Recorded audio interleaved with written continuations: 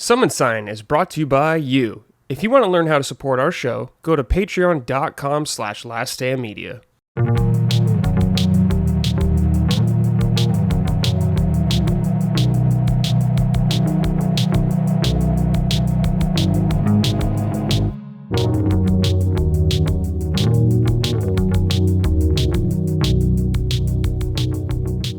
Hello everyone, welcome to episode 31 of Summon Sign, Last Stand Media's weekly in-depth game discussion podcast. I'm your host as always, and joining me this week are the Sacred Boys. First, Colin Moriarty. What's up, dude? How are you, my friend? Thank you for having me. I'm well. I'm good. Thanks for being on here. Always love having you on here. No problem. Love seeing what you're playing. Yeah, I've been playing, took a little bit of a break this weekend. I played only a little bit this weekend because I've been watching The Gilded Age on HBO, which is the new show from the guys that did Downton Abbey. Oh. And it's dope. Love it. Okay. Love it. Not as good as... House? I'm sorry? No, go ahead. I was going to say, not as good as Downton, but good nonetheless. Yeah. Do you guys watch House the Dragon? No, I don't know. I know, Colin. I know the feeling, man. It's good, though. It does look pretty cool. I hear it's very compelling. It's probably one of those things I'll just let finish and then but I do have HBO right now as I am watching The Gilded Age, like I said, so maybe we check it out, but I think we'll move over to I want to watch a few other things on some other channels coming up, so like Three Body Problem. I'm reading that trilogy right now, and the Chinese sci-fi novel, and they did the Netflix show, so I would like to watch that after I'm done, so probably jump over there next. Cool. Also joining us, Chris Reagan. What's up, dude? Nothing much, it's another day. I'm excited for after this because I don't have access to a pool really, and it's been really really hot in LA for the last couple of weeks, obviously, because it's like the dead of summer, and a friend of mine's gonna have like a little pool shindig, and I'm like, yeah, absolutely sick. Like I need that refreshment right now. But you mentioned House of Dragon. And I still haven't. That's Game of Thrones, right? Like that's like the Game of Thrones sequel series. I still have not seen Game of Thrones. Oh well, Game of Thrones starts really great, then ends really bad. I know. That's why I haven't started. That's why I never saw it, because I was just like, oh yeah, it's really great, and then it ends horribly, and it's like, well, that doesn't sound. It's about the journey in some sense. I really highly recommend it personally. Yeah, I would say you should just watch it, but House of the Dragon, you don't need to have seen anything. You can go in completely blind. Yeah, because it's a prequel. Yeah. Nice. So it'd be totally fine. And there's only 2 seasons so far. I think there might be one more, maybe. So that one won't be too long. But yeah, right now, when everyone's hearing this, Dustin is on standby for little Chris Colin, Dustin Furman. Yeah. Being ready to be about shot to out. Pop. That baby's about to be overcooked. Yeah, I'm excited for him. It's a very exciting time. I'm most interested to see what the real name is going to be, because no one knows. I know. And everyone has guessed. Like Micah is good friends with his wife, and she's guessed a bunch, and like no one has figured it out. And so I'm just very intrigued to see it. I'm going to have that kid editing podcasts in like 2 years. It's going to be awesome. Yeah. What if it's just like a name like Carl? I don't know. He's kind of hyping it up to be something kind of unexpected. It's just like, this is my son Carl. It's like, all right. I have a cousin Carl, but I also who's like he's actually he's very old now, but he's like this gay Long Island artist, and he's the only Carl I've ever known, except for Carl from The Walking Dead. Right. Wait, did you ever see Aqua Teen Hunger Force? Oh yeah, Carl? I guess Carl will be in that too. That's true. Yeah, of course. Yeah. The best Carl around right now. Absolutely, the Moonanites are like some of my favorite characters ever in anything. So yeah. I'm well they're aware. So good, man. I love that show. Chris, how far do you live from the beach? Oh well, I mean, I'm in Burbank. I know it's LA, so it's fucking it's fucked. I'm close, but I would have to go early for it to be reasonably, you know what I mean? Okay. I'd have to go at like 8 a.m. or like 7 a.m. for me to get there within 30 minutes, which is like fine. But like then you wait until like, noon or whatever. And then it's like an hour and a half or something with traffic. And I'm like, I'm not doing that. That's Colin, like literally, like when I remember when we would record Sacred in person, and I had to go to Santa Monica. And it would be like getting there was fine. like getting to Santa Monica was fine because it would usually take me 30, 40 minutes. And then we would record the show for 2 hours and it'd be like maybe like 2:00 or something. And then on my way back, it would take like 2.5 hours or something. It's brutal, dude. This is crazy. Dude. Yeah, when I used to hang out with Dave Rubin in, well, you've been to that house too. He hasn't lived there for years, but in, what was it, Sherman Oaks or whatever. It's like, it would take for fucking ever to get to that place. And then I would leave like late at night after dinner and drinks or whatever. And then you get home in like 15 minutes. It's like, oh, okay. So this is just, that's what I did. That's what I did for the last half of the times that we would record. It would be like, all right, I'm just going to be in Santa Monica today because I'm not going to wait. Like it was so dumb of you to like, it would be so dumb of you to just leave and spend 2.5 hours in traffic when you could just kind of like relax at the beach or, sit at like a cafe or something. Yeah. When I worked at Easy Allies, we were in Culver City. So I would drive from Irvine all the way to Culver City, which would take, no traffic. I can get there in 40, 45 minutes. But if there's traffic, it's like, you're waiting 2 hours. You're fucked. On no traffic, 45-minute drive in LA that might as well be you might as well be in Oregon. Exactly. Like, you might as well be in like Washington State. Like I'm never seeing you. If you're 45 minutes away with no traffic, insane. Yeah, it was like a different state away. Yeah, absolutely. It was pretty brutal, but those days are, thank God, are over. I don't have to drive anymore. Fucking don't miss it, dude. Fuck driving in the freeways. So sick of that shit. Terrible. I can't stop thinking about the Moonanites now. The Moonanites? We are the Moonanites. Yes. Our culture has advanced beyond anything you can comprehend with 100% of your brain. I fucking loved those characters. They were the best. Yeah, man. And I lived in Boston during remember the fake terrorist attack that had to do with the Moonanites where everyone thought it was a terrorist thing? But you guys are maybe a little young for this. I lived in Boston at the time where like these dudes hacked like some things and made the Moonanites appear. Oh, do you guys know what I'm talking about? And it was like road signs and like all these things. It was my senior in college. And no one knew it. I was like, dude, it's the fucking, I saw the video. It's the fucking Moonanites. Because everyone was like really on edge about like terrorism, Yeah. Oh my God. That's awesome, dude. I don't remember what's weird about that? So you mentioned that and I'm thinking about it and I remember it, but I also can't remember if I remember it authentically or if I just remember learning about it happening. Or like, you know what I mean? Like, or if I remember like researching it or hearing about it. I'm putting the wiki here for you guys' edification. It's for people that want to know, it's on Wikipedia as the 2007 Boston Moonanite Panic. Yeah, no, I remember this. 2007. Yeah. Okay, so this is my freshman year senior year in college. I remember. It's my freshman year in high school. Very funny. It's so funny. We should have hung out then. I was senior in college. You were a freshman in high school. It wouldn't have been anything weird about that. Yeah, it would have been totally fine now. Yeah, no problems whatsoever. When I was in middle school, I had a friend. And we were authentically friends. So like I moved, when my parents got divorced, I left Long Island. My dad still lived there, but I went and lived in Maine with my mom starting in 4th grade. And I lived there for 4th, 5th, and 6th grade. And then I went to private school in New Hampshire for 7th and 8th grade. And then I went back to Long Island to live with my dad again. And so I didn't know anyone and I was like kind of a lonely kid. And there was this dude up the street when I was in 5th grade who moved in, his name was Jason. And he moved from California and he was in 8th grade. And I was in 5th grade. And for 2 years, we were like really good friends and everyone, it wasn't untoward. I think it was weird from his perspective, probably, because like I'm more of a little brother figure. But people used to get like, my parents be like, you really shouldn't be hanging out with someone that old. And like looking back on it, it was like the most innocent nonsense ever. Like, oh, yeah. It was, I was really grateful for him, but it was like two lonely people, that just wanted to, he was the first person that ever brought me on the internet, actually. He used to print out like the NHL stand. I think I've told the story before. I had a friend who printed out NHL standings for me. This was like 1995 or whatever. I always remember him. So like you can find people like authentically at different ages, I guess, but you should try to stick with people your own age. Trust me. You don't want to mess around with that. I watch a lot of the predator catcher stuff and it's just getting crazier and crazier out there. So you better be careful out there, you predators. You fucking They really ruined the word predator, I think. Because I feel like I can recall a time where I feel like that was like a cool word. Yeah. You know what I mean? Like there was like predator, alien versus predator.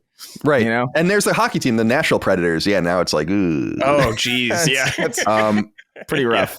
Yeah. It's not great, but nonetheless, I have it on my list here of constellation topics that I want to do at some point is vigilantism based on those videos. Cause some of the videos are crazy. Like the there's that one, the Dads Against Predators guys that Gene and I are obsessed with. We send each other videos like all on a constant basis. That are the guys that like actually beat people up and stuff like that. And I'm like, geez, dude, I don't know about this. I saw one funny ass video. Like they put up like 10 really funny 10-second clips where it's like the guy's like in the guy's face and they're in front of like this row of like this hedgerow. And he's like, if you lie to me one time, I'm pushing you in these fucking bushes. And then he's like, did you know how old he was when he said he wanted to have sex with him? And he's no, and he just shoves it right into the fucking bush. Just to destroy. Yeah, it's like, it's so, I'm like, I don't know. I like it, but I don't.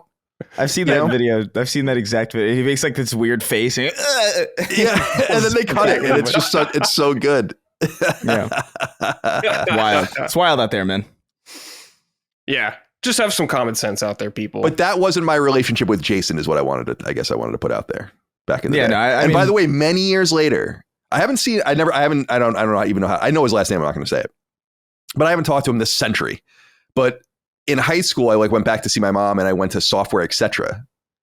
in the mall to buy a game. This is probably like 1998 or something like that. And there he was. Yeah. And I was like, oh my God, Jason, good to see you, my friend. And at that point he was an adult.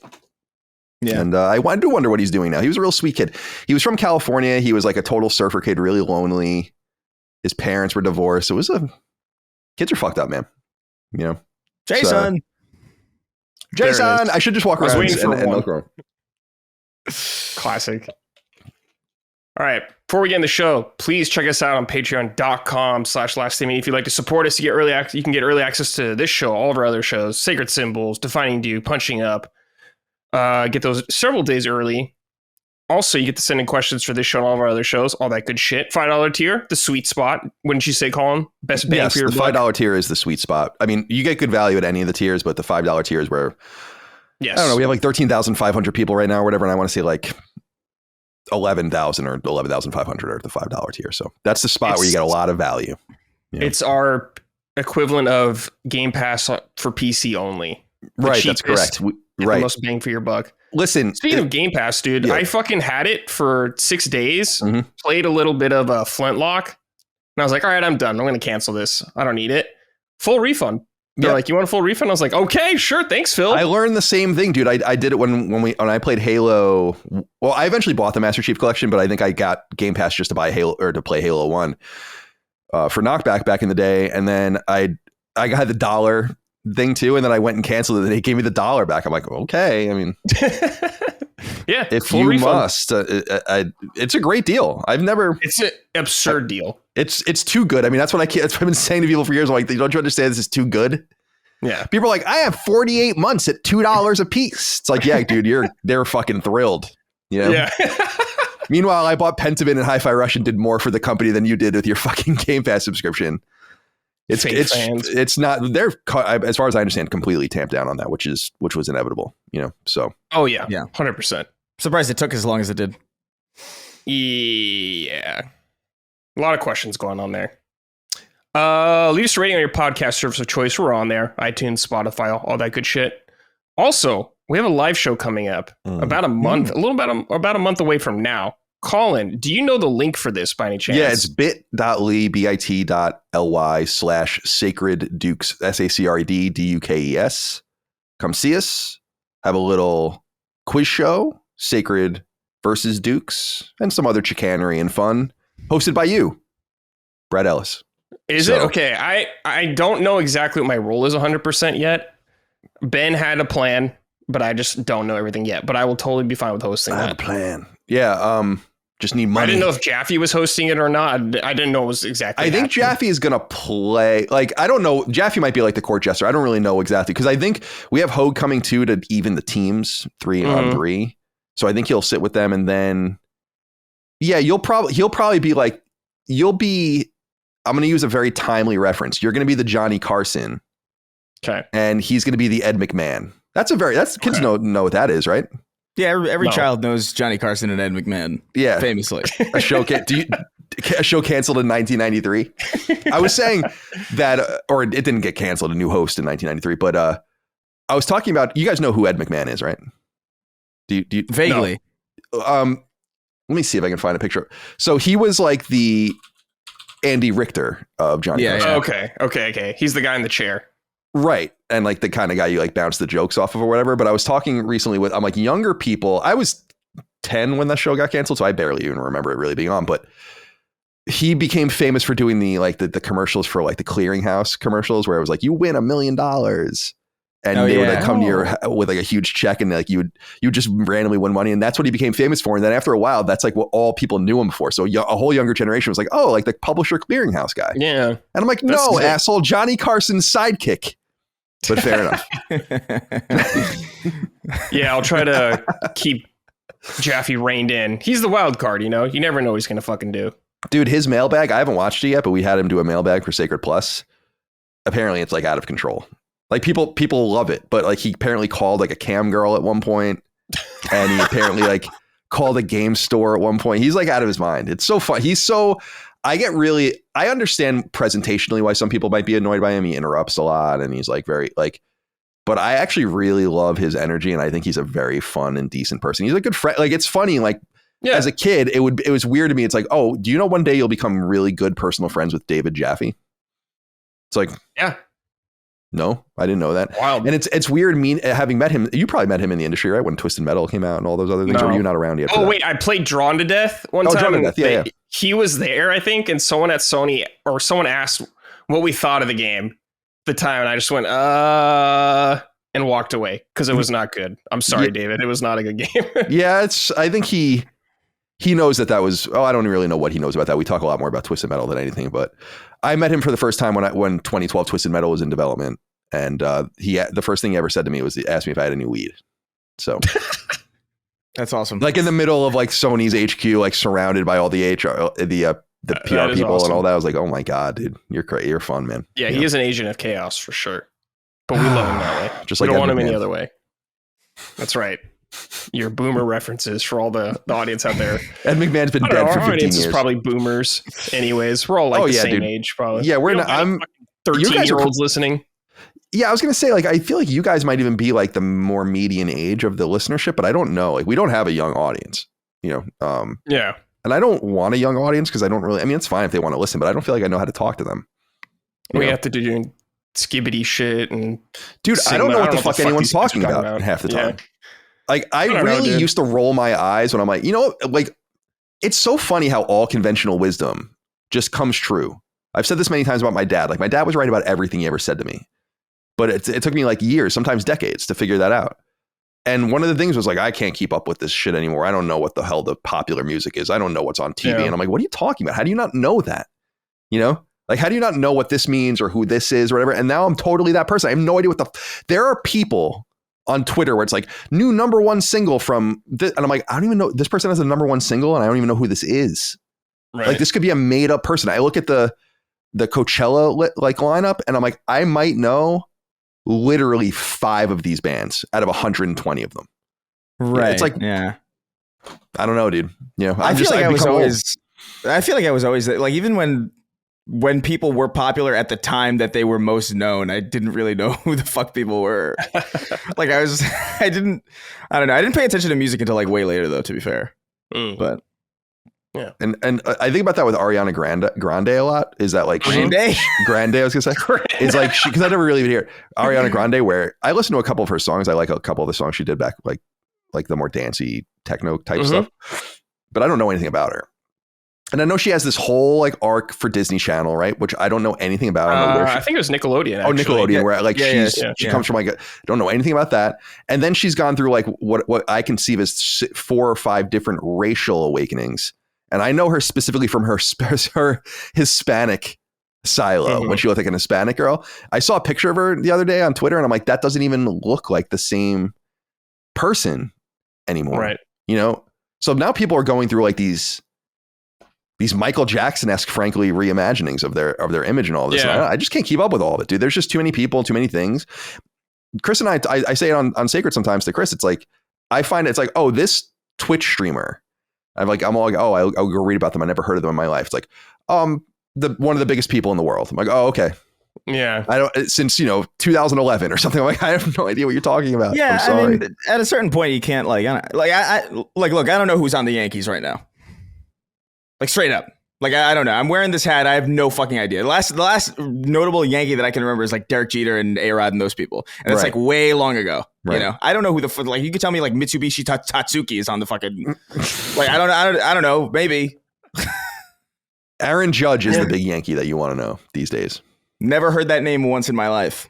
Power hitter. Yeah. No, but I totally agree with. Yeah, there was a time when I could name like every Yankee player, all of the relief pitchers and everything, and now I'm like, yeah, I have no fucking idea what's going on anymore. Too much grabbing at my. I'm so ADD now and brain wormed that it's hard for me to. When I used to sit there and like read the back of a baseball card or something and like study it, and like I can't do that anymore. I have to have like a thing in my, an earpiece in my ear as I'm playing a game and I'm like talking to someone and I'm smoking a joint.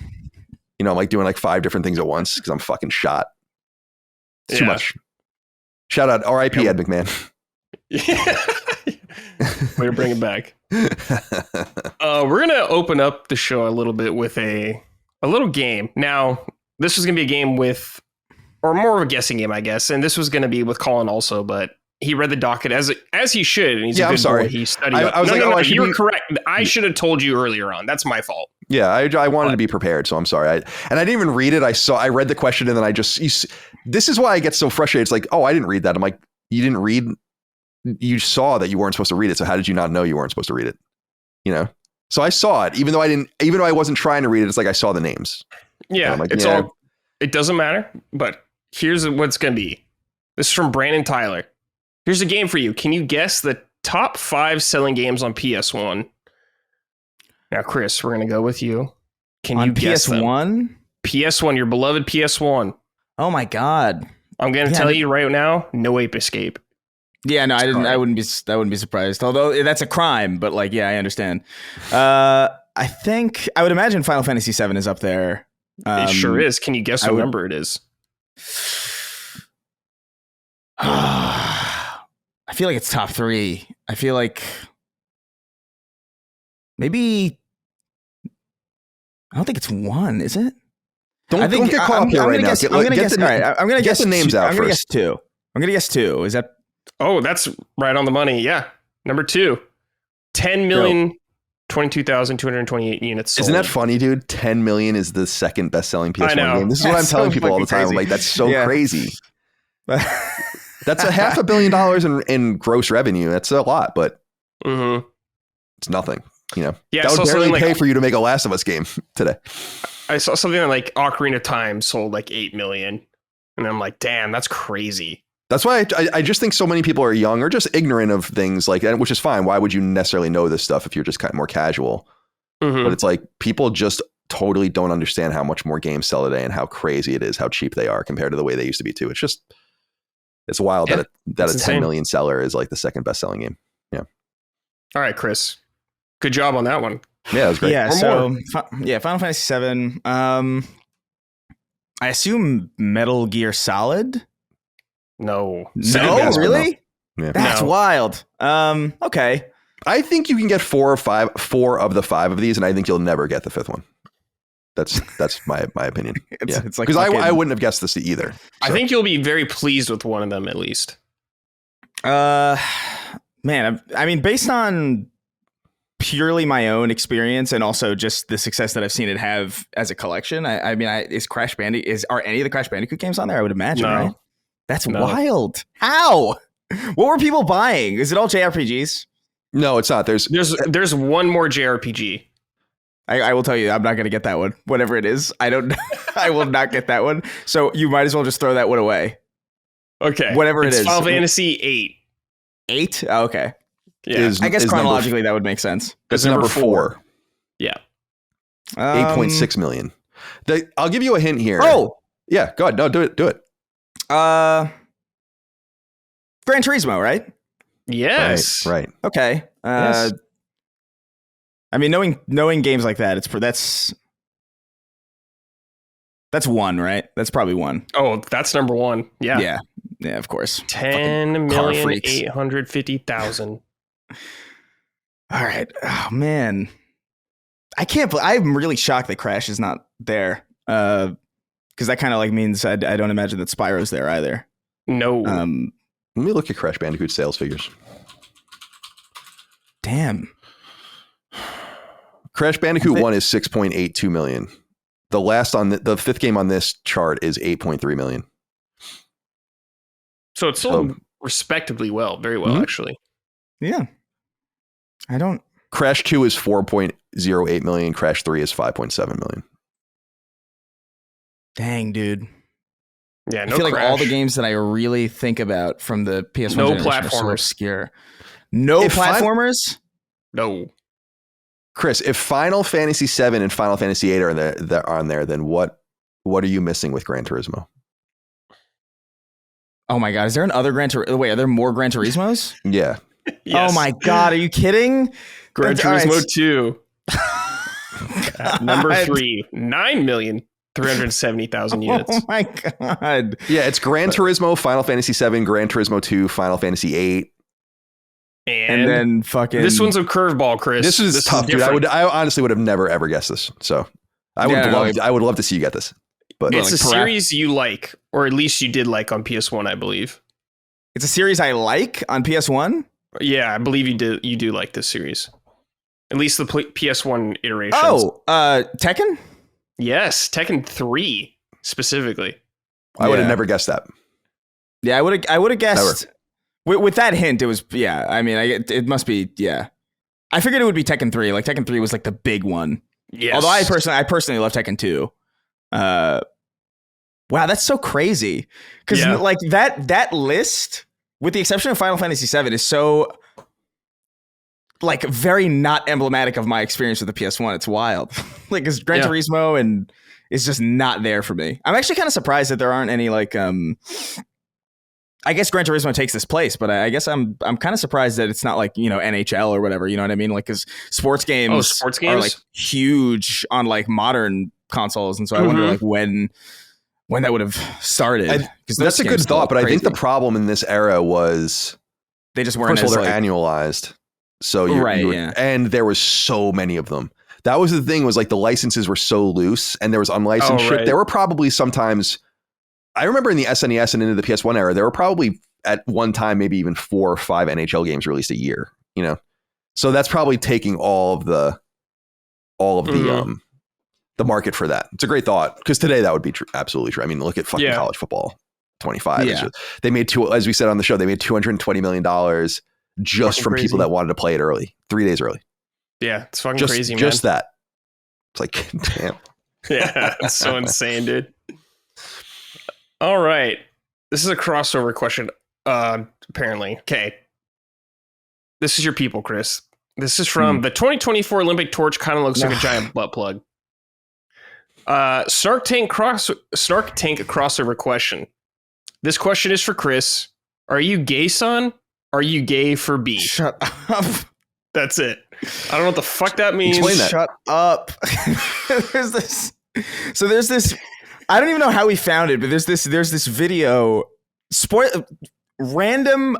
I'm sorry, but this is going to be a spoiler for Red Dead Redemption 2. So skip maybe like 30 seconds or something. But there's this video that we found on Instagram or somewhere where it's the ending of Red Dead Redemption 2 where Arthur's on the ground dying. Mm-hmm. And it's just this guy doing impressions of everybody, and he's asking Arthur if he's gay. And Arthur's on the ground. He's like, "No, why'd you say that? No." But it's like a really good, like the impressions are great.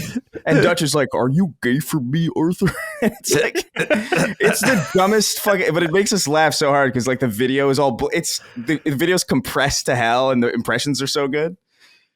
But it's become this unavoidable, like we slip it in. It's unfortunate. I'll send it to you when I after the show, because it is it is very amusing. Awesome. All right. I hate that though. Chris, let's talk about Batman Arkham Asylum. Yeah. You've been playing it. What made you decide to revisit this? I don't know. I think I was like looking for just something a little bit. I talked about this on Sacred, where I was kind of like meandering through a bunch of the games in my backlog and some of the games that I wanted to play, and nothing was really grabbing me. And one of the things that we're going to talk about today is Hotline Miami. But the other thing that I kind of wanted to get into is like I've been having this itch to play a Batman game, but not necessarily. I like Arkham City and I like Arkham Knight. I think those are like really interesting games and really cool. And I like the freedom of exploration in those games. But I did kind of want something a little bit more curated and a little bit more linearly designed, more BioShock and less Metro Exodus, I guess, is kind of like how I felt about it. And I just figured, Arkham Asylum is pretty good. And then I found out that it works on the Steam Deck. And I was like, absolutely. This is a no-brainer for me then. And so I've just been running through that game. I've always like appreciated the design of that game, how it's like it is a very like compelling Batman game. It's like really well written and really well designed. But it's also like linear. It's not open world. It's not necessarily like this sprawling kind of free-flowing, at times somewhat overwhelming experience. And so yeah, I think that was kind of like the impetus. I like that. I love those games and I have very fond memories of them, but it's also been so long since I've played them that I was like kind of curious about how I would feel about them now. Mm-hmm. Cool. So this is like such an interesting game to me. This is, I guess, the game that puts superhero games back on the map. When you say, Colin? Yeah, definitely. There were a few in that era that were interesting, but like Wolverine. From it's Raven, like we remember, and Shattered Dimension was pretty interesting. But yeah, this was the one. Yeah, this is the one for sure.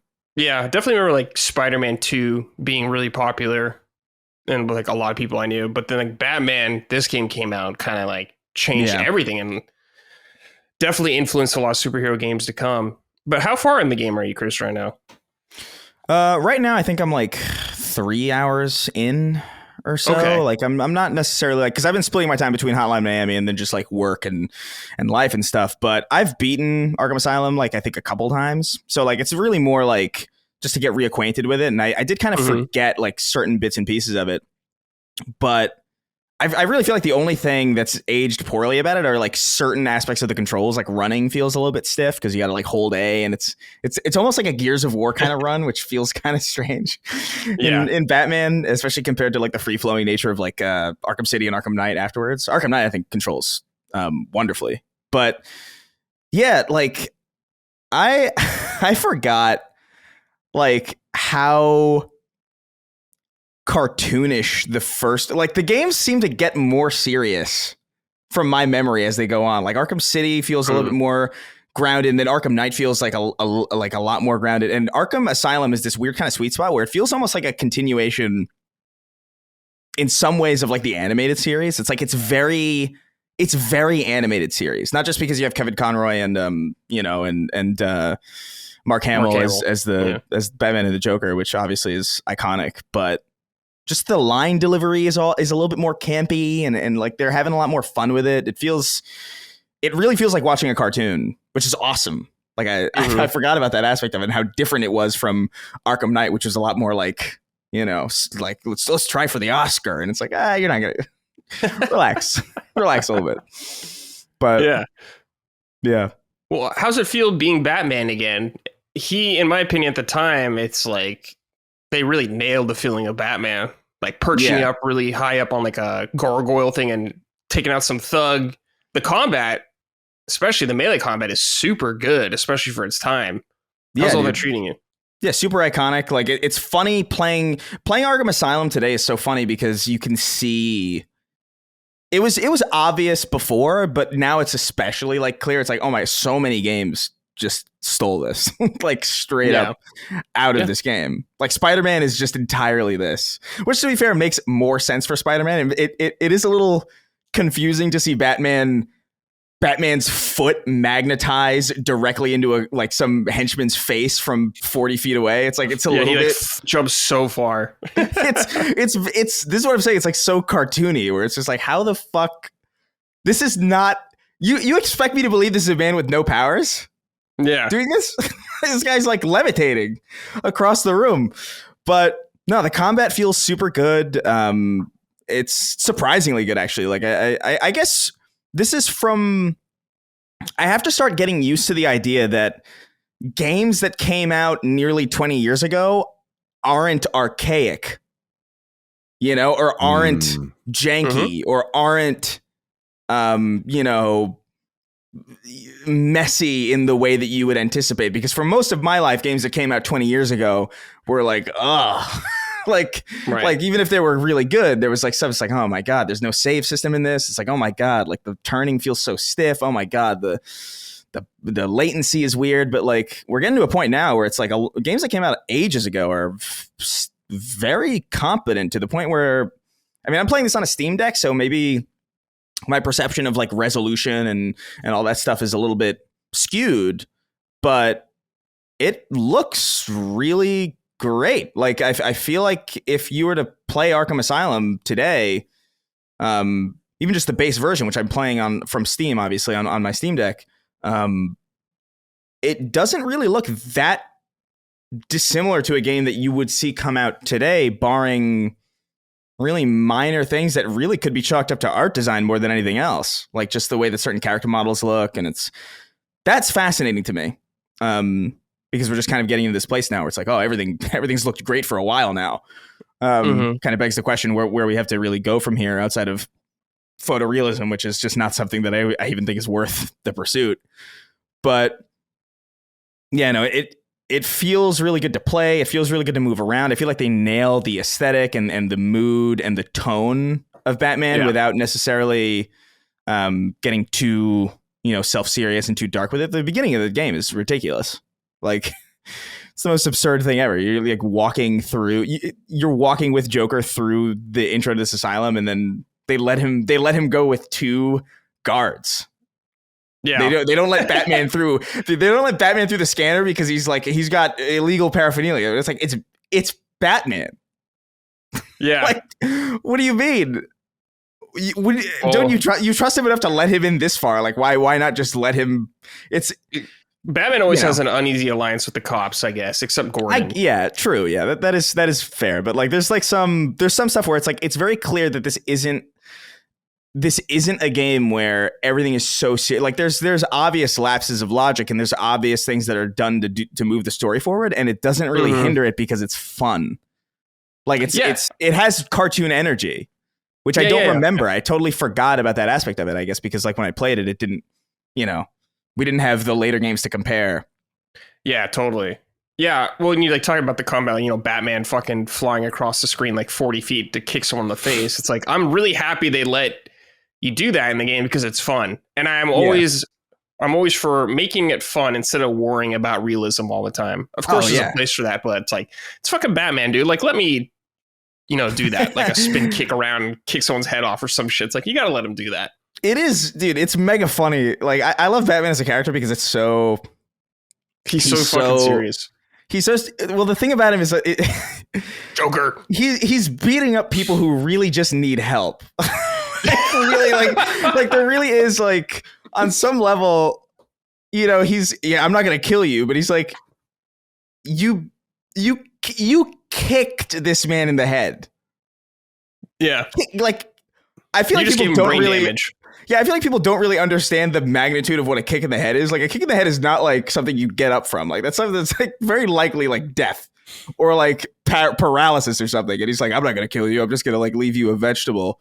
and it's like, I don't know if that's worse, I think. It's in some ways. But yeah, no, it's a super entertaining time. It's a super entertaining game. I feel like every voice actor nails it, especially like I think the Arkham director, Quincy Sharp or whatever, he's voiced by this guy that I remember a lot from cartoons as a kid. I don't remember. Forgive, somebody can. I want to look this up. But he's got such a good voice, and it's very cartoon. Tom Kane. It's Tom Kane. Yeah, he did. Oh my god! If anybody in the audience will look him up, you'll recognize his voice instantly. Like especially if you're like around my age, he did so many.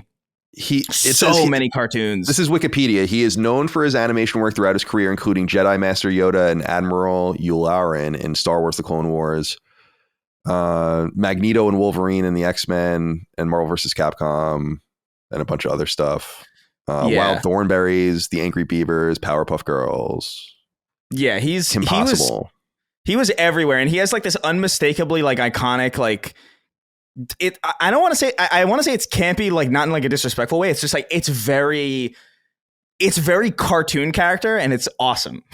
Yeah, and I didn't expect to like give a shit about this random like director of Arkham Asylum, who I think I'm pretty sure this is his first appearance because I was reading some of the codex entries, which I actually never did in these games. Oh yeah, and it said first appearance Arkham Asylum summer 2009. I'm like, oh, interesting. So this is just like a completely fictionalized character that they gave a great voice actor to. But yeah, no, it feels great. It really makes you feel like Batman, you know? Yeah, I didn't realize that there were 2 Clone Wars cartoons. Oh yeah, there was the movie. And then there's 2 separate series. The 2003 TV series and the 2008 series. That's what it says. Maybe it went away then came back. Yeah, something like that. I don't know. Are they both just called the Clone Wars? One's called Clone Wars and one's called The Clone Wars. Oh, you know what? One of them was like a cartoon one. They were shorts. They were done by the guy that did Dexter's Laboratory, I remember. Oh, okay. And it was before episode 3 came out. It was kind of filling in the gaps between 2 and 3.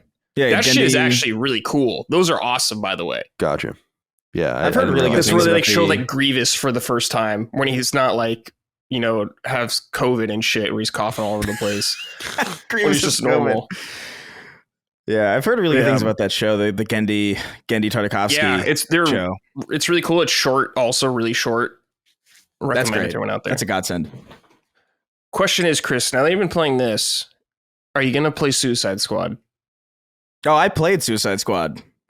Oh, right. That's right. I totally forgot. Did you finish it? No. God.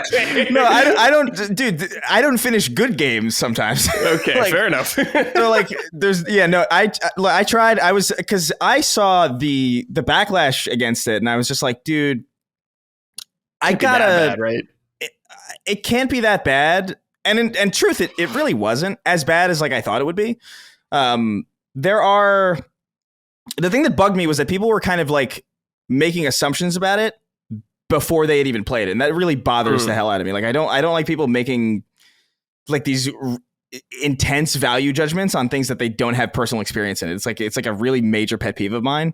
And I saw so many people jumping on this bandwagon. I'm like, guys, okay, maybe you might be right, but you can't know that. And so from my perspective, I was just like, I wanted to, if I was going to have an opinion on the game, and if I was going to like shit all over it or give it some flowers, I wanted to know exactly what I was talking about.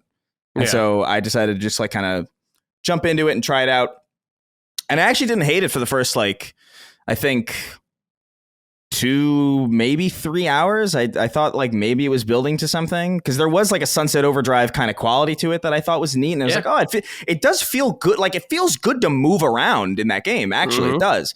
Like, and it feels good to like shoot and it feels good to like flip and, you know, do all these abilities. It is cool. And like in the beginning, the story is actually pretty promising, I think. I actually like the dynamic between some of these characters. It's a little bit cringe, but like, I mean, it's an ensemble Suicide Squad cast. It's like you kind of have to too. Like even the James Gunn Suicide Squad movie that I really, really like has some of that too. Like, I mean, it's really unavoidable. Not every joke is going to land, but then it just kind of kept going and you realize that the game runs out of gas really quick as far as like new things to show you.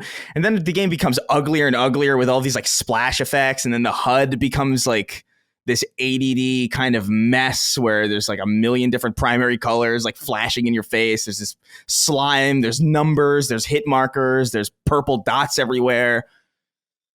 And it just, I genuinely don't think it's as bad holistically as a lot of the people were saying, but it's not a good game. You know, like it's fundamentally busted in a way that just doesn't fit Suicide Squad. You know, it's just there's no reason for this to have been a Suicide Squad game. It's definitely one of those games where you start playing and you're like, oh, this isn't as bad as people say it is. Then you play like 3 hours and you're like, all right, I've seen everything the game has to offer already. Yeah, there's not much meat on it. I do genuinely love the way you move around in that game, though. I do think it feels really good. It feels like Sunset Overdrive. Some of them have good movement, which was scratching an itch for me, but it's not really, and it's so incongruent with itself too. It's like, why does the shark have a machine gun? Why is Harley Quinn swinging? It just doesn't make fucking sense. Like it feels like a schizophrenic game. Like where, it feels like they had an idea and then they were like, you should make this Suicide Squad. I'm like, but we can't really do that because this is a looter shooter that is probably pretty good right now. And it's like, nah, make it Suicide Squad. And I'm like, okay. garish colors and just completely nonsensical ability sets, I guess, is what we're gonna be. Oh, Captain Boomerang teleports. It's like, okay. Yeah. All what? Right. That's a rough one. Colin, Batman Arkham Asylum. I know you love this game, correct? Yeah, I do. Tell us about it. Your thoughts?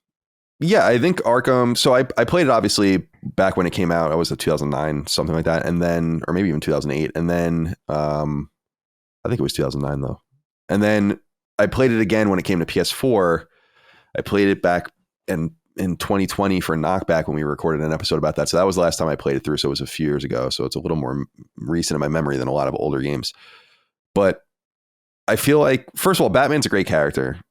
You're speaking on something though that I think is interesting about him, which is that they just never learn. I understand that they're rebooting it constantly and kind of telling the same story over and over again, but I've been very frustrated by the justice system in Arkham for a long period of time with why some of these guys should be executed. It's like, what are you doing? I was gonna say, I've said that before. Just fucking kill the Joker, dude. Yeah, just how have they not just killed this guy yet? It's okay, and I understand this. He's got this almost pacifist, conscientious objector thing going on. Yeah.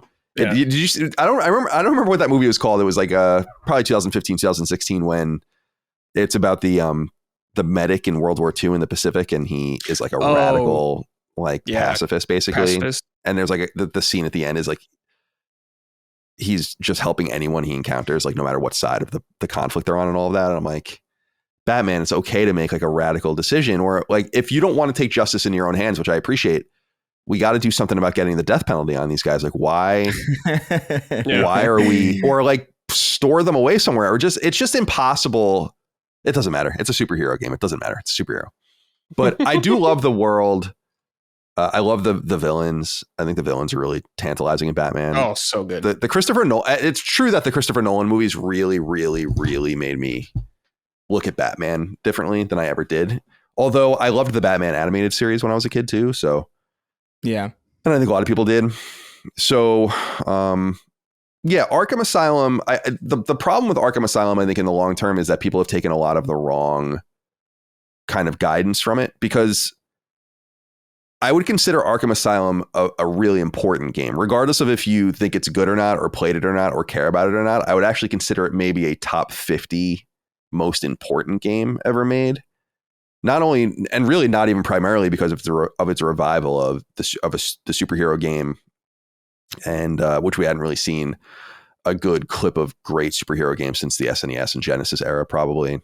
And NES Batman is still like one of the great superhero games. So that good. game is fucking the Sunsoft one. Sunsoft is so good. Oh my god, Sunsoft! I love Sunsoft so much. Shout out to Journey to Silius. What a great game! It's another one. Fester's Quest. Fester's Quest. Yeah, you like Fester's Quest? Yeah. Oh god, felt like a real adventure. I feel like it's funny, man. When I hear about people cringe about Fester's Quest, Simon's Quest, like a few of these other games, I'm like, this Simon's all seems like angry video game nerd. Like whatever the angry video game nerd told people. I'm not saying you, but I'm saying generally speaking, it's like whatever he told you to feel about a video game is the way you feel about it because you didn't play it yourself, and that's totally fine. But yeah, I don't know. I just had a real soft spot for Sunsoft. They are kind of back in the mix a little bit, as far as I understand, because Blaster Master is kind of like bumping around and a few other things. So someone is doing something with Sunsoft over in Japan. But the wrong message that they took from it was, I think, actually the combat, because the combat is really, really good. But then it started to become a facsimile style combat system that others used to. I think like it came to bear, I think, the most in like a game like Mad Max, the Avalanche game. Yeah, those are WB games. What'd you say? Those are WB games. That's why. Yeah, like Shadow of War or Mordor had that and stuff too. All those games had that kind of combat. And it's like, it's fine, but I actually think the major lesson from the game is a really slick production value and a very tight runtime, because it came from an era when games weren't just very long, generally speaking. And I know I hit this a lot, but I'm just like, damn, dude, why are some of these games so fucking long? There are times and places for 40, 50, and 60 hour games, and I love that kind of shit. But I also really love the 10 to 12 hour game, the max 15 hour really wonderful. Think about The Last of Us Part 1 or something like that. It's like, damn, this is so well paced. You don't stay anywhere for too long. You get the meat of the experience. And Arkham Asylum is like the epitome of that, in my opinion. It doesn't, it blows up a little bit and stays, it gets larger, and you can do the Riddler shit. And there's like a bunch of stuff you can do to stay in the world. It's not quite as crazy as City or especially Night in that regard. But I really feel like the message from that game should have been like, damn, dude, what can the ideal 10-hour game look like? What can the ideal 12, 15-hour game look like? This is, again, where Dead Space is the same era. I think it's the year before. And it's the same thing. Where it's Dead Space is, I think, even a superior game to Batman Arkham Asylum, but not as important. But it gets the same thing where it's like, we don't need to stick around here too long. How can we make this impactful? I feel like the messaging with Arkham over time became bigger and bloated. And it's like, I don't think you understood what your own product in some sense. Now, those games are huge. Arkham Knight is fucking massive. So I'm not disputing the market realities of it, but I just felt like, when I look back at those games, I'm like, damn, dude, this was really one of the first AAA slick, really well catered games. Like you were talking about the intro with Joker.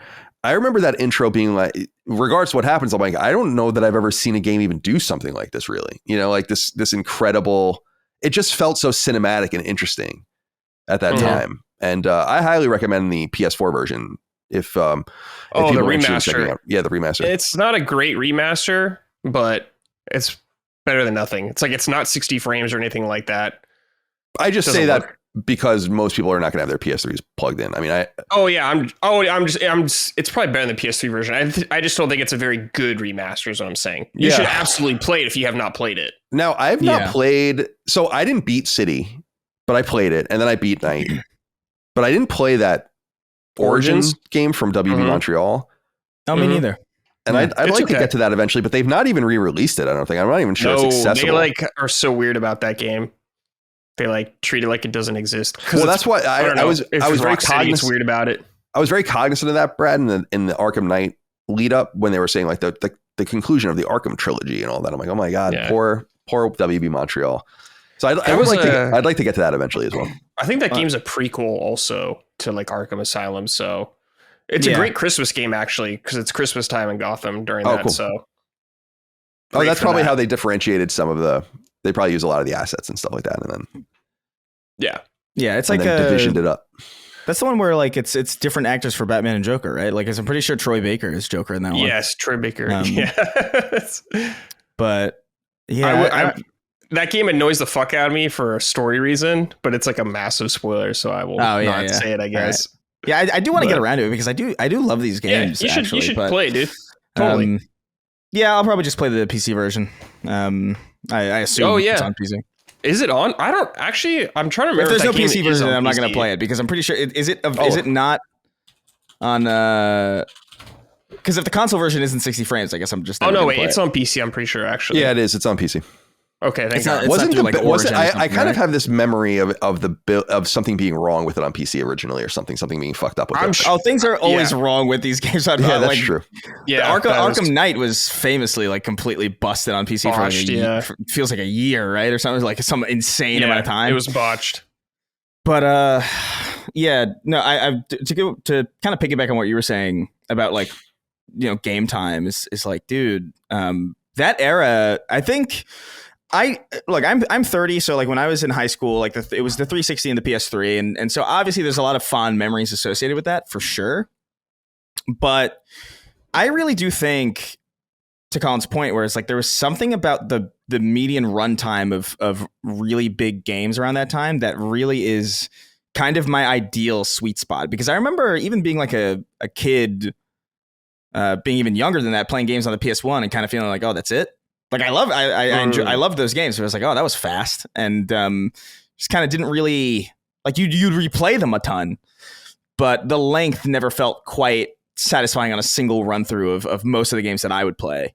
And so the 360 PS3, I feel like with Dead Space and Arkham Asylum and just even just like things like the Gears trilogy. Yeah, Gears 2. I was gonna say Gears 1 is short, but Gears 2 and like those are like really wonderfully paced like that was like, I feel like we nailed pacing in that generation. I feel like we weren't afraid to cut fat from a game if it wasn't working. And I feel like maybe now, because it's so expensive to build these things, we're kind of afraid. It's like we spent so much money on, like, I think about God of War Ragnarok and that segment where you're just walking with the girl as Atreus. Oh, right.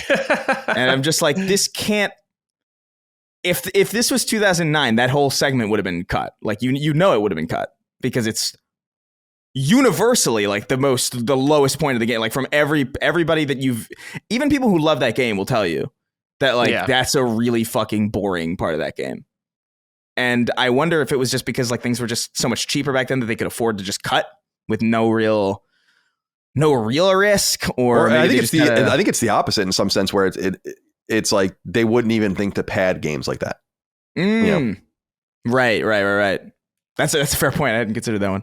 Yeah, that's what I was going to say. I don't think they even thought about that nowadays. Now, I have no problem. I think games should be as long as they need to be, kind of thing. Right, of course. Like, if they're shorter, I think a lot of, like, nowadays people get a lot of or games will get a lot of criticism if they're too short. You know, $70, it was fucking 12 hours. What is this bullshit?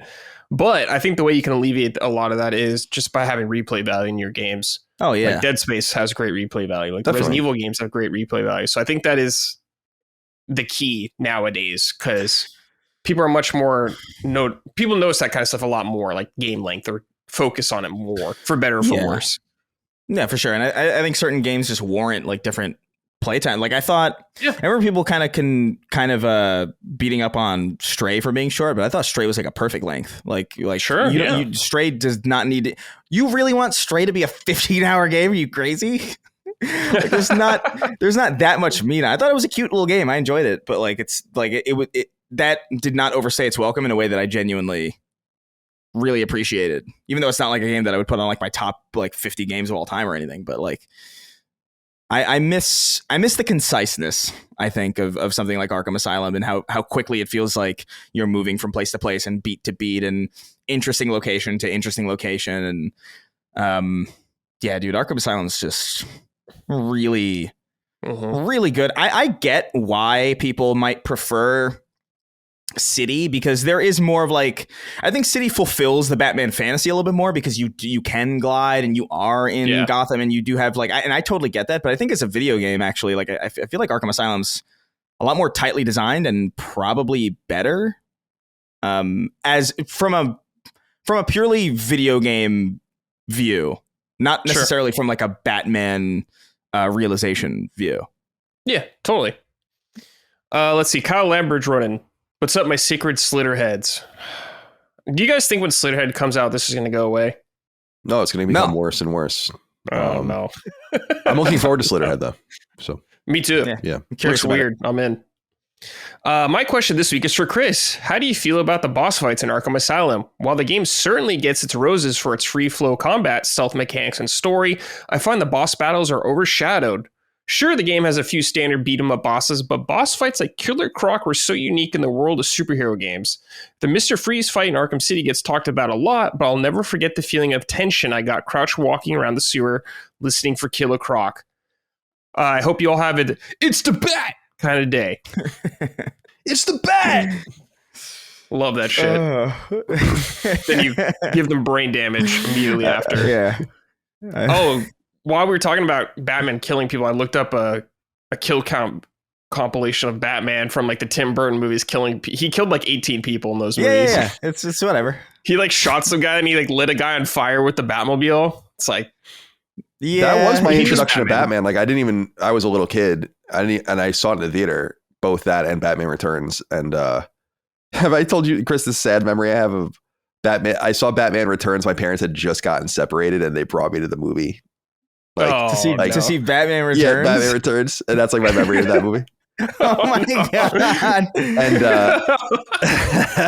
wait, was that the bad? Wait, no, Batman and Robin was the bad one, right? Yeah. The three after that people don't really like. I think they're campy they're crazy and they're not good. But the Burton movies are totally legitimate. But that was my introduction to Batman. That and the Sunsoft game, which was really for that movie. And it is funny how different all of the iterations are, but he's such a cool character, you know? Yeah. Batman's the best. he's interesting. Yeah, the boss fights, I don't, the thing about, look, they're cool for sure, but I mean, it's also been a very, very long time. There have been more impressive boss battles. Like, to me, boss battles are, I think about Shadow of the Colossus a lot because that game like really blew my fucking mind. Like I just couldn't believe how they nailed scale in that way, in a way that games kind of still don't. I don't really know what it is they did, but they did something that was very, really special, and then they immediately forgot about it. They immediately forgot how to do it. They tried in some games like Lords of Shadow, and it didn't work out as hot. It's not the same. They do something, man. There's something in that game. So like, I mean, the Batman Arkham Asylum boss fights are cool and they're interesting, and I really think they're enhanced just again by just the aesthetic and the world of, you know, Batman. I think totally. I think if you just had like a gray box of like a random person in a boss fight with like a crocodile monster, I feel like it might be satisfying, but it really is enhanced by just the fact that like they really nail the atmosphere, they nail the soundtrack, they nail the sound design, they nail the voice performances and just the aesthetic and the look and the feel and the tone in a way that is really exceptionally well done for that time, you know, because there really weren't like I remember superhero games around that time. I liked them. Like I remember, controversially, I like Spider-Man Web of Shadows, even though I understand it's like really messy and kind of weird. And obviously Spider-Man 2 4 years before that, which is like a movie-based game, so it's kind of like, you know, it was in that weird territory where it's like, this is really good for a movie-based game. Yeah. But that, dude, the level of quality here, like from a Colin uses this phrase a lot where it's the production per square inch, and you actually do kind of feel that in this game, where it's like there's really a lot of attention to detail in just like the minor, just like the lighting, where the fog is, like the textures that they use. And I think they can afford to do that because it's a very linear game comparatively to the later games. And so the boss fights kind of stick out, I think, largely for that reason, because dude, like for the time, that's crazy. Like at that time, it's a good looking game still. Oh my God. Yeah. When this game came out, it was crazy. I'm sure Colin totally remembers, but yeah, it was fucking nuts when this game came out. It was a huge. I mean, I just remember it being how huge it was. Like it was just everyone loved it. You know, it was. Yeah. The thing about that I wanted to put a finer point on the game length conversation too is just there's this idea that okay, so you have an 8-hour game and a 12-hour game, and so the 12-hour game is half again as long as the 8-hour game, but it's like, in my opinion, orders of magnitude. Not better, but more improved if a game goes from 8 to 12 hours. That 4 hours is, yes, half as much again, but so much more meaningful to get the game to where it needs to be, as opposed to being too short. Or if you doubled it to 16, now you're getting to the point of like maybe being a little too long. In other words, I feel like people are like, oh, so a game is a 6-hour game, an 8-hour game, a 10-hour game, a 12-hour game. You feel like kind of this incremental ladder up as they get longer until they get to this perfect point. I'm like, no, it really is about nailing that perfect place. That might just be an hour or two longer than you have, or might be an hour shorter than it is, or all the rest. I don't understand the aversion to 10 to 15-hour games. They're very attractive to me, and they were attractive to me as a kid too. And that was the common thing when we were kids. Games Outside games of like were RPGs. that short, you know? Yeah. There's nothing wrong with games that length at all whatsoever. But I do feel like the market is saying that there is a problem with those games. Like that's why people ask, like, why are games becoming longer and longer and longer? It's because there's some sort of downward pressure to get the game. I think Assassin's Creed is the series that suffered most from this through a lot of people's eyes. It's like, damn, dude, it's crazy how like insane these games have become. Why don't people see value in the way that it was with AC1 or AC2 or something like that? Why do they only now see value in a game that's 5 times longer, that you're technically buying for cheaper than the $50 and $60 games we were playing back then because of inflation and only the $10 price increase? I just think that kind of pressure sucks. It seems like if a game doesn't have a lot of meat on the bone, it's not looked at as valuable. And to me, it's like how you use that time and space that you're given so that you neither understay or overstay your welcome. And I just think like this longer is better thing is just it's just a mistake. And Arkham is the personification of of that tightness, in my opinion, that I wish more games have. And if a game like Arkham, if you remove the IP and it was just kind of the Arkham game and you release that game today as just a 10 to 15 hour single player game, people would beat the shit out of it for being that short.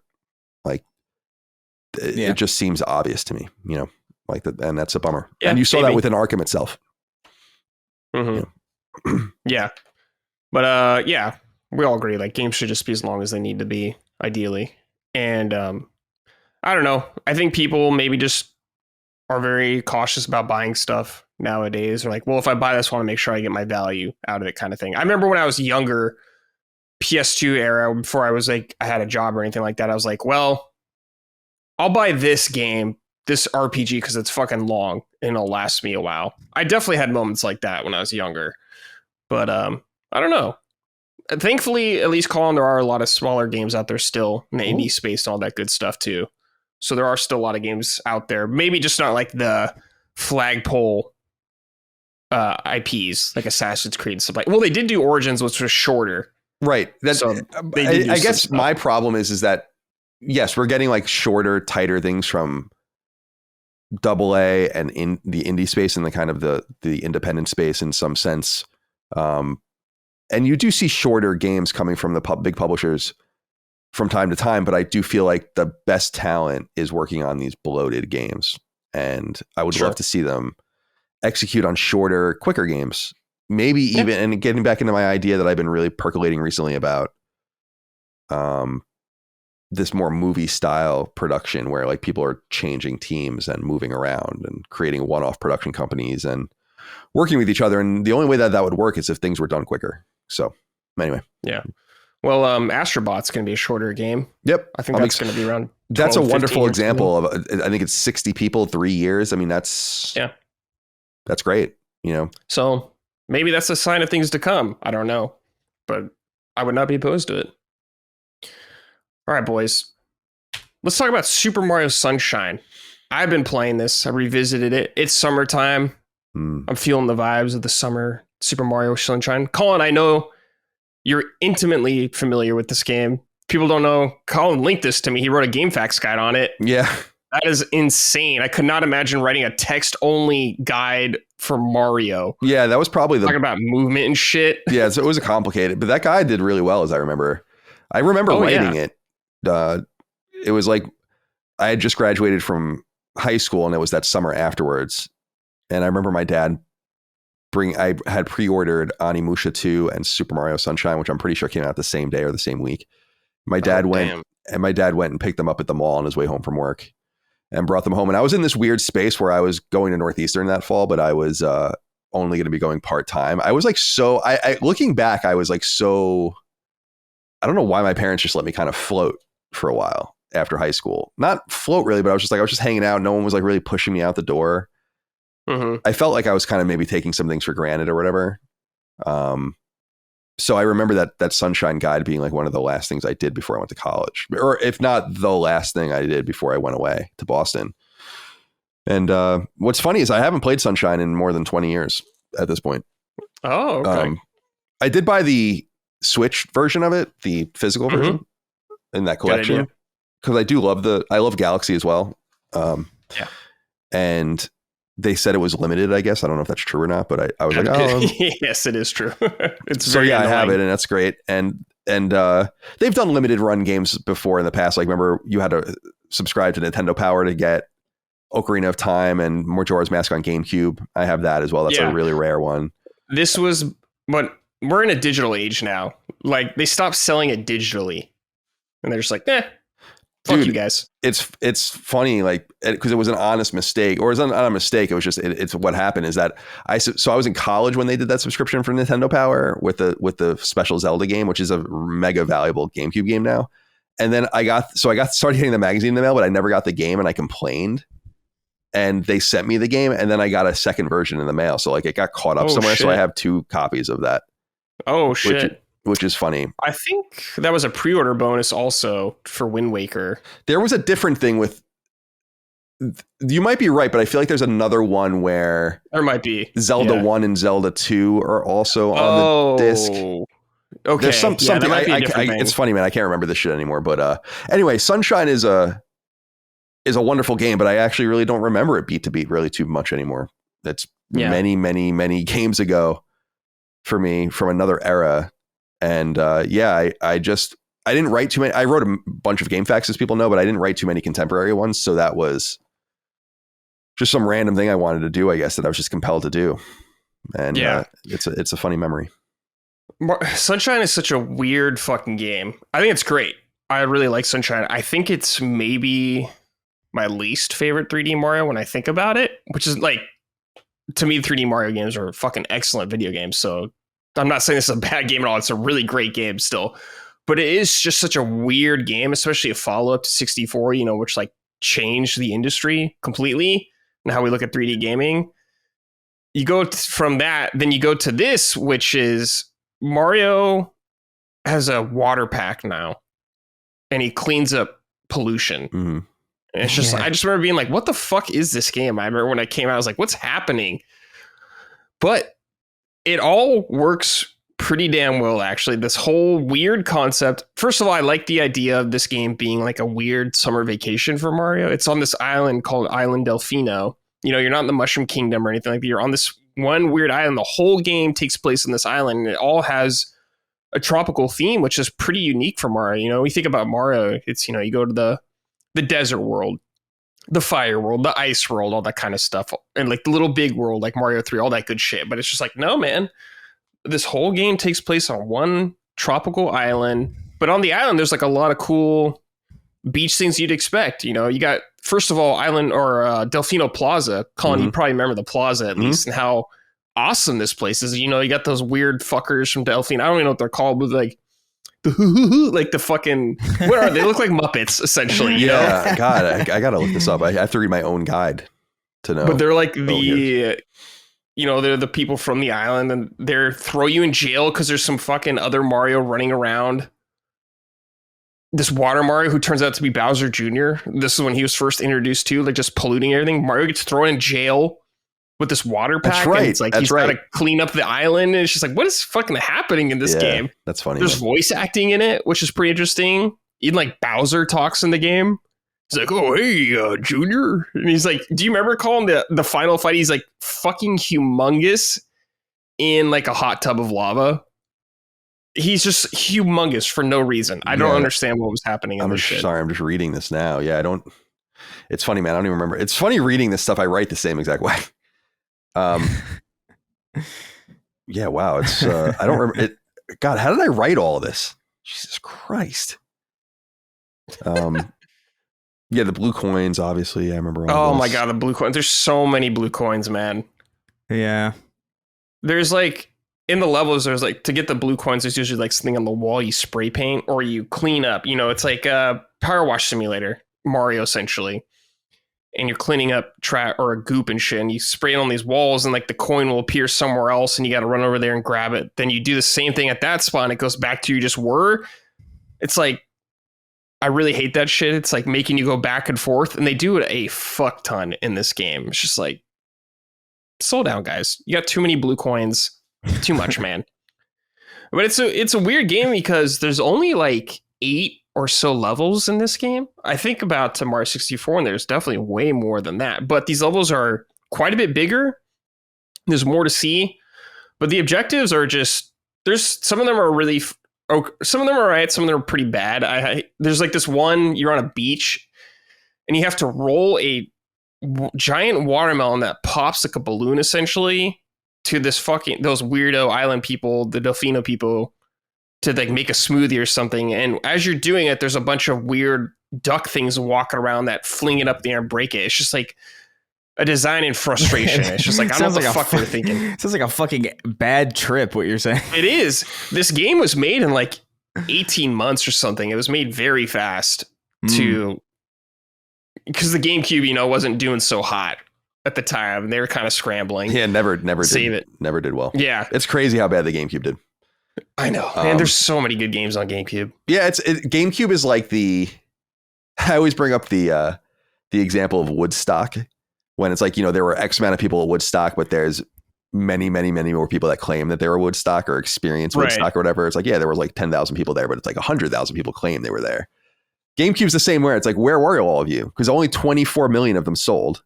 So it's like, so PlayStation 5 sold 24 million units in like a year. You know? Yeah. And it's just crazy. Like, I loved the GameCube. I loved it. Well, oh my God, I loved it so much. I was so obsessed with it as a kid. By the way, I'm reading the bottom of my game fact. I'm a 17-year-old and I am a freshman at Northeastern University in Boston.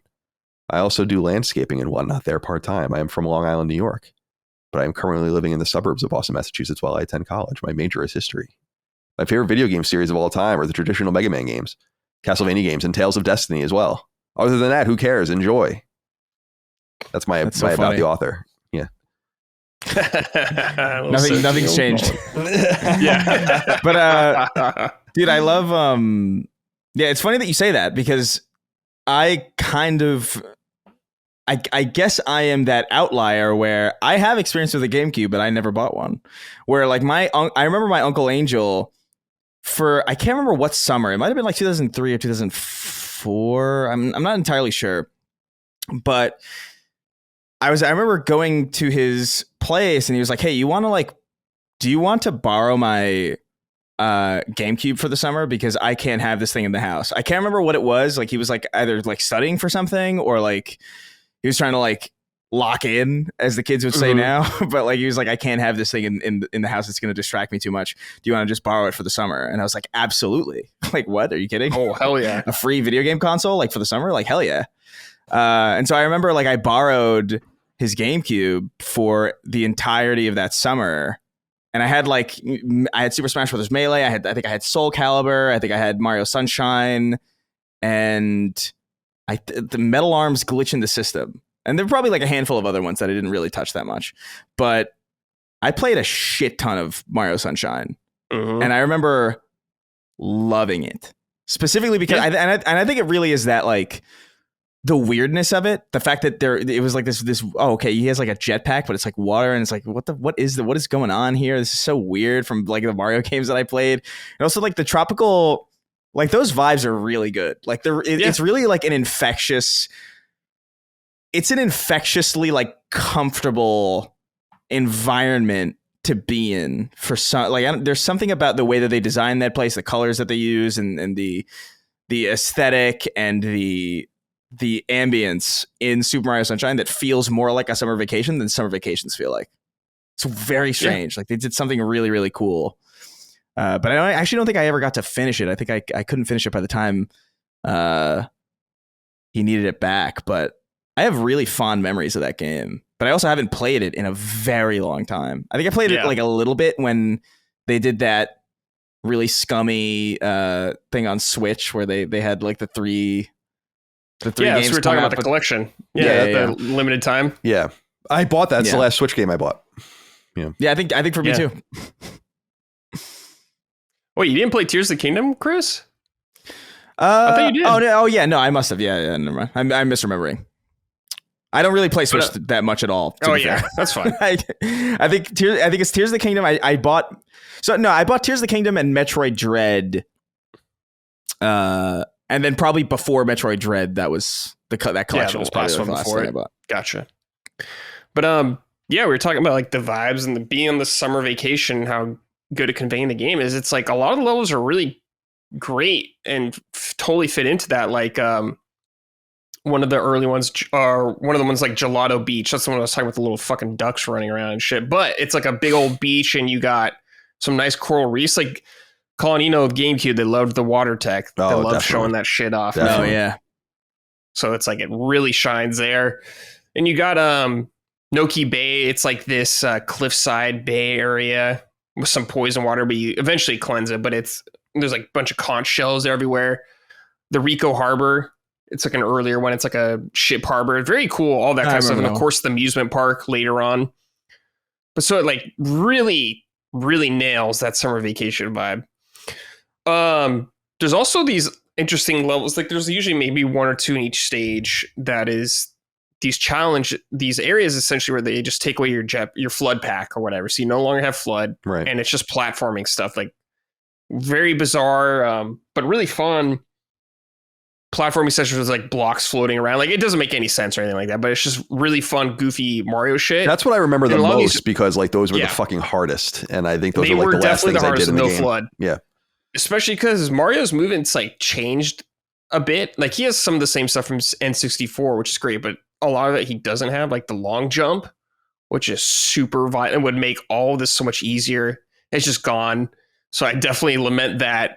And Mario's movement's kind of a little more splashy, I would say. Just a little bit. Like you could totally manage everything. It's still good, but just a little splashy.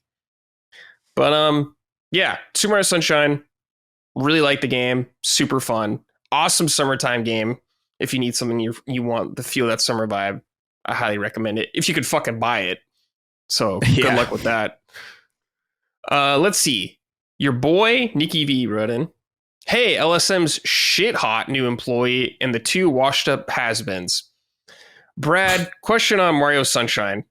I absolutely adored this game as a kid, and it's my only Mario game that I have in my GOAT list. And yet, as soon as I was old enough to take part in gaming discourse, I learned that this game is widely considered the worst of the 3D entries.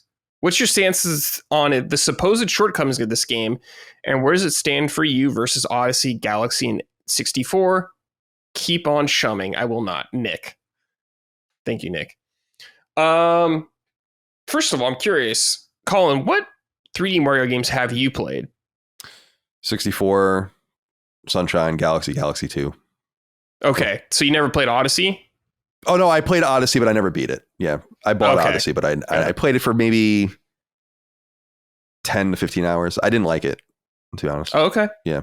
Gotcha. I mean, it felt very Mario, but it felt to me, I feel like Chris and I probably talked about it. I mean, actually, it was maybe a little before I even met Chris, but what I remember feeling about it was that it was empty. Like that's a feeling I remember. It was like these places are big. They don't need to be this big. There doesn't seem to be very much going on in it. I think I remember a desert level specifically, or a desert world. You go in a little balloon, right, to different places or something. Isn't that what you do? Yeah. It's like a ship or something. So so I beat 64, beat Sunshine, beat Galaxy and Galaxy 2, but I had never beaten Odyssey. So I guess that would be the 5, right? There's no other ones. Yeah, well, there's like 3D World. You can I don't know if those count. Yeah. Those are like isometric, I'm just kind of, right?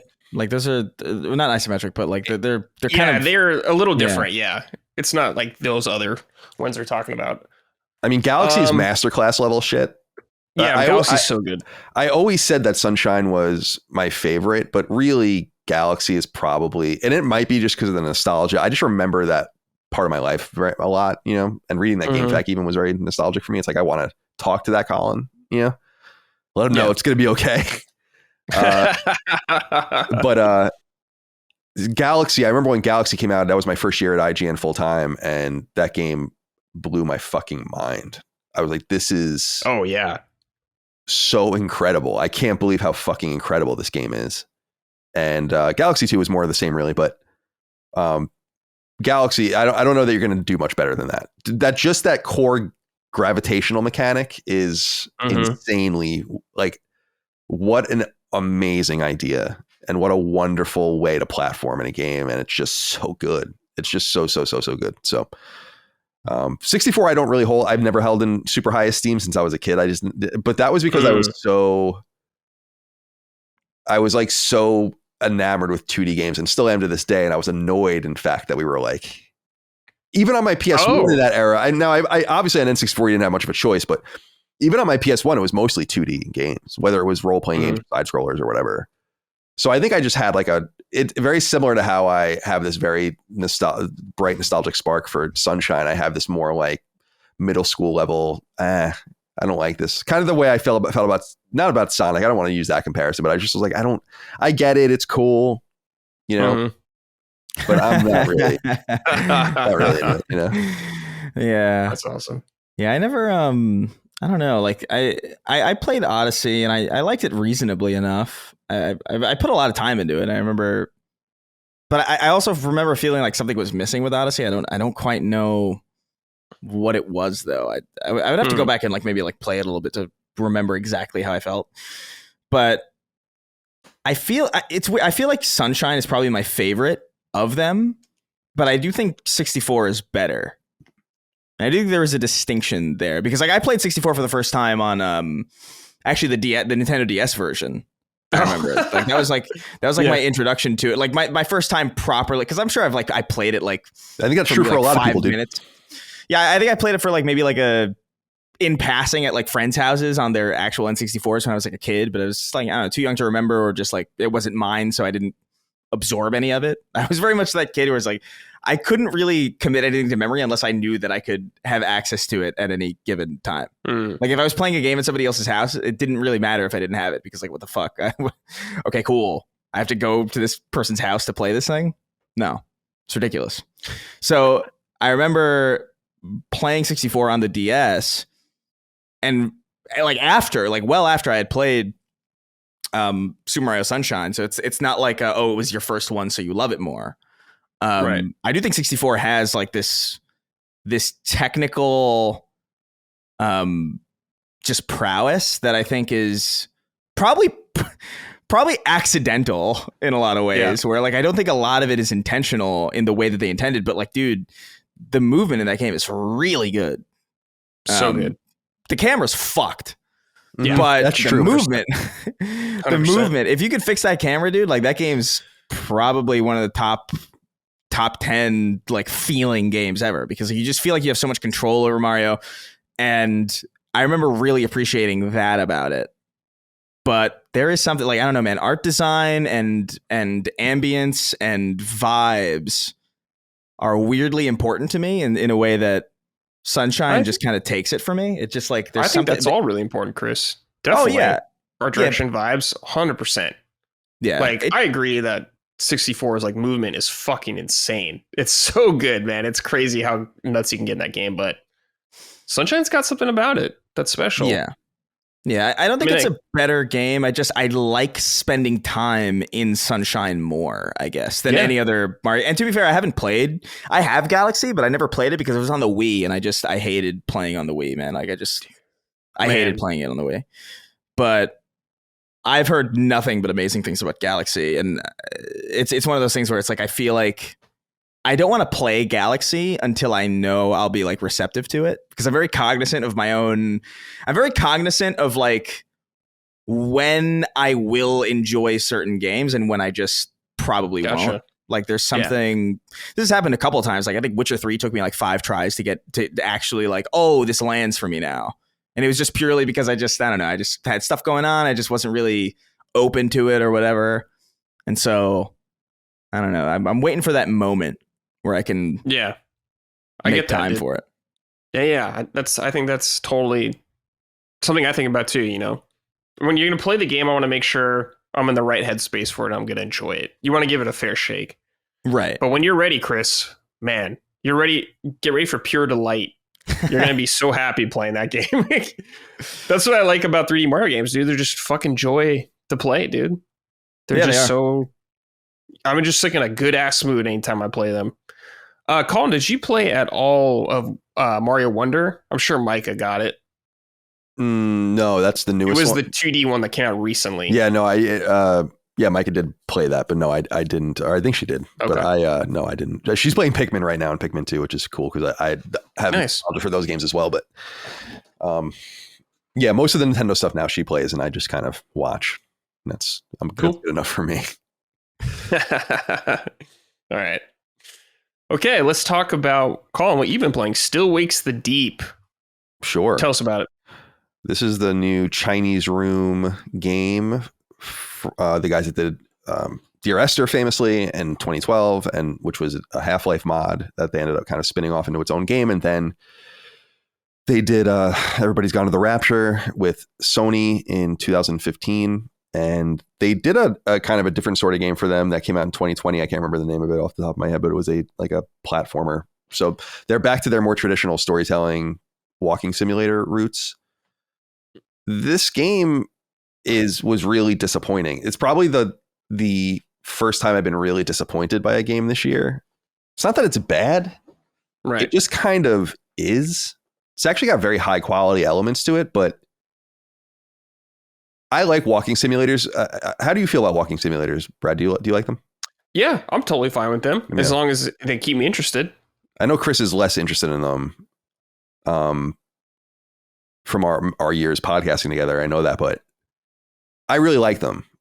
And I don't want to play them all the time, but I think the ones that do it, I've said many times, it's ad nauseum. Like Gone Home was a very seminal game for me. I know a lot of people hate it, and I get it, but it was unlike anything I'd ever experienced before. It's very short. Doesn't need to be any. This is a great example of a game being as long as it needs to be. And for people that haven't played it, I really do highly recommend it. But it's about it's you're going home to a kind of an abandoned. It's not an abandoned house. It's like a house where no one's home. It's your family's house, and you're kind of figuring out what's been happening there by just going around and looking at things. And I loved it. I played it on PC at the recommendation of someone before it even ever came to console. And it turned me on to this new idea about being able to, whether it's with Firewatch, which I was less enamored with, Everybody's Gone to the Rapture, which I really, really love, Dear Esther, which is a good game, and so on and so forth. Tacoma is another great example of a game that I really liked as well. I like the idea of being in a space and there's no real urgency. You understand that time is obviously a relevant element, but it doesn't matter how long you take, and you kind of absorb the environment, and there's no one even really necessarily in the environment. This is very much true with Gone Home, Dear Esther, Everybody's Gone to the Rapture. You don't see anyone in the game the entire time. Nothing. There's animations like maybe birds flying around and shit, but there's nothing really happening. And I guess I went into this game expecting a very high end version of that. And again, this maybe goes into more like why I don't like previewing games, and I don't like, once I'm interested in a game or whatever, I'm just like, okay, that's cool. I'll check it out when it comes out. I don't really follow along anymore, especially because I don't have to as part of my job. And it's fun because I go in with often mixed expectations, but I don't really know what I'm going to find. And that makes the highs so great when you're like, damn, this is fucking awesome. And I had no idea how awesome this was. And so I kind of expected, especially because I had just replayed Everybody's Gone to the Rapture and Dear Esther and got all the trophies in them. I just kind of went into Still Wakes the Deep a little more confident about what it would end up being than it was. And it's just boring. And it's about a oil rig in the North Sea in the 70s. So the setting's dope. The game's beautiful. It looks really good. Unlike their other walking sims, you actually see many people in the game. And so it's a much more in-depth game than they've ever made in this style before. And it's cool. And I was saying that the game is full of highs. Like there are highs in it. The performances and the voice acting and the writing's excellent. Like super, super great. And as I noted on Sacred Symbols, you can even play the entire game in Gaelic, which is interesting. And so a lot of different personality in the voices. The writing's really on point. It does something really cool where the game is written in in English, but you can play it in American English and British English and then in Gaelic and all the other languages. But there's like this thing where it still uses authentic terminology to like the time and place, but in the subtitles, it will still say what it means. So they'll use some sort of term you don't know, and it'll be like, oh, this means person or whatever. And so it just reads normal. There's a lot of really cool touches about it. And in the beginning, I was like, yeah, I can get into this. You're an electrician. I won't get into the story too much, but you find yourself on this rig trying to kind of get away from a situation in your life. And there's this very The Thing style monster. Question. What would you say? Question. Oh yeah, please. You can just tell me right now. Is your wife dead in this? No. Okay. No, she's not. That's what I call a Jessica game or something like that. When you have like a dead wife or a girlfriend or some shit like that, your character's grieving with that shit. It's a Jessica game. No, like your wife actually plays a role in the game in these flashback sequences, but she's not. It's like you did something wrong, basically, and are trying to kind of like, got it, get away for a little while. And so it all starts out interestingly enough. You meet a lot of the characters. There's this cool scene in the beginning where you go into everyone's cabins and you can kind of figure out who each person is by just looking around their belongings and stuff like that. And you meet them all in the dining hall. And so you speak to all of them and all like the various crew. And then like the thing, it's a really nice idea. They're drilling for oil in the North Sea, and they drill into some like ancient artifact or some crazy shit. And this almost monster horror type thing ends up happening.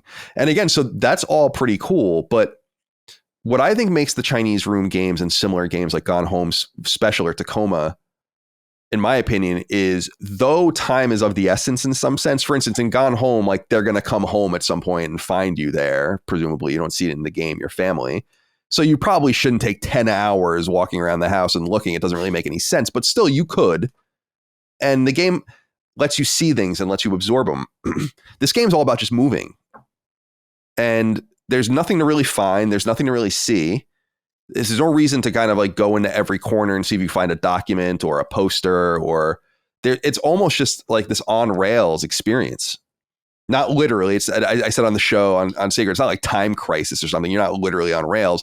It's just go here, then go here, then go here, then go here, then go here. And I'm like, well, that's like what Dear Esther is kind of like, but that's not what Everybody's Gone to the Rapture is like at all. That's not what Gone Home is like. That's not what Tacoma is like. Now, I don't want to compare all these games together, but they are what makes it special is the immersion. The immersion doesn't come from the timing. It comes from the ability to be almost as if you're in a place in a movie and you freeze the frame and you can go into it and just search around and look and just see and then start the time again and you move to the next place. The imaginative nature of the walking simulator is lost in this game. It really just does become a horror game of some sort, which is cool, but where you're just moving forward and unlike the Chinese room games, there is some interactivity. You can die. You just get restarted at like a recent checkpoint. The enemy can find you. You kind of have to hide. There's like some stealth mechanics in the game, but it's not, it was just very underwhelming. I don't think it's very good. And I'm sad about that because if anything, I think Everybody's Gone to the Rapture, especially, is underrated. Like that game is really, really good. And I'm sad that more people didn't play it. And that gets what is special about this so-called walking simulator, which is the experiential, I'm in this space and it's frozen in time as much as I want it to be. And whilst it's frozen in time, I'm going to go listen to the radio and I'm going to listen to this audio log and I'm going to read this document and I'm going to look at this book and there's just nothing to do. So you just go and then it's over. And it's not even Everybody's Gone to the Rapture story is way cooler than this story, even with the supernatural horror and all of that being an interesting aspect. So yeah, that's my feeling on the game. I want to play it through again. I would like to get the platinum trophy in it, and just play it through with a walkthrough because there might be some things that I missed or whatever, but I don't think so. I mean, and it's like a few hours long, so it's not like really the end of the world. Do you think maybe because you've been playing a lot of like walking simulators, I guess, recently, do you think maybe someone who hasn't played them will find a lot more enjoyment out of this game? Maybe. Because like I was looking at the Steam reviews and it's very positive. Yeah, I think it's got good reviews on Metacritic too. I just maybe it's about certainly like any game, it's about what you're looking for and like what you extract out of it. But maybe playing these games in reverse would have been better. But it's funny because I was revisiting or playing for the first time some of these games because as I said, I played Dear Esther actually with an ex-girlfriend of mine because it was free on PlayStation Plus. So she played it and I just watched. I never really played it myself. So that was my first time doing it, although I had been familiar with it. And then Everybody's Gone to the Rapture, I just never beat back in the day. So I went back and played that and beat it again. I was doing it because I was like, this looks so fucking crazy in the trailer that I saw. I was like, wow, this is the realization of time and money with this kind of game. And it's like, no, that's not really what ended up happening at all. And as I recall, I haven't played it yet, but that Open Roads game from Fulbright, which is more of a choice-based visual novel, I guess, in some sense, than their other games. At least that's what I can kind of get from the trailer. It seems like maybe that didn't connect with the audience as well. So in other words, it could just be that people are kind of moving on, or maybe I am moving on from this genre that was more short-lived than I could have imagined. But I just feel like it doesn't, in my opinion, understand what made the other game special. But it's clear that the critical reception is hotter than that for it. Yeah. Well, I trust your word on this. Like, I don't think I want to play it now after kind of hearing you describe it and what I've read a couple. Well, let me just get to this right in. This is from Crispy. Hello, slimy slit suckers. God, I thought Still Wakes the Deep had great voice acting and atmosphere, but became extremely boring once I realized how linear and non-interactive it was. I felt like all I did was push my analog stick forward for 4 hours, except for the one or two generic hide and seek sections. Compare this to Amnesia: The Bunker, which I also just finished. In that game, I'm setting traps, blowing open optional locked doors with grenades, causing distractions, being conscious of my noise level, and so forth. I just feel like the walking sim genre of horror is so played out at this point that I want to see some real innovation in these types of games. But I'm not even completely sure what that can be done to make this feel new and interesting. Are you guys tired of the walking sim horror type? Do you have any radical ideas of how to freshen it up? Well, I was kind of expecting from what Cog told me about this game before and what you told me about it, I kind of assumed, or now that you told me about it, I assumed there would be more kind of stuff you're doing in the game. Like as a horror game, like how they're saying about Amnesia, there is stuff they're monitoring, like their noise level, like that, blowing shit open. But it sounds like in this game, you're just holding forward, I guess, and you're not really doing much. There's nothing to do. There's nothing to read. There's nothing to listen to. There's nothing to... You just encounter a character every so often in very BioShock-like ways where they're like behind glass usually or whatever. Yeah. And then it's a weird game. I'm not thrilled with it. I'd never played Amnesia: The Bunker because even looking at that when I was going through the Chinese room stuff, like I don't have any experience with the Amnesia series. I felt like it was weird for me to just play their random one-off walking simulator. So I have no experience with that at all. But it's funny because I actually disagree with him somewhat in just the sense of they don't... It's like Amnesia. It sounds like Amnesia: The Bunker is like much more than just a walking simulator. That's not a walking simulator. Yeah, it is. You know, what you're describing is not, if you're using grenades, and it's like not a walking simulator. I feel like they need to rewind and figure out what is special about them and actually show some restraint, because they're like halfway there with it. The aesthetic is nice and all of the rest. I just don't know why am I playing this really? Like I just watch a movie at this point. There's nothing that makes it a game even, you know, like if I want to just have a thriller and press forward on a stick, which is basically what the game is, and occasionally climb up a ladder or shimmy across something or whatever, it's like, all right, dude, I'll just watch a movie. I mean, if there's nothing about this that makes it gamey, you know, then what is really the point? Because I understand people's criticisms of games as movies, but I would contend that that's decidedly not walking simulators. Walking simulators, again, are like the frozen moment in time. So yeah, like you said, like looking around, reading notes and all that kind of stuff, and just absorbing it, just like doing whatever, like just rummaging through things. And like, I don't know, man, it's you're in this space, you're exploring it. Yeah, you're going through everything. But yeah, if this sounds like there's none of that, then I don't know what they were thinking about. And again, I understand that because of the nature of the story, like you're kind of dealing with an active threat. Everybody's gone to the raptures about discovering what's happened. But like you're in the moment in this game. And I get that you can't really stop. But then there are these weird scenes where you like get out of the water or whatever, or you've fallen in the water and you get up and you have to use like a warming, like a space heater. And you can just sit there for as long as you want or just use it to like continue the story and move on. And I'm like, so you already have these like contemplative moments. Yeah. But you even in these moments, like nothing in this, it would be cool if it's like, all right, get warm and like read the documents here or listen to a radio signal or. Yeah, they totally could have put something in.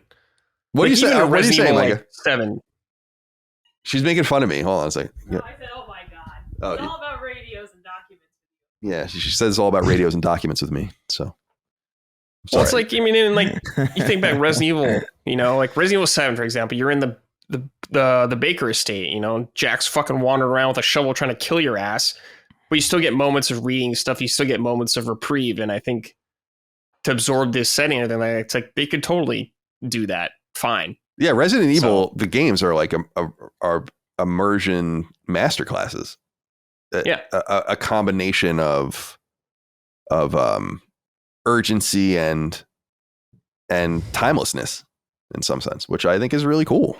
So yeah, I don't recommend it. I don't recommend it. Oh man. All right, boys, it's time for Sort It Out. On this segment, we just kind of talk about something that's bothering us in the game industry that needs sorting. Could be game, company, human and company, who knows? This week I got one. So the DualSense, love it. Mm-hmm. Definitely my favorite out of the big three right now. However, getting that stick drift again. Another controller with stick drift, dude. I've never had a PlayStation controller that's ever had as much stick drift as DualSenses have had. and it's very fucking annoying. I'm gonna try to take it apart or fix it or something like that, or clean it. I don't know what I can do, but it's like this is the second time it's happened to me. It's just fucking annoying, dude. I don't know what's with control. Like this controller, the Nintendo one, and Joy-Cons also get drift and stuff like that. I don't know what's with controllers nowadays getting drift, but it's got to stop. Fix that shit right away. Colin, let's start with you also. Oh, yeah. I was going to say I have this theory. We've gone on and on about this on Sacred over the years. Is like, I feel like a lot of controller issues are down to the user. It's not to say that controllers don't break. They do. They definitely do. But even going back to being a little kid, the first controller that was ever in my lifetime that was ever easy to break were the Dreamcast controllers. People used to break the triggers in the Dreamcast controllers really easily. And so my brother's best friend, PJ, imported his Dreamcast and we had it early, and he had already broken one of the controllers or whatever. And I was like, when I got my Dreamcast in September of 99, I was like prepared. I was in 10th grade. I'm like, all right, I guess I'm going to be really ginger with these controllers. And what I realized was like, I never had any problem with the Dreamcast controller, you know? Mm-hmm. And then I always think about the PS4. Do you remember when the PS4 sticks started unraveling for people? Like they would, yes. Oh, yeah. I'm like, dude, I played so much PS4. I'm probably in the top 0.1% of people that have played PS4 in hours played or whatever. In some, you know, like, especially when I was in the industry, and I never had any of those problems with the controller. And so I feel like I would love to know more about how people are playing. And maybe I'm just more ginger than other, like on the sticks and stuff like that. And now all my controllers are obviously going to break, but I've always been fascinated by that because I've never had like these catastrophic issues that people have. And I know that big one now is with Joy-Cons, you know, but yes, I have a theory that a lot of it's always like the left stick, Colin. And a lot of it is because pushing down the left stick is to sprint or run in like every fucking game. Right. So I think over time, that's just starting to wear down on, because that wasn't a thing back in the day. You know, you'd hold X or some shit to usually sprint or something like that. But it's much more common. And it's weird, Colin, because I've never had controllers break on me until like this generation, really ever. So I am very confused about all this. Maybe as I've gotten older now, maybe I push buttons harder or something like that. I don't know. But it definitely seems way more widespread than any other generation that I can recall of people having a problem with drift specifically. Yeah, my nephews had to send their Joy-Cons back several times, I think, you know. Yeah. But they're little kids, so I just assume they're fucking destroying those things, you know. Yeah. Yeah, I just can't relate. My controllers still work great. I had a PS4 controller that kind of just stopped working, but it wasn't nothing to do with the sticks. Yeah. It was actually a custom IGN controller. Ooh, well, hopefully your controllers stay good, because it might happen to you one day, Colin. Yeah, it probably will. I also try to circulate through my controllers. Like I try to get a new controller once a year or so. I don't do that often. Like I have because I've been wearing my wedding ring since we got married in October. I have a groove developing in my controller, which is so funny. It's like you know how it's like textured. It's totally smooth on that side, and like now it's starting to. Mm-hmm. I'm like, oh my god, it's so interesting. But I don't know if you guys saw the Astrobot controller that they announced, the DualSense. Yes, looks awesome. That was my keep it up, because that controller looks fucking sick. Oh, I'm sorry. I didn't see that. No. I'm just gonna we'll just throw it out there. It's fine. But that controller looks sick, dude. I love custom controllers like that. I'm happy they're doing more. Yeah, I think I'll pick that one up. I usually don't get the custom one-off ones. I like the new colors that they do and all that, but I usually don't get the ones that are themed. But I do think this one is really, really neat. I wish they would do a PS1 style one. You know. Oh, me too. Yeah, they got to do that at some point. Yeah, I would assume so. It's going to be, it's the 30th anniversary later this year in December of the Japanese launch. So. Oh, okay. That'd be an awesome time to do it. I assume they're going to have some stuff planned. Yeah, it's cool. They have so many controllers. That's a really cool look. I really love that one. Yeah, it's great. Yeah, it's really clean. So I think I'll pick that one up. What needs sorting from you this week? I was just going to say Sony and like kind of the games as a service initiative and this whole thing with Firewalk and Concord, like they really gotta sort it out with this game. Now, to Chris's point earlier about Suicide Squad, it's like, I don't want to make a value judgment on the game because I'm not going to play it. I've never played it. It's supposed to be pretty good by a lot of different accounts. And it's fine. Yeah, like it's not good enough. Is what I would say. And certainly it looks generic. I mean, it looks. Have you guys seen the new D&D art that's going around like for the new edition? No. It's just it's so generic and boring and sterile and bad. And that's kind of the way I feel about the art in this game, where I'm like, oh my God, these characters are so boring. What is this? Like, what is this style? What is this? And I feel like Sony has already fallen into a trap, and I look really smart for kind of putting the stake in the ground, in my opinion, that a lot of people kind of busted balls about, which is that Sony didn't typically buy teams without working with them first. And the second they started doing it that way, so Bungie and then Firewalk, it's like now these situations are not turning out great for them. And I am really flummoxed if you look at the timeline of events with Concord and Sony's involvement with it, what they possibly saw in this game. Because it seems clear to me that this game is going to fail. I mean, I don't see how you turn it around. It might bubble up. Like I was actually looking at trophies yesterday, and Foam Stars, people are still playing that game by the thousands. But is that enough to keep a first party game going in this space when you're only charging $40 for it? I don't know. As I said on Sacred, this game was in development before Sony got involved. It was being developed by Firewalk with another entity, Probably Monsters, I think they were called. Sony got involved with Probably Monsters at some point to fund the game, and then they acquired the game as a first party or a second party game, and then they bought the team, and buying the team only happened last year. So the craziest thing, in my opinion, about this whole situation is this game was deep into development, and Sony's like, we want you, you know, and I don't get it. I don't understand how no one told them that this is very unlikely to work. I know Helldiver. I'll just reiterate what I've reiterated a million times about Helldivers. People are like, no one expected Helldivers to be big. And I'm like, no, but no one had no one cared about Helldivers. It started from 0, not from -10, where everyone is beating the shit out of it. I was looking at they're putting up trailers for the characters. They're getting destroyed. Yeah. You know, I don't know if there are many examples of games that kind of get out of an authentic cycle of negativity like this. I don't mean a Call of Duty style, everyone's going to bomb this video and then it's going to sell 10 million copy kind of thing.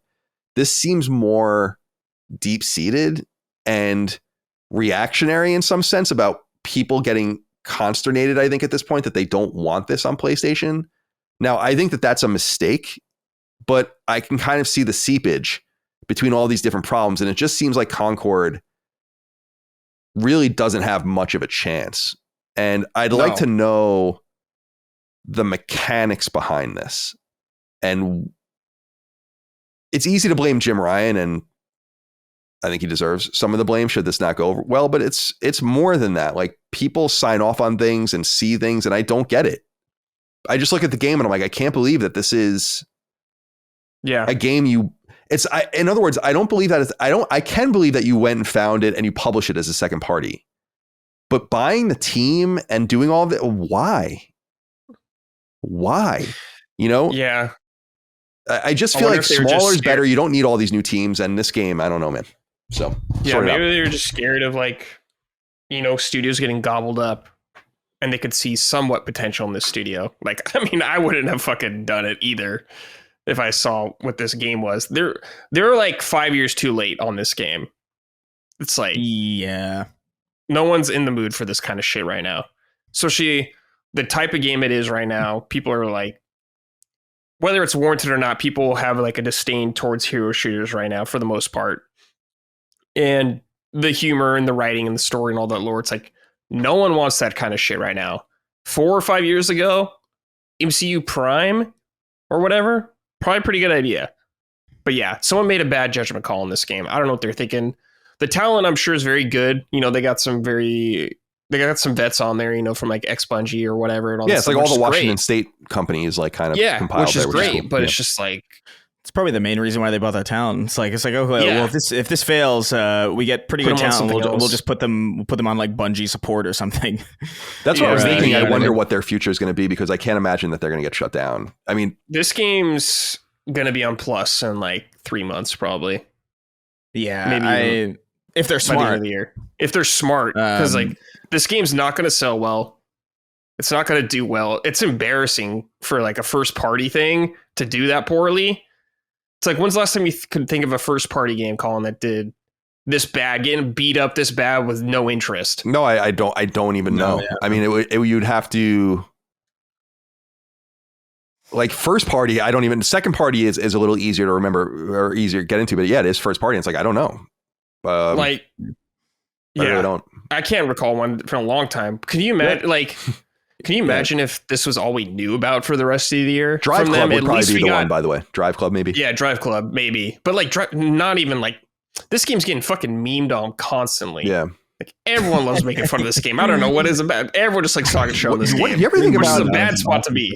I don't want to be dark, but I mean, it's just as an analyst, I guess, and just like a person who talks about games, it's like it comes to mind a lot. It's like, how do you feel if you're at the studio?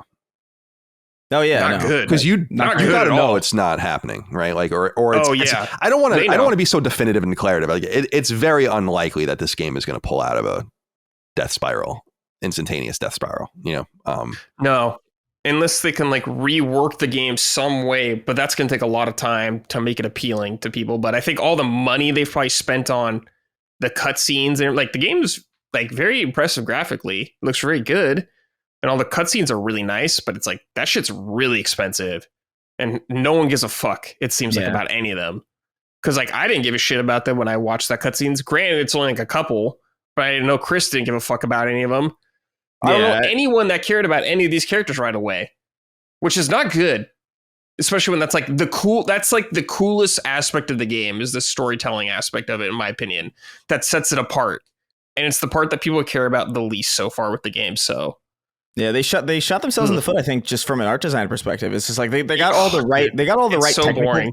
They got like the right technical talent to make like a competent shooter, because I think there is like really competent, like I think it's a competent game, but like I just think it's like you got the Bungie technicians, but you got no Bungie artists, and it's very clear. No. It's very clear that that's kind of the case, and it's not that they could just siphon Bungie artists or anything, but like that's a really important part of these games. And you know, I played a reasonable amount of Concord. I played for about 5.5, 6 hours. You know, the beta, which is I think a pretty decent amount of time. That's a lot, yeah. Yeah, and I like some of it. Like I think it plays pretty well. I think there are certain characters that play like particularly well, but I mean, there's plenty of games that I liked over the last 30 years that like even in the moment I could tell like, yeah, this is good. This is scratching like a very specific itch that I quite like, but there's no real path forward for this in the current landscape where there's no attitude, or there's no appetite, and there's no hunger. Like, I think about games like Shadowrun on the 360, where it's like I had a blast with that game, dude. Nobody gave a shit. Like, and I knew that nobody would give a shit. It's just like, this is really fun. I'm going to enjoy this while I can, because this is going to die super soon. I think about the multiplayer mode in that weird Bionic Commando game where it was just Spider-Man with guns. And I'm like, this is kind of cool, dude. Like, what the fuck? I can like latch onto somebody over a skyscraper and kick them to death. This is awesome. But we're in a Call of Duty Halo 3 kind of mode right now. This isn't going to succeed. And it just kind of feels like this is one of those where I'm like, there's competency here. I don't think it speaks poorly necessarily on the quality of like the gameplay per se, but what is this game really doing that is catering to an unfed appetite? And I just don't really see it. They're trying to, I guess the thing they're trying to do is the narrative, but when no one cares about the characters, that's the problem. It's weird to me that they didn't prioritize a visual style that was because that's like so easy, or not easy. I don't want to say easy to do, but like it's an easy thing to understand that you have to do. Like it's an easily understandable priority for you to have when you're building a game like this. It's like, dude, we're making a hero shooter. We need people to bank on the story. And so what's the best way to get people banking on the story? It's like, we have to really nail this art design, this art style, because it's going to be people's first impression of our game everywhere. And I say this all the time, and that art design is your first impression, like right off the bat, like a screenshot from your game, character design from your game. That's the first thing anyone is going to see. Before they see gameplay, before they see anything, it's going to be the thumbnail. It's going to be like the intro cutscene. It's going to be the thing that drives people in. And I think Overwatch nailed that, where they knew how to design characters. And because they knew how to design characters, people cared about them. Yeah. It's like, I brought this up before, but how Overwatch was debuted, I believe, was there was a CG trailer first with the characters. Right. With like Tracer and Winston. Then they showed the game, and Concord did the same exact thing. It's weird. Concord has like the same exact model structure also. Yeah. Overwatch on PC at least was $40 when it came out, and like everything was free. And this is also doing that, which is cool. But it's people immediately cared about those characters in Overwatch and immediately got invested in them because they looked way better and the art style was way better and all that kind of stuff. So yeah, they've kind of stumbled on like the gameplay, like you said, is competent and fine, decent. Yeah, there's some fun to be had there for sure. But it's just like, that's not enough right now, especially at $40.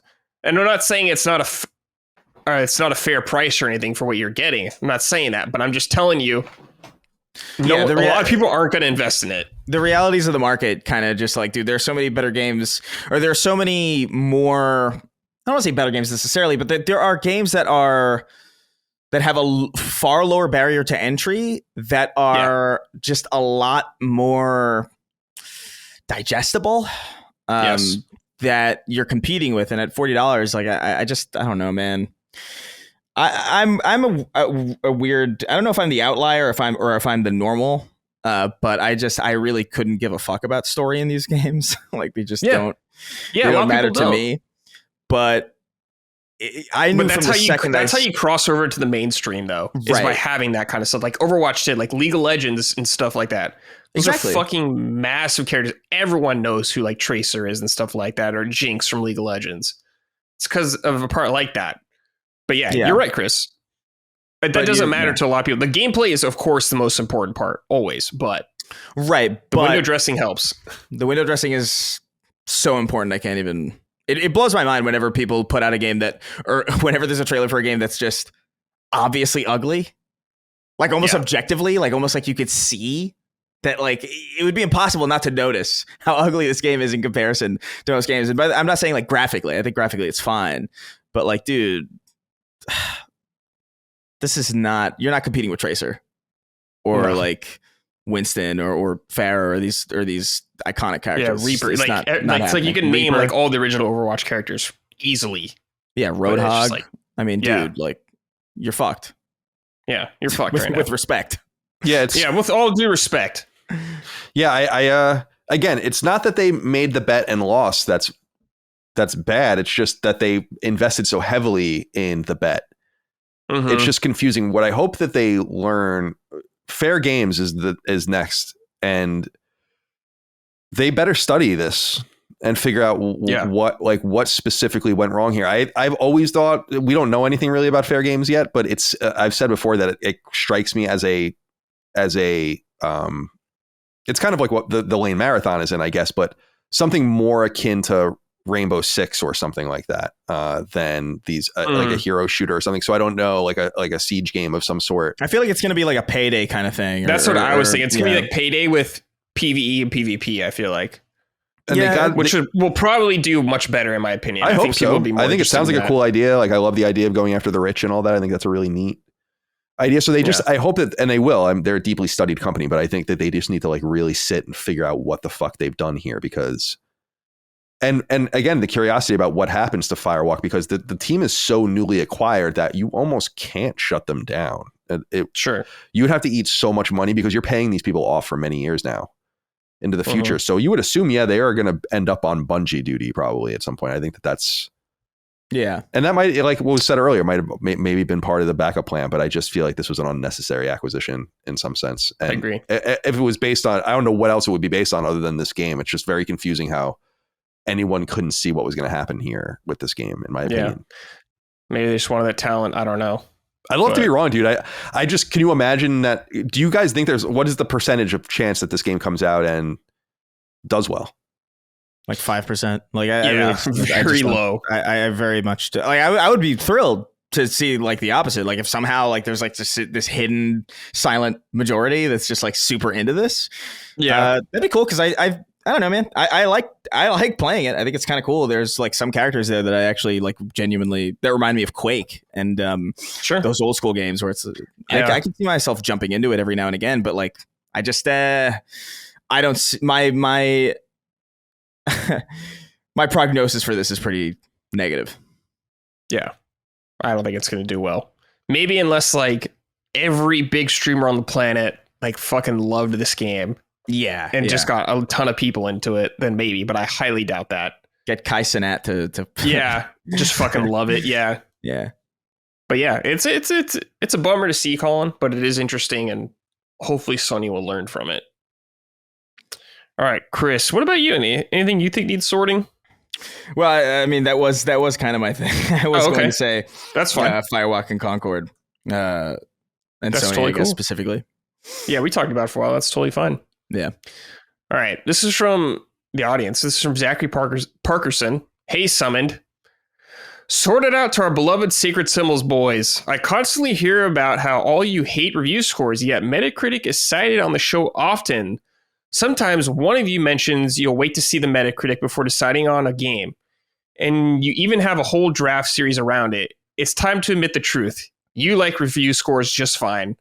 Otherwise, you'd be the change you want to see in the world and ignore them altogether. Love you guys and have a great show. Personal attack on both of you. What do you think about this? I'm so used to it at this point. Everyone has something to fucking say, don't they? First of all, you'll never hear me say I'm waiting for. You'll never hear. I would love to hear me saying I was waiting for a Metacritic score before buying a game. I don't. That might be some. That sounds like something. Is it like Dustin would maybe? say. And he's not here to defend himself, but I don't necessarily agree that because it's kind of like the meme. I hate this meme actually, but because it's so overused. But it's the meme of the guy in the well where he's like, we should improve society somewhat or whatever, you know, that meme that everyone uses and circulates, whatever. It's kind of like that. It's like, just because we live in a world where Metacritic scores and scoring exists, and so we have to interact with it in some way, I think we choose not to participate in scoring things. At least I don't want to contribute to that. And the Metacritic score thing is a game. Like it's not an endorsement. It's just a game to try to guess what we think the score will be or what the games that will perform best are. I understand your point at a high level, but I don't think that it's about like contributing to the culture and what a review score means. And I think I've always wanted to speak against that since I was a journalist. I spoke against it a lot. I don't like the reduction of things to numeric scores. It doesn't make any sense. And I'm telling you, as someone who scored many, many, many games at a prolific publication, that it is arbitrary. I play a game and I'm like, yeah, this feels like, I guess, like an 8. Yeah. I mean, that's literally the amount of thought that goes into it. That's what it's like. This feels like whatever, so-and-so. And you try to justify, you look at the review, I guess. This is what I would do, Colin. It's like, you look at the review, you come up with the number, and you're like, does the number reflect what my review says, kind of thing? And you just do your best on that. Yeah. So I can do. In my, like, I remember playing certain games like Mass Effect 3 and others where you'd almost have this score. I'd have this score in mind, and it would kind of slide as I played the game where I'm like, like 8. Sure. 5, yeah, 9, you can be gauging it as you're playing. Yeah. But then, you just write. I loved writing reviews because it was so easy. I found writing reviews comically easy. That's why I made fun of the Philip Mewson guy when I interviewed him. Where I was like, you're copying things that are like so easy. Like, people don't plagiarize people's opinions. That's strange. Usually it's the plagiarism of fact or good writing or something like that, or good structure. But it was fun to like just talk about, this matters to me. One of the great things that Jeremy Dunham, who was the founder of Podcast Beyond, my first podcast, told me, he used to give me a bunch of amazing writing facts, including a really important writing fact, which is reading everything you write aloud. It is such an amazing way to see if something actually reads right or not. It's just a very simple thing. But he was like, reviews, we there was a time, and you guys might remember, like the IGN San Andreas review is like 7,000, like literally like 7,000 words or something like that, you know? And if you like read it, it's so much. It's like, it goes like point by point, almost like a fucking paper. That's way too, that's so unnecessary. And then reviews started coming shorter and shorter and shorter at IGN and elsewhere. That wasn't just at IGN. The internet was like, do whatever you want. And so people like really did, because people were tired of their little 100 word blurbs in PSM or whatever. And he was the one that sat me down, and a lot of other people was like, reviews don't have to be about everything. It's about like what mattered. So you don't have to if sound never even mattered in the game, then don't even bring it up. Mm-hmm. You know, you don't have to have like a paragraph or a section. It's like, well, here's the sound. It's like, what mattered to you and like what spoke to you, and writing reviews from that perspective is an incredibly powerful thing that can't be quantified with a numeric score. And I know I'm losing this battle. I've lost the battle the entire time I've waged it. I know, I get it, but I would love a situation where people are like, no, like read the review or listen to the review. And that's why we do conversations where we don't have a conclusion in our reviews. There's no like, this is the score and this is our final thought and all that. It's just like the conversation should give you some sort of idea of what it is. And I understand not everyone has the time and place for that, but that's why you get all 7s and all 6s and all 8s and all 9s. And none of it really matters and it all muddles together. And I am telling you again, as someone who scored hundreds of reviews, it's fucking arbitrary. I look back at those reviews sometimes. I'm like, I don't agree with the score at all anymore, but I agree with the body. Yeah. Anyway. No, I agree. Like, as someone who used to score stuff also, it's just kind of happy you don't have to do that anymore. You know, people only care about the number way too often and not the body of the work. Like, I've so many reviews. I know people just look at the score and that's it. Like, I've done it. Like IGN, I'll look at a review and I just look at the score and that's out. And I'm out. But it's just like, you miss so much of the nuance there and like what they're actually saying, which is way more important and valuable. But it also we live in a society where everyone's like constantly distracted by everything. So no one's going to take the time to read that or watch your 5-minute video or some shit. It also relies on people understanding the scoring system and the rubric, and that all of the rubrics are the same, which they're not. And then they're kind of folded into this one number. Like I only gave one game a 10, which was The Last of Us. And people were like, Colin's saying the game's perfect. But then he's complaining that Ellie is like just kind of breaks immersion sometimes and all that. I'm like, but that's not what it means. So you're reading the review from the wrong point. You don't even get what the score means. Yeah. It's a problem, you know? Yeah. 10 does not mean perfect. There's no such thing as a perfect game. That's impossible. Yeah, there is none. The Last of Us is one of the greatest games I've ever played in my life and has glaring problems. You know, like exactly. It's obvious. It's just what? I don't know. Tetris exists. Oh yeah, so I don't know. That's true. There Tetris are perfect. It's like chess being the perfect game. It's like there are these structures or these one-off generational things, and Tetris, you're right, is one of those things. Yeah, it's probably the only. Games. It's probably literally the only thing that I can think of that's even close. Because I can't think of a flaw with, you know what I mean? Like I can't think of a flaw with Tetris. It's just kind of like you like it or you don't. The blocks aren't visually appealing, Chris. The art style is not appealing. The art style of Tetris. Tetris Effect fixes that. I can't even say that because Tetris Effect is fucking sick. Dude, the recent summoning salt video is about. I love that guy on YouTube. Is about, or one of them is about Tetris. Have you guys seen this video? Oh no, I haven't seen it. It's about NES Tetris specifically, and that people have become so good at it that they start like scores have to be interpreted basically by eye because they max out the score and keep playing. So like then like you have to have like ombudsman come in and say like, okay, this is like actually what the score was based on our calculation, and they like match them up and shit like that because the scores are getting so high that they were basically being represented first by letters in the score as the score would flip and then would basically stop, and so then people frame by frame go through and score them by hand. Dude, people are insane. People who are good at Tetris are. Zach Hadel, the creator of Smiling Friends, he's like a YouTube animator. I've seen that guy play Tetris. He would. I remember him turning to look at me and talk to me while he was playing Tetris, and he was somehow nailing it without looking at the screen. And it was like really disturbing to me. Like I really don't. That's really like a next level. Like I think about that pretty often because it was so it is, I think, fundamentally distressing to me, and I think I've like repressed some of the more concerning thoughts that I have about that down, so I don't have to think about them. But it's wild how good people are at that game specifically. It's disgusting. It's addictive as fuck too. It's great.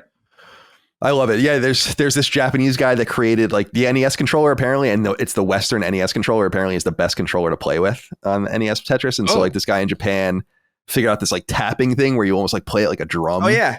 It's like that is fucking. It revolutionized because there was basically a time where Tetris, like people were like, it cannot be played past this point because you can't move quick enough.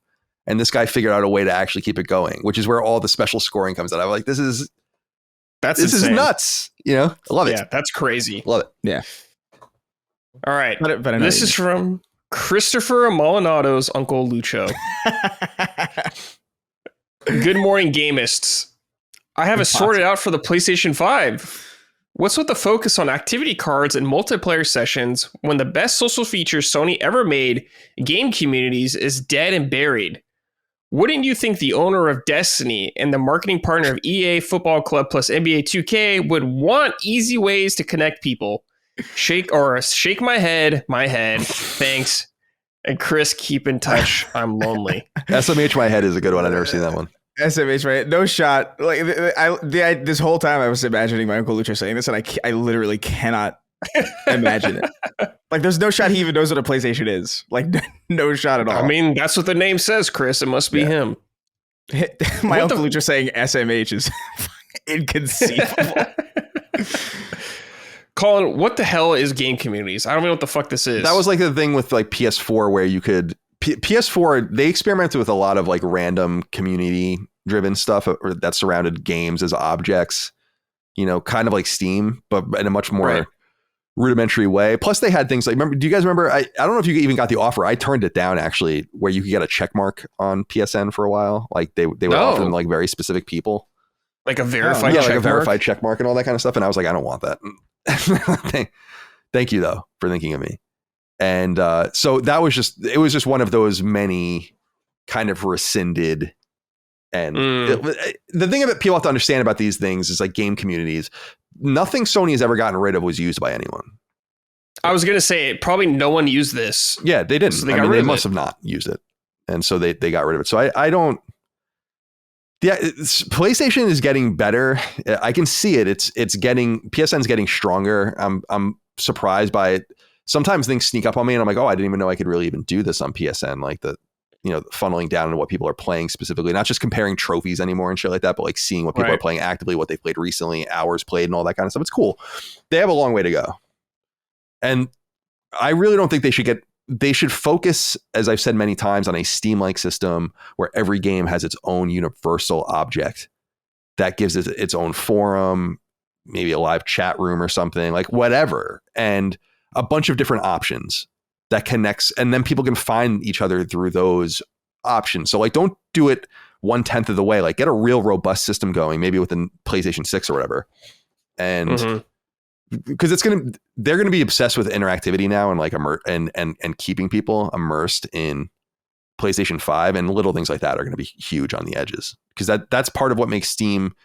I've said many times, Steam is smaller than people think it is, but people talk about Steam like it's like the console killer, and I'm like, no, it's not. But it does so many things so well that for high-end, dedicated gamers, it's the only thing you should be replicating.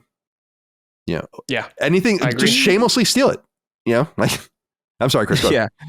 No, I was gonna say, like, I think the issue that comes into play with these kinds of like game communities and these kind of chat rooms on console, that isn't a problem on Steam, is that Steam, because it's on PC and PCs are already the place where you would traditionally go for those anyway. There's like a redundancy kind of. There's a lack of redundancy, I guess, in the sense of, like, you wouldn't buy a GPS for your car anymore. You know what I mean? Because your phone does that. So like, if you can keep the game running, but then just look up a guide on your phone, like, why wouldn't you?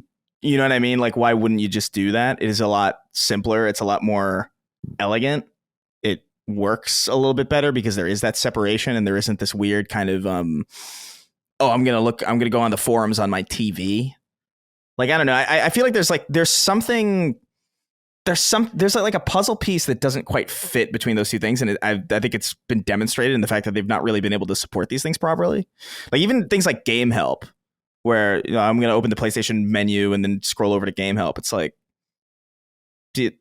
I've never used it personally. But I've never felt compelled to use it or even curious about it.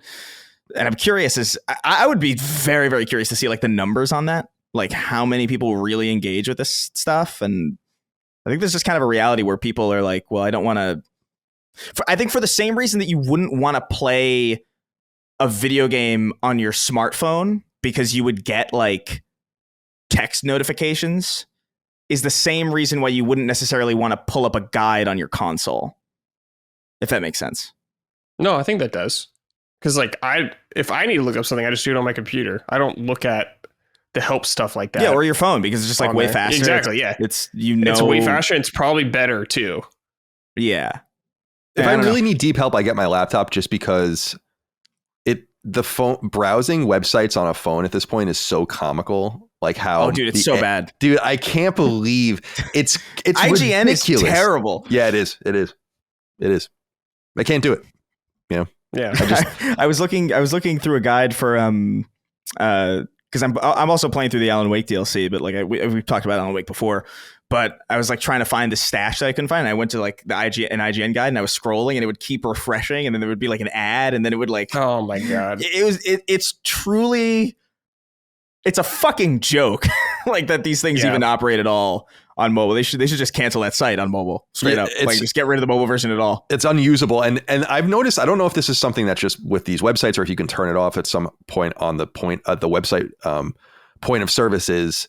The reader functionality is like working less and less. You know how you can use like on Safari use Reader or whatever. It's like I go to that often and it doesn't even work. Like they've like shut it off or something, so you can't get around it anymore. You know, it's bad.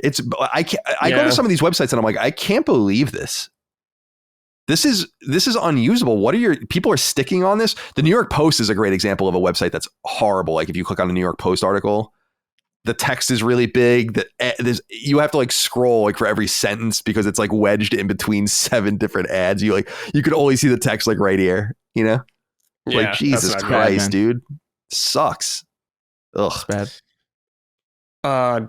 Colin, side thing. How long have you been able to wish list stuff on PlayStation? That's newer. I still haven't even done it at all myself personally. Yeah, the last couple of years. I was like, that's a good thing they're learning from Steam. Yeah. So yeah, I because like I saw it recently with Fantasian. I was like, I didn't even know you could wishlist stuff. Yeah, it's cool. They're trying to like funnel the activity cards, and you can see that they're cycling like a lot of recommendation shit. They're trying to figure this out. The recommendations are not good.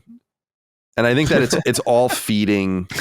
It's all feeding between. Like I was getting recommended. Do you know how there's like a meme right now about all of the supermarket games that are going on PSN? Have you guys seen this? That there's supermarket simulator games that are like going on. There's like many of them going up, and they're all like AI art. It's great. It's good shit, guys. It's great. I love when this happens to the PSN.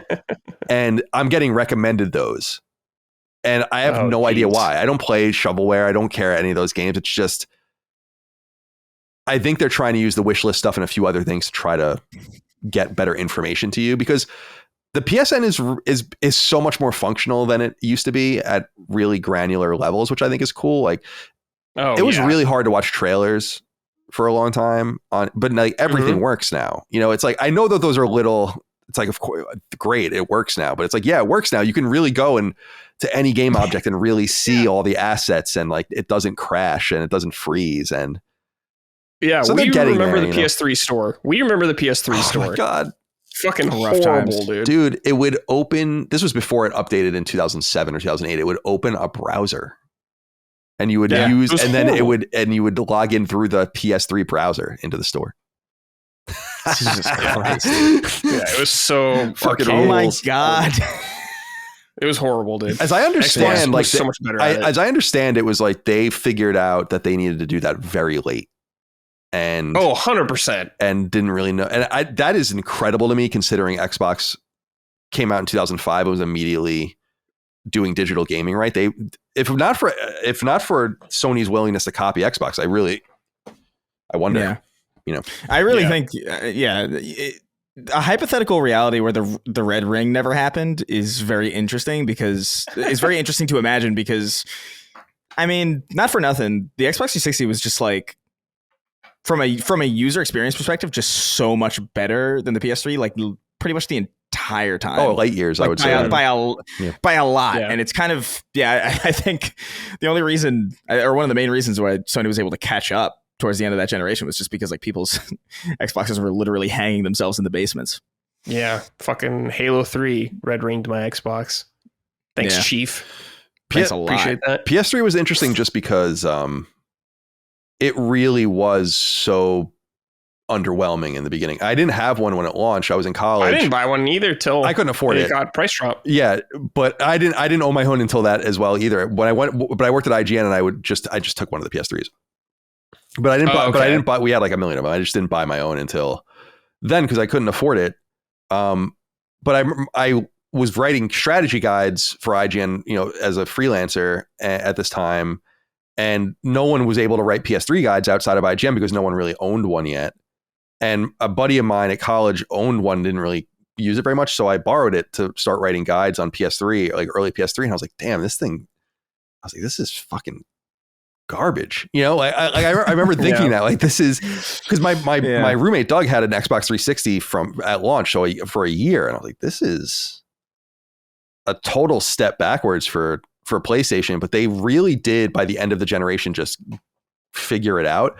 But the PS3 was just so hamstrung all the time. It was revolutionary. I remember on PS4 just using it for the first time before it came out. I'm like, this is so fast.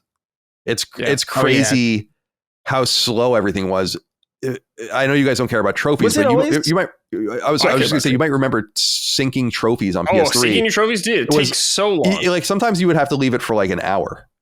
Yeah, it was so bad. And then it would, and it's like, what is going on with this thing?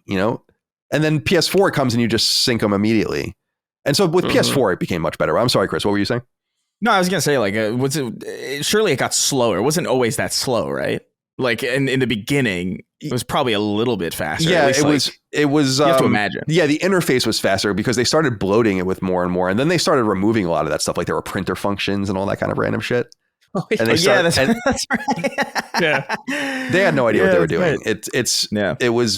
They were caught surprisingly flat-footed, I thought, and the PS4 was definitely a step in the right direction. And I think that's why I think I understand people's consternation with PS5 if you want like big first-party exclusives. Like I get that, but I think the machine is like really great and it works so well. And it's just I'm on it every day. I use it every day to just surf YouTube and go on HBO and dick around on Spotify and do whatever, plus play all my games on it. And it's just such a pleasure to use. While back in the day, we would do anything not to use it. As far as like I don't want to go on PSN. I don't want to go to the store, man. I don't want to redeem this code. It really was like this labor. And it sounds dramatic, but I'm telling you, go plug your PS3s in. And it's rough. We had Stockholm syndrome. A lot of us just totally did. Like we didn't know any better.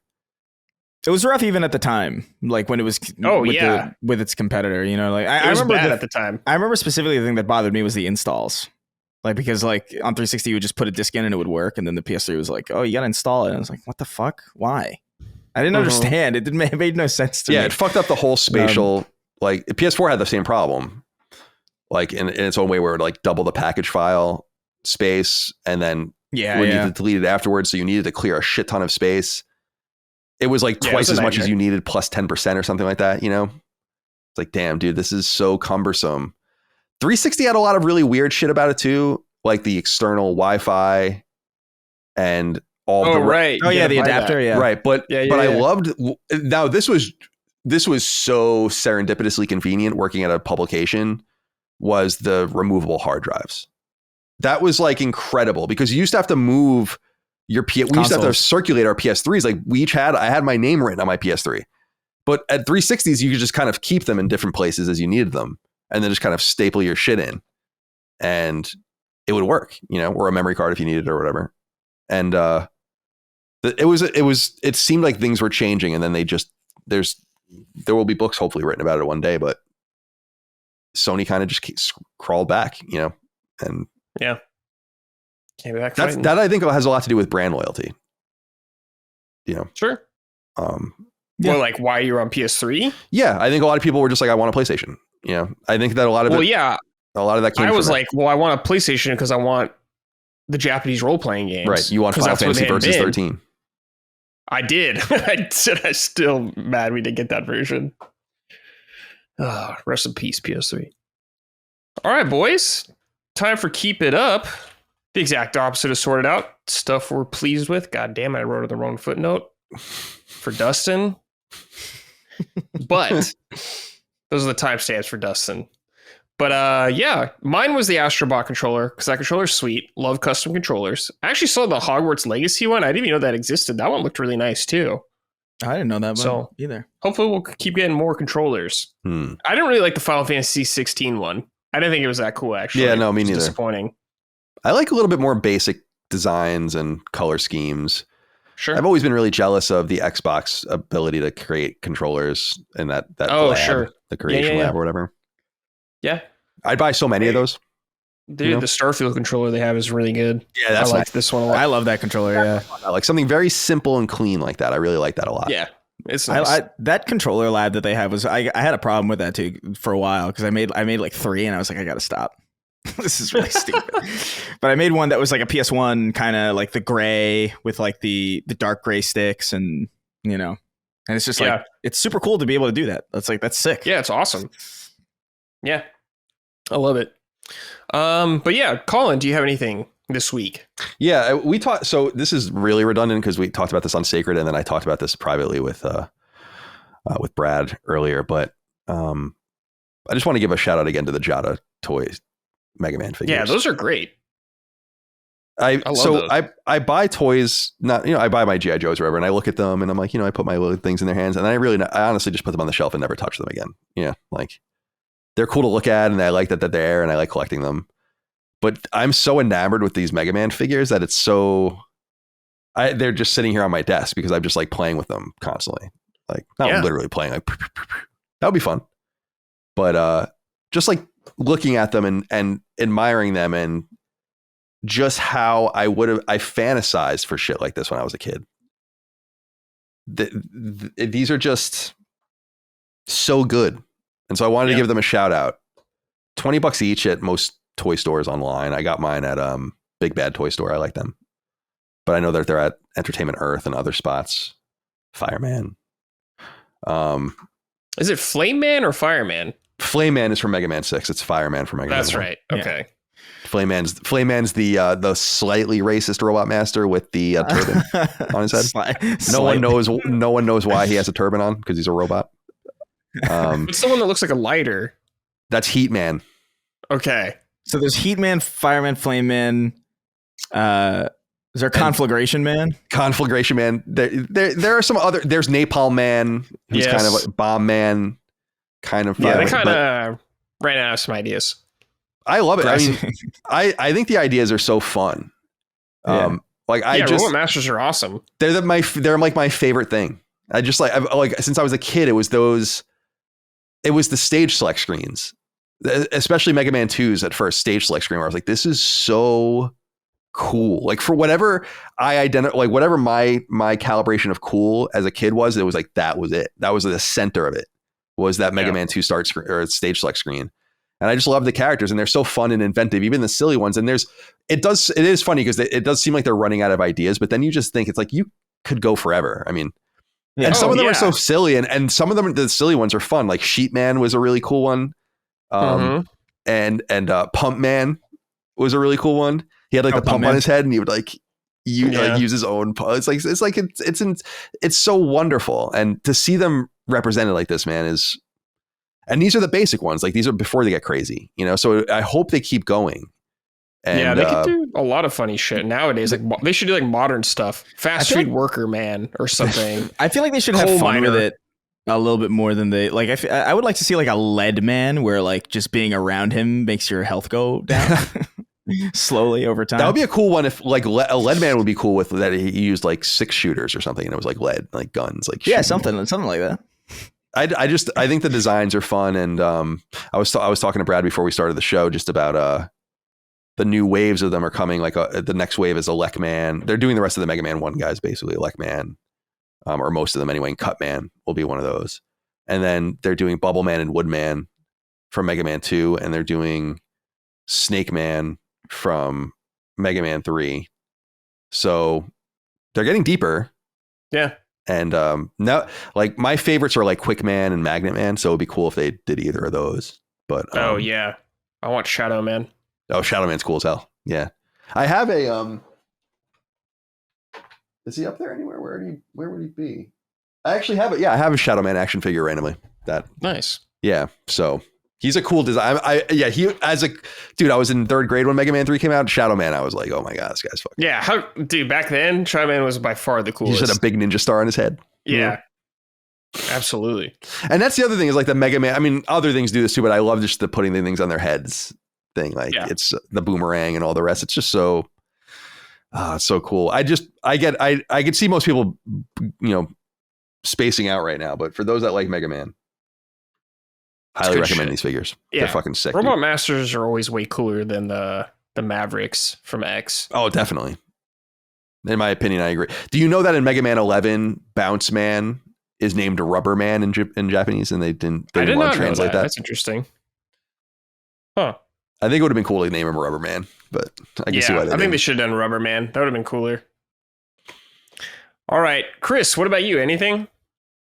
For Keep It Up? Yeah, I will say this, and I didn't necessarily have this in mind before this morning until I stopped off at this bakery that's kind of close to me. I always stop off there because they have some stuff. They got good cannolis. Like I was like, I'm in the mood for a cannoli this morning. So I went and got a cannoli, and I heard literally people in the bakery talking about EA college football. And that kind of blew my mind because it's like I never hear game talk about things like that. Like, and no one's ever talking about Madden just on the street or just like in normal. I don't encounter that. And obviously that game's a huge success. It's obviously exploding. And so like, Keep It Up, the college football team, like that's like a massive deal. I didn't expect to. This is the last thing I expected to run into in my daily life was anybody who remotely cared about that, let alone people who were talking about it and actually having like an enthralling, like a genuine conversation about where they were like really talking about stuff. My eyes glazed over immediately, but I was like, oh, interesting. Yeah. It's super cool. Yeah. Massive game. People are hyped. It's one thing probably is because it's been gone for so long. So that definitely helps. Right. I think it's cool. A lot of anecdotal evidence. I mean, there's 2 important points about it too, is that a lot of anecdotal evidence that it is selling a lot of consoles, that people are buying consoles for the game. I've had multiple people write into us just that work at stores and all the rest being like, damn, dude, people are, but I said on the show, I'd imagine Xbox Series S is the one that's benefiting most from this, but we'll see at the, when they count consoles, which will be 2 months of coverage from now. But the other thing is that it's the first next gen or current gen only football game from EA, so it's going to attract a lot of people's attention. I didn't know that. Okay. Yeah, finally.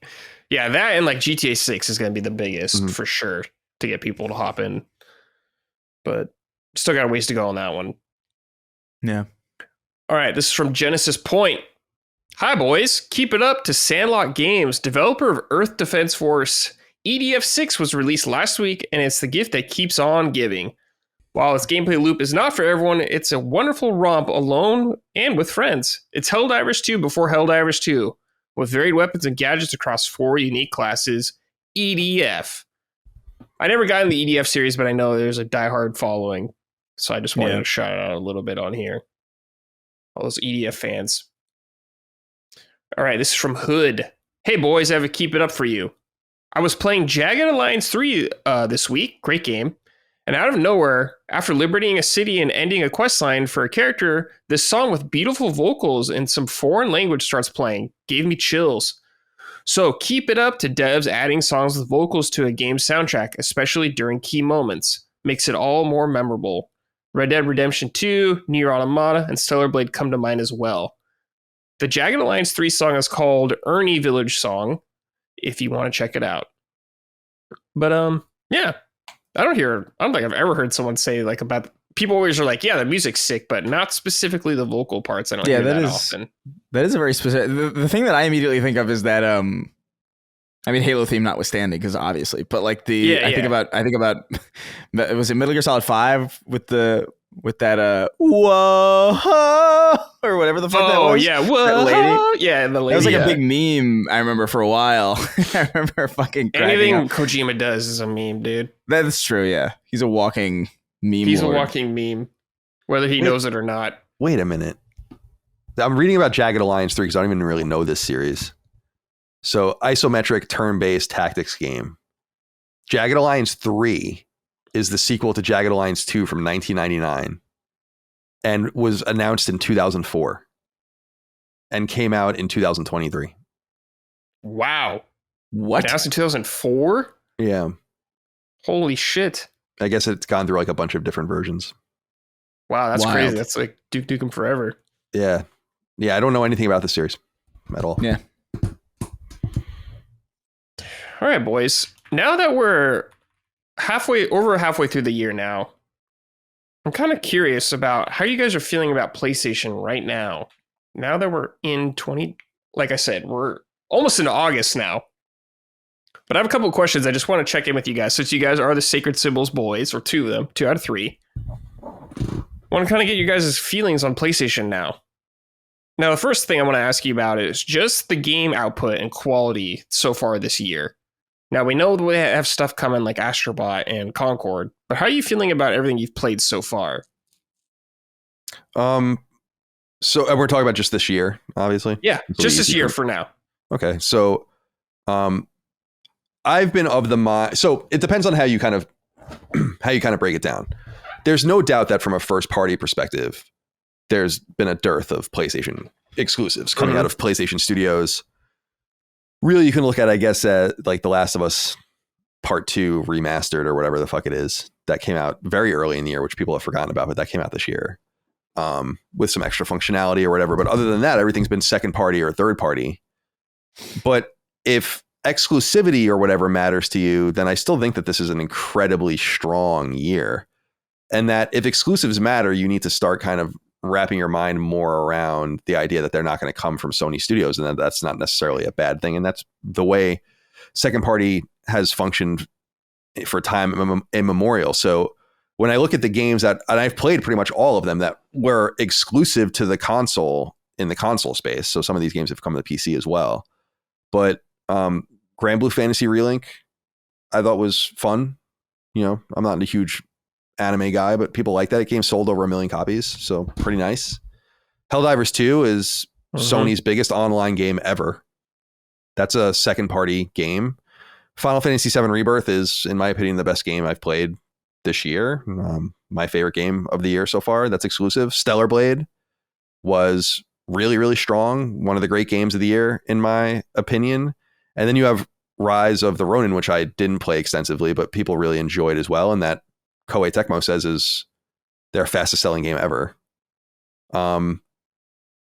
That to me is a really strong sequence of games. I mean, so when you kind of sprinkle in some of what I would consider, if anything's weaker, it's the third party support with some stuff. I mean, there's been some cool games, but not nearly to the level that I think it would be more overt that there were games missing in quotes from PlayStation, if not for the second and third party exclusive games as opposed to the third party games. So you had like Banishers. I'm looking at my trophies, just like you have Banishers, Ghost of New Eden I played this year, Animal Well, Crow Country, and so on. So, you know, still Wakes the Deep. I'm playing Kinitsu-Gami, which we'll talk about in a little while. I mean, there's been cool games, but overall, I feel like I can't lie and sit here and be critical about something that I don't feel critical about. And I really don't feel very critical about Sony's operation right now. I think there's been some serious mismanagement of some of the studios and what they've been working on and what they've really ended up wasting their time on, especially with Naughty Dog and others. But I'm still quite satisfied. And I feel like they are trying to get games.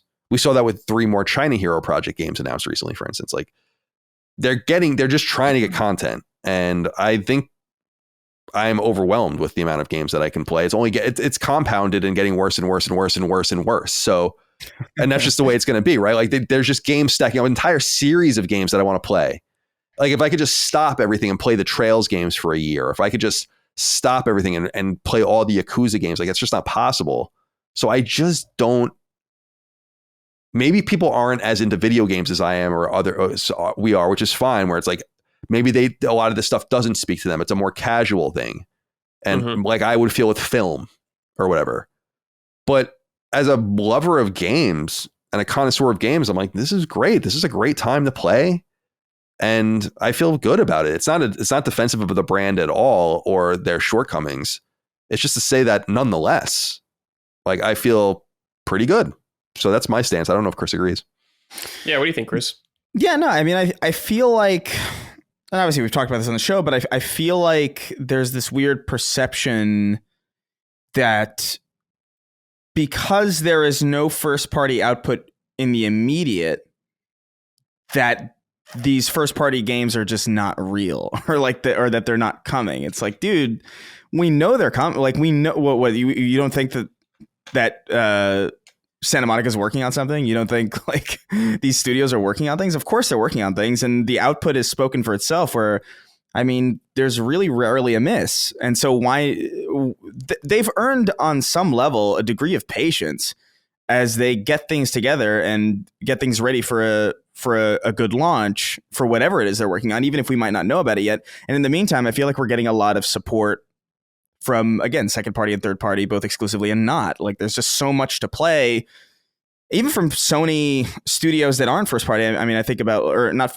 first party, but aren't exclusive. I think about like Destiny 2's Final Shape was a great expansion. We have Astrobot coming soon, which looks really refreshing and really classic style. Like the fact that we're getting like a AAA like looking platformer from first party is mega exciting. You know, like I think that's really cool. And so, and we also obviously like Elden Ring and all these other things that are third party and are keeping the platform alive. I think it's much ado about nothing. The concern about whether or not there's stuff to play. I understand the frustration if you really only care about those marquee first party titles, those like big kind of splash franchises and stuff. Like I get it. I remember I used to be that person too. Like I didn't really give a shit about E3 unless some big thing was going to be there. But the reality is that there's just so much there that I kind of have a hard time complaining, even if to my personal taste, yeah, I guess there hasn't been a giant first party splash, but I would argue that Helldivers 2 is crazy. And I know that's not like technically, I understand the technicalities there, but that's a bigger success than I think they were that they were planning for, that anybody expected. It's a strong year, I think, for PlayStation, and I think it says a lot that it's a strong year for PlayStation despite the lack of that big first party splash. Yeah, I totally agree with you guys. They've given me plenty of reasons to play my PlayStation this year. Plenty. When I can't say that about all the platforms this year. So I think they've been doing very good. Like you guys said, the first party, you know, your Uncharted's, your God of War's, Last of Us, you're not getting that, which I totally understand. But yeah, I'm fucking drowning in games right now, frankly, how much there is to play it and how much is coming out. That's just how I always feel, dude. You know? Yeah. It's just like, I think they've had a pretty damn good year. Like games have been awesome this year. I'm just looking at the games I've beaten. It's just like, man, yeah. And like a lot of games like I associate with PlayStation now. Because I mean, obviously they're involved, like Stellar Blade. It's like, that was an awesome game. You can only play that on PlayStation right now. Can't play that on PC, only PlayStation. It's crazy. So I think they do a pretty good job with not having a lot of first party stuff out ready to go. And of course, Astrobot's coming up. Concord, I'm not really excited about. Yeah, Concord. I think that's DOA, and there's others DOA. Like Silent Hill is coming. Yeah, you know, exactly. And other things, but I don't want to speak to the quality of any of these games. I understand people's frustrations, like academically. It's like, okay, yeah, we want our first party games, but I've been with PlayStation since the beginning of the brand, and I don't know that I've ever played PlayStation games or been on PlayStation specifically for the first party games. Mm-hmm. And that to me is just a weird argument. It's like, how do you even fill all the time? Especially since the PS2 era, when they really stopped publishing a lot of games. You know, it's just, to me, it's just like, it's such a, that's why I think it's like concern trolling kind of shit. A lot of it in some sense, where it's like, you don't really feel this way because no one plays games like this.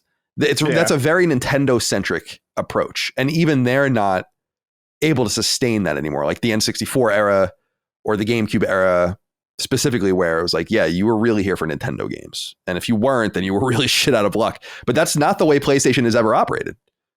And I don't understand why people want it to be that way now. I want more. I don't think that they've delivered the volume that they need to. I think that that's true. But I think that they knew that it's clear that they've made deals because they knew that it was going to be soft. Yeah.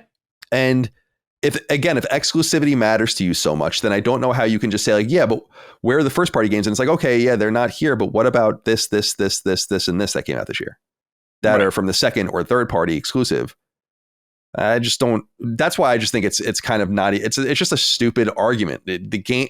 We need to look at games as a holistic thing on the platform, and the first party and second party output and that high quality output is just a component and an ingredient. It's always been that. And it's a vital ingredient. It's a central ingredient, maybe. Yeah. But it's not the only ingredient. And I would be lying to people. Like, I just feel like people think I'm like shooting the shit sometimes. And I'm like, I'd just be lying to you if I said anything else. It'd just be a lie. Yeah. Because totally. I'm like, I feel like it's great. You know? Yeah. I want to read this from the Uncharted Wolf. What's up, Secret Cross Summon crew? As a longtime PlayStation fan, the one thing I'm hoping for is more stuff like Astrobot. I understand it doesn't sell to the level of Horizon or God of War, but I feel like having a diverse lineup helps strengthen the brand and look more appealing in the long run. I love to see PlayStation build up these franchises the same way Nintendo does instead of letting the IP go after the fourth game. The fact that there hasn't been an Uncharted game since 2017, despite the IP originally being the face of the brand, is strange to say the least. Thanks for all you guys do. How do you feel about this, Colin? Because this is definitely something where they do 3 or 4 entries or a generation of a game. They just kind of usually they'd leave it behind. Like they did that a lot. PS2 era and stuff like that. PS3, like Infamous. You know, you got 3 games, moved on. Do you think they need to keep some IPs around forever? Like Gran Turismo is one that stays around forever, and it seems like God of War is going to continue along. But what about some of the other stuff? Or are you happy with them doing new things? No, I think you need to balance it. And I think that they do balance it as much as they can, because remember, if you were just never going to get rid of anything, then there would simply just literally be no room for anything new, because everything you had money and resource to develop would have to go into old things. And I think that their propensity to move off of things has been one of the strengths of the brand. And I think that that's kind of differentiated it from its competitors, not only in Nintendo, but in Microsoft, I think too. You know, Sony was very reliant on Crash and Spyro and things like that in the PS1 generation and moved off of them. Now they didn't own those IP, and it wasn't as simple as that, but they could have nailed those franchises down and even bought them outright if they really, really wanted to. But instead they were like, we're going to invest in our own stuff now. And that's where Jak and Daxter and Ratchet and Sly Cooper and all of that stuff come from. Twisted Metal continued from PS1 into, you know, the PS3 era. Things that, you know, Killzone, Resistance, Infamous. I just feel like something has to go. And it would be cool if, and I think that this is the case, that anything is revisitable, but it doesn't mean it has to go into in perpetuity. I truly believe that they'll return to some of these franchises at some point, like a SOCOM or a Resistance, have some really inspired team in 10 years, make a Resistance reboot or something. Like there's no reason not to do that kind of stuff, or Killzone. I just feel like people have to embrace that without moving on from Crash Bandicoot, you would have never gotten Jak and Daxter. Without never moving on from Spyro, you would have never gotten Ratchet and Clank.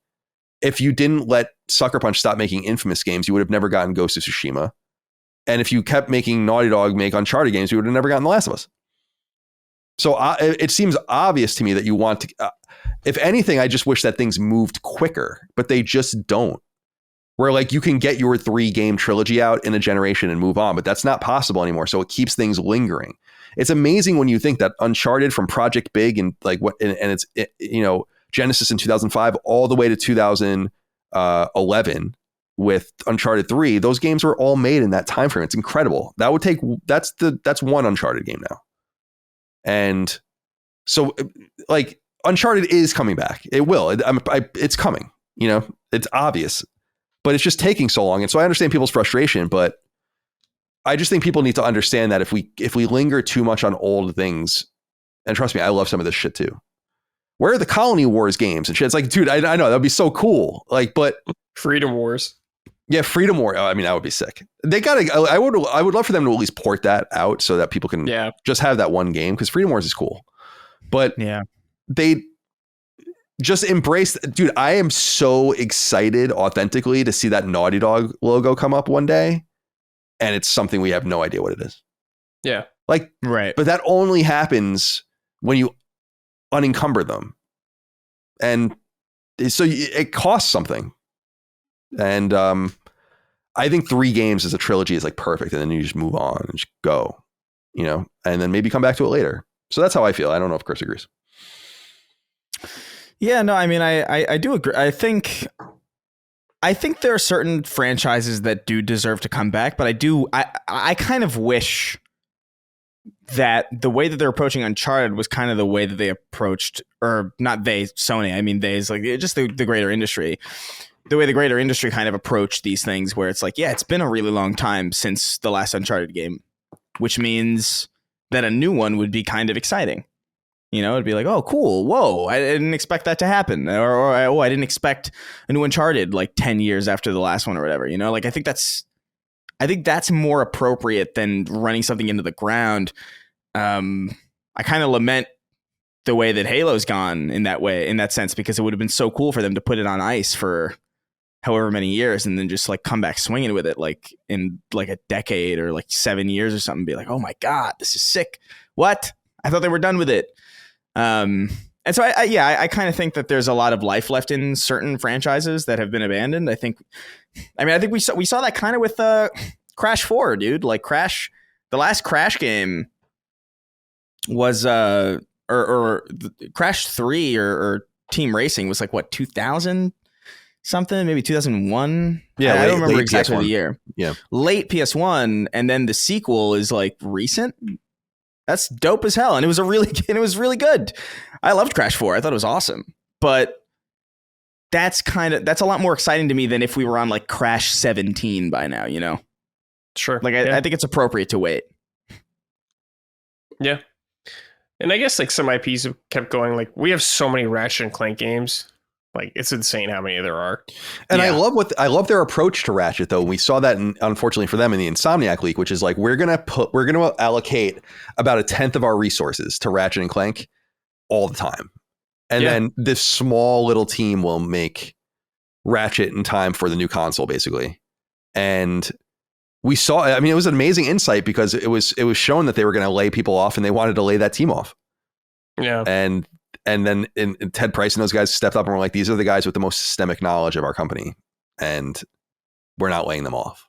So that's where the layoffs from the Wolverine team, as I understand, came from. So I don't know, man. This goes into how complex it is. Like to extract the Ratchet game, they have to make it in like 8 years with 50 people or something. It's like, that's also just vastly unrealistic.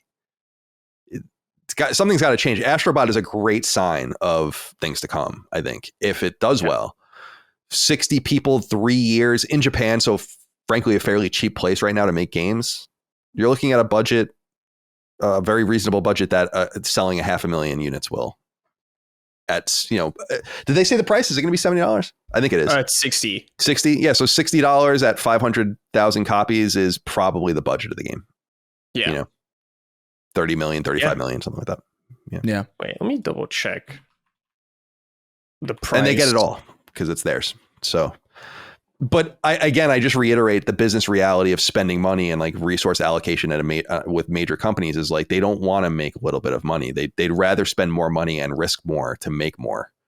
Yeah. That's the problem with games like Astrobot and what stops them from making a shit ton of them. And just like what happened with Hellblade as a great example, that game has been, it's forgotten.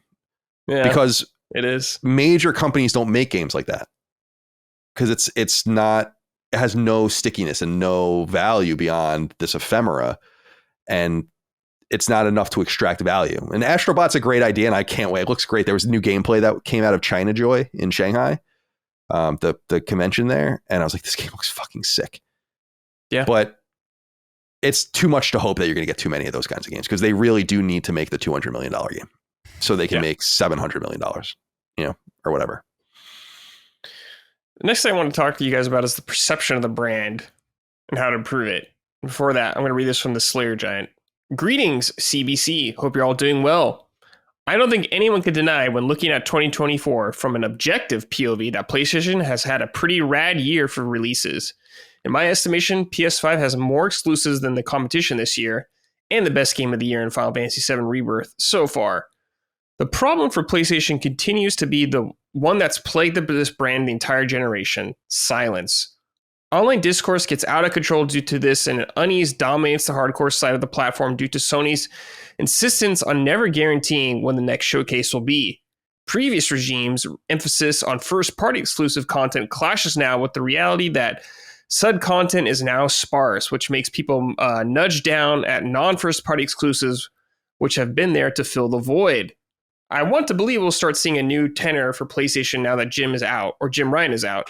Seeing Sony show up publicly at both China Joy and the upcoming TGS is a good sign. And with the imminent PS5 Pro reveal, I want to believe that their PR image will start its long-awaited reparations.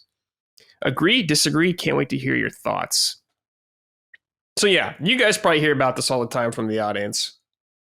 Well, what's like the perception of the brand in your opinion of PlayStation right now, and what can they do to improve it? What do you think, Chris? I'd actually like to hear from you first on this one. I mean, I feel like, and maybe this is a little bit dismissive, but I just kind of feel like, dude, the PS5 is doing really, really well, and it's consistently doing really, really well. And so I really am just kind of left with the assumption, and it is an assumption, that this doesn't matter. Like the fact that they don't talk doesn't matter.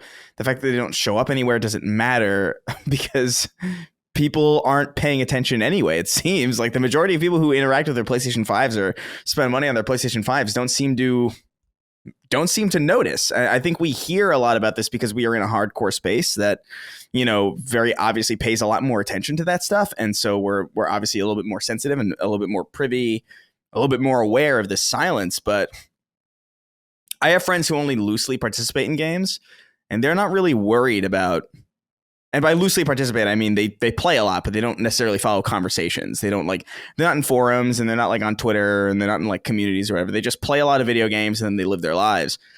They're not worried at all about the fact that they don't know what's coming from PlayStation in the next like year, because they just kind of know there will always be something. And so I don't know. I don't mean to sound dismissive or anything, but I do feel like this is a very insular, very hyper-specific, hardcore community issue more than it is one that exists in a financial or monetary or even perceptive reality that is affecting the brand in any real way. Mm-hmm. It's kind of that's how I feel about it. Yeah, I agree. I mean, I agree with the general premise of what Chris is saying. I think Sony has identified that it almost, I guess I should back up and say it almost feels like a break in case of glass situation where it's like, well, why say anything if we really don't have to? Why don't we just keep our powder dry? And then if we really need to say something, or we see some sort of drop off or something happens calamitously, then we can fall back on these things that we otherwise, they're unforced. Like we just don't need to do anything right now. People, I don't want to be so blatant with it because I know people get upset about the fanboy war shit kind of thing that percolates out there. But it's like a lot of the bullshit about PlayStation starts in these fanboy spaces and just ignores all objective reality about the performance of the console and the games on the console. I explained this months ago on Sacred Symbols, but the gross or the net revenue, so general profit of PlayStation is enormous compared to where it was early on in its life cycle as a brand in the mid 90s. Sony has made more money on PlayStation 5 already than it has made on PlayStation 4 in its entire life cycle in profit. PlayStation 5 is selling cost or calendar aligned with PlayStation 4 in a worse economy, and it's more expensive. It was also really, really hard to find for 2 years. And in the United States, the biggest market in a global economy, it is up 8% over the PS4 in units sold. The exclusive games are not coming at a large clip, but when they do, they sell really well. Spider-Man 2 sold 10 million copies, which, as we just learned, would make it the best-selling PS1 game. It did that in 3 weeks, I think. So the idea that there's this discontent with PlayStation fans is generally not true. That's why I was saying earlier, I feel like it's not this stuff is not, these arguments are not had in good faith, because there's nothing truly objectively wrong right now outside of the cadence of first party games, but it's made up for with planning and management of your content, such that you have second and third party content that can fill in the gaps, both of an exclusive and non-exclusive, in an exclusive and non-exclusive format. So at the point of sale where the brand and the management of the brand's image matters most, it's doing extraordinarily well. Everything else falls from that. And I agree that most people just don't give a shit about any of this. I don't mean to say it is dismissive either. Right. Because it is dismissive and we care. But the general audience just doesn't. Right. And I just don't know how you can look at the numbers and the way things are going and not see it for what it is, which is a really major success. PlayStation 5 will sell more than 100 million units. That's a lot. Yeah. You know? And right. I think that they have some things that they're going to need to change behind the scenes, and that they have. I think they made some poor studio investments. We've gone into this over and over again. I think that the Bungie investment might pan out in the end, but I think it has been a major and unnecessary distraction. They canceled The Last of Us Online. They canceled Twisted Metal. You know, they bought Firewalk. They bought Haven. They have this Fair Games game coming out we don't know much about. Concord looks like it's dead on arrival. Jim Ryan, gone. The ship needs to be turned in some way, and I think we're going to see that in some sense. It seems like they're going to pursue a handheld again, right? Like rumors indicate that, which I think is so exciting, not because it's going to be an independent Vita or PSP-like handheld, but it's going to be a way to interact with the console in a more intimate way with a handheld as opposed to the Portal, which I think is a nice first step and maybe even an experiment. So I just think that everything, I've said this for a long time now, that everything is seemingly framed around the Pro. And I'm of the mind, I don't have any inside information on this. It's just an opinion and a prediction and nothing more than that. But their appearance at Tokyo Game Show is significant, I think. This is the first time they've gone to TGS since 2019 at all in any capacity. But the timing of the show, which is late September, and when you'd think they would need to line up the Pro's announcement, and then the games that can go along with the Pro announcement, like, you know, a reveal of Wolverine, Ghost of Tsushima 2, maybe something else that's new, maybe show Fair Games or something. Plus and I don't know if you guys saw the recent price drops for the console in the United States specifically, that kind of brings it more in line with early pricing for the discless PS4, which then went up. Remember, they raised prices for inflation in many places around the world. They're lowering those prices back down. It seems like they're clearing the field and getting rid of old stock. So, and PSVR 2 now I think is $200 off. Yeah. So, I feel like they are preparing to say something. Like, I would be surprised. Again, I have no inside information, but I think there is going to be a big blowout. I think that there are things to be said. The Uncharted game that's clearly in development, Jason Blundell's game and his studio that he made under PlayStation that hasn't even been revealed yet. There are big pops. Death Stranding 2 is probably closer. I don't think it's this year, but probably closer than we think. And then I think we start seeing some stuff, you know, leak out. Ben's been working for a long time. Naughty Dog's been working for a long time. I just think in an era where production values are high, games are expensive, they take a really long period of time to make, investment's going to be somewhat limited.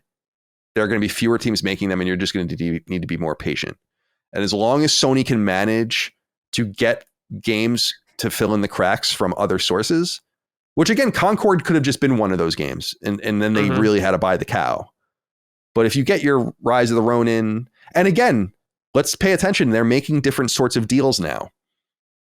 Tecmo Koei had a deal where they people say Neo was the first game that did this, but it's really not. Neo was published by Koei Tecmo in Japan and published internationally by Sony, so they always inherently owned it. Sony published Rise of the Ronin, but Tecmo Koei owns the IP. Sony published Stellar Blade, but Shift Up owns the IP. They're making they see what time it is and they know what they're going to have to do. And it's going to make different deals where they make less money, but they need to fill in these cracks. I feel like it's been, I don't want to say like a masterclass because that's not true, but it's so much better than a lot of people are giving it credit for. And it bothers me because it's been so much worse than this. Like, yeah. Oh yeah. It's been so much worse than this. You know? I guess the thing for me that confuses me, I guess, is that, this is our jobs, you know what I mean? It's our jobs to engage with these titles and these games. And I feel like I barely have enough time to play what's in front of me. And so my thing is like, how is your average person? I guess I can't fathom how your average person isn't aware that there's so much to play.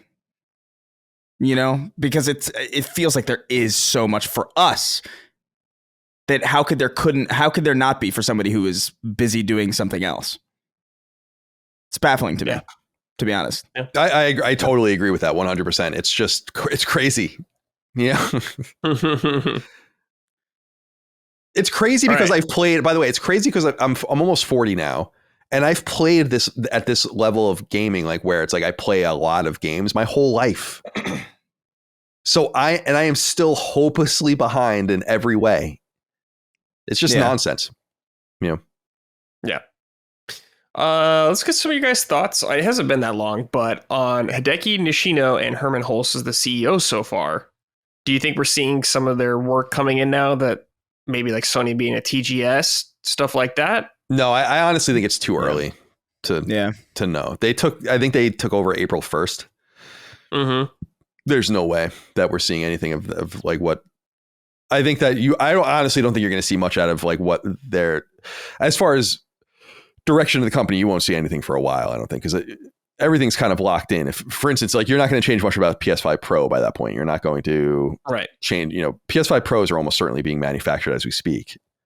So yeah, and studio closures and all that kind of stuff and game green lighting. And it's just, it's funny, like, because everyone shits on Jim Ryan, and I get it. I don't give a fuck. I mean, I don't know Jim Ryan from a hole in the wall, really. It's like, feel about how you want, but then it's like everyone loves Astrobot. It's like, who the fuck greenlit Astrobot, guys? You know, it's like, you think they greenlit Astrobot in April, or do you think Jim Ryan greenlit Astrobot 4 years ago? So you take the good with the bad. Right. Do you feel more confident with these two though in this role now? I love the split CEO structure. It's dangerous. Not many companies do it. I would think I was reading on the Fortune 500, there's only like a select few that split their CEOs, and that's at a corporate level. This is not at the like the high end corporate level. This is at like the brand level. But having one person involved with hardware basically and like outside shit, and one person dealing with like the internal creative stuff is great. And as long as they can get along harmoniously, and we'll see. I don't know if there's going to be any sort of Civil War brouhaha kind of stuff, but it seems like they have their own charges, and that's good. Because Sony realizes that the future of PlayStation is going to rely on the IP. That eventually, and I don't think we're anywhere close to this, but hardware will not be as relevant as what you own and what you can make. And so they definitely need to create a pipeline that is creating new games. Like the ideal would be a game a quarter once you have everything going, Yeah, ideally, yeah. Yeah. When was the last time we had a Japanese CEO? John Kodera, right, was, let me look this up. I think CEO for just a couple of years. Yeah.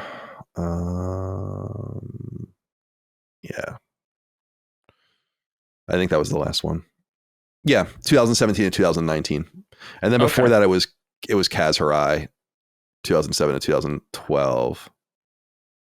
And then Ken Kutaragi. So really, why doesn't, dude, the right click on my fucking mouse doesn't work. It's annoying the shit out of me.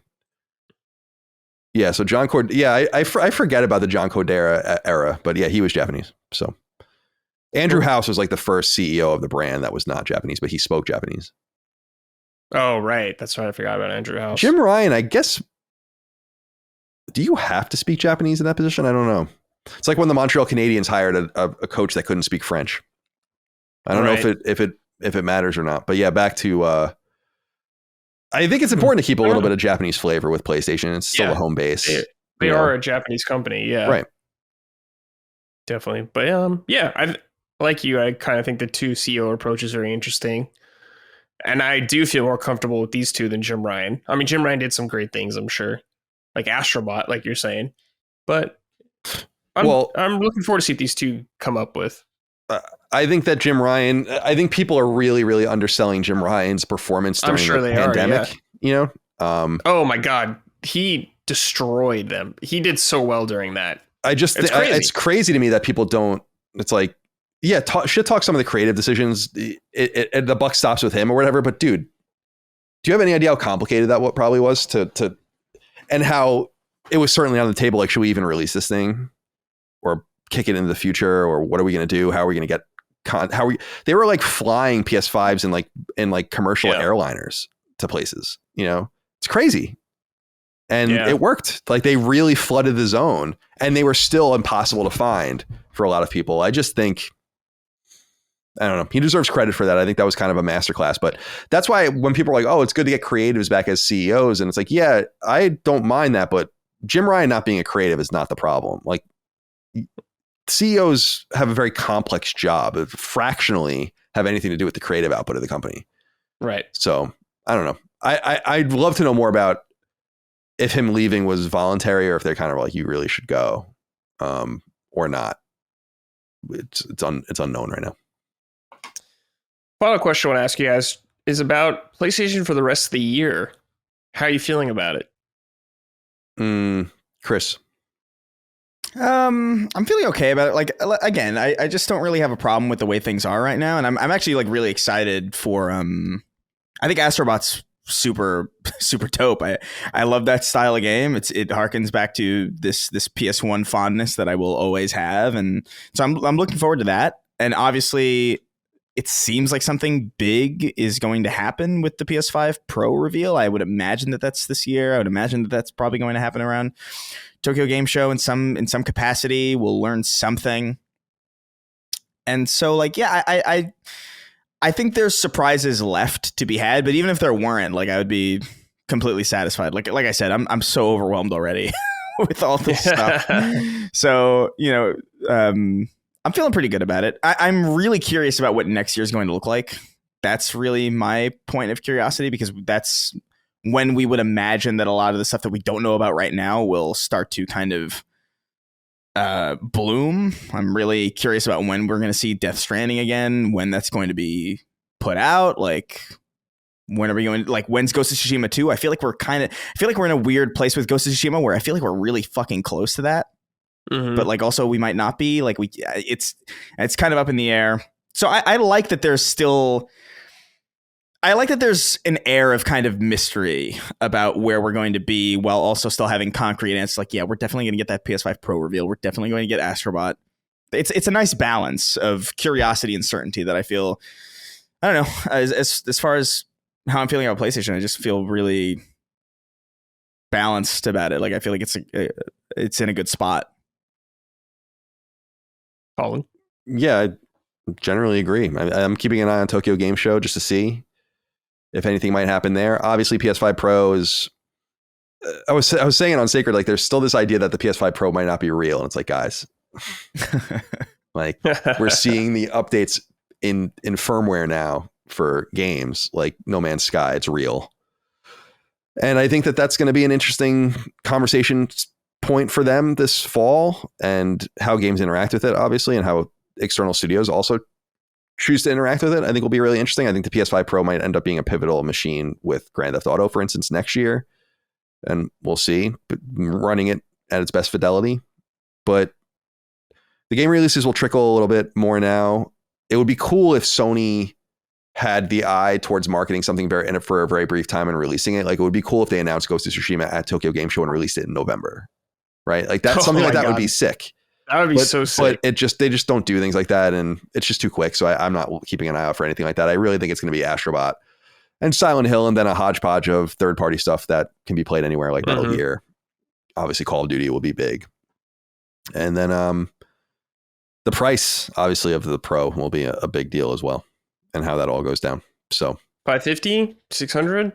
I don't know, man. They're dropping it would be $499 would be sick, but I think that's too cheap. Yeah, that doesn't, especially with inflation. I no more than $6. I don't like the whole $5.49 price point. Like the pick an even price point, but the $5.99.99 is bad mojo for PlayStation. Yeah.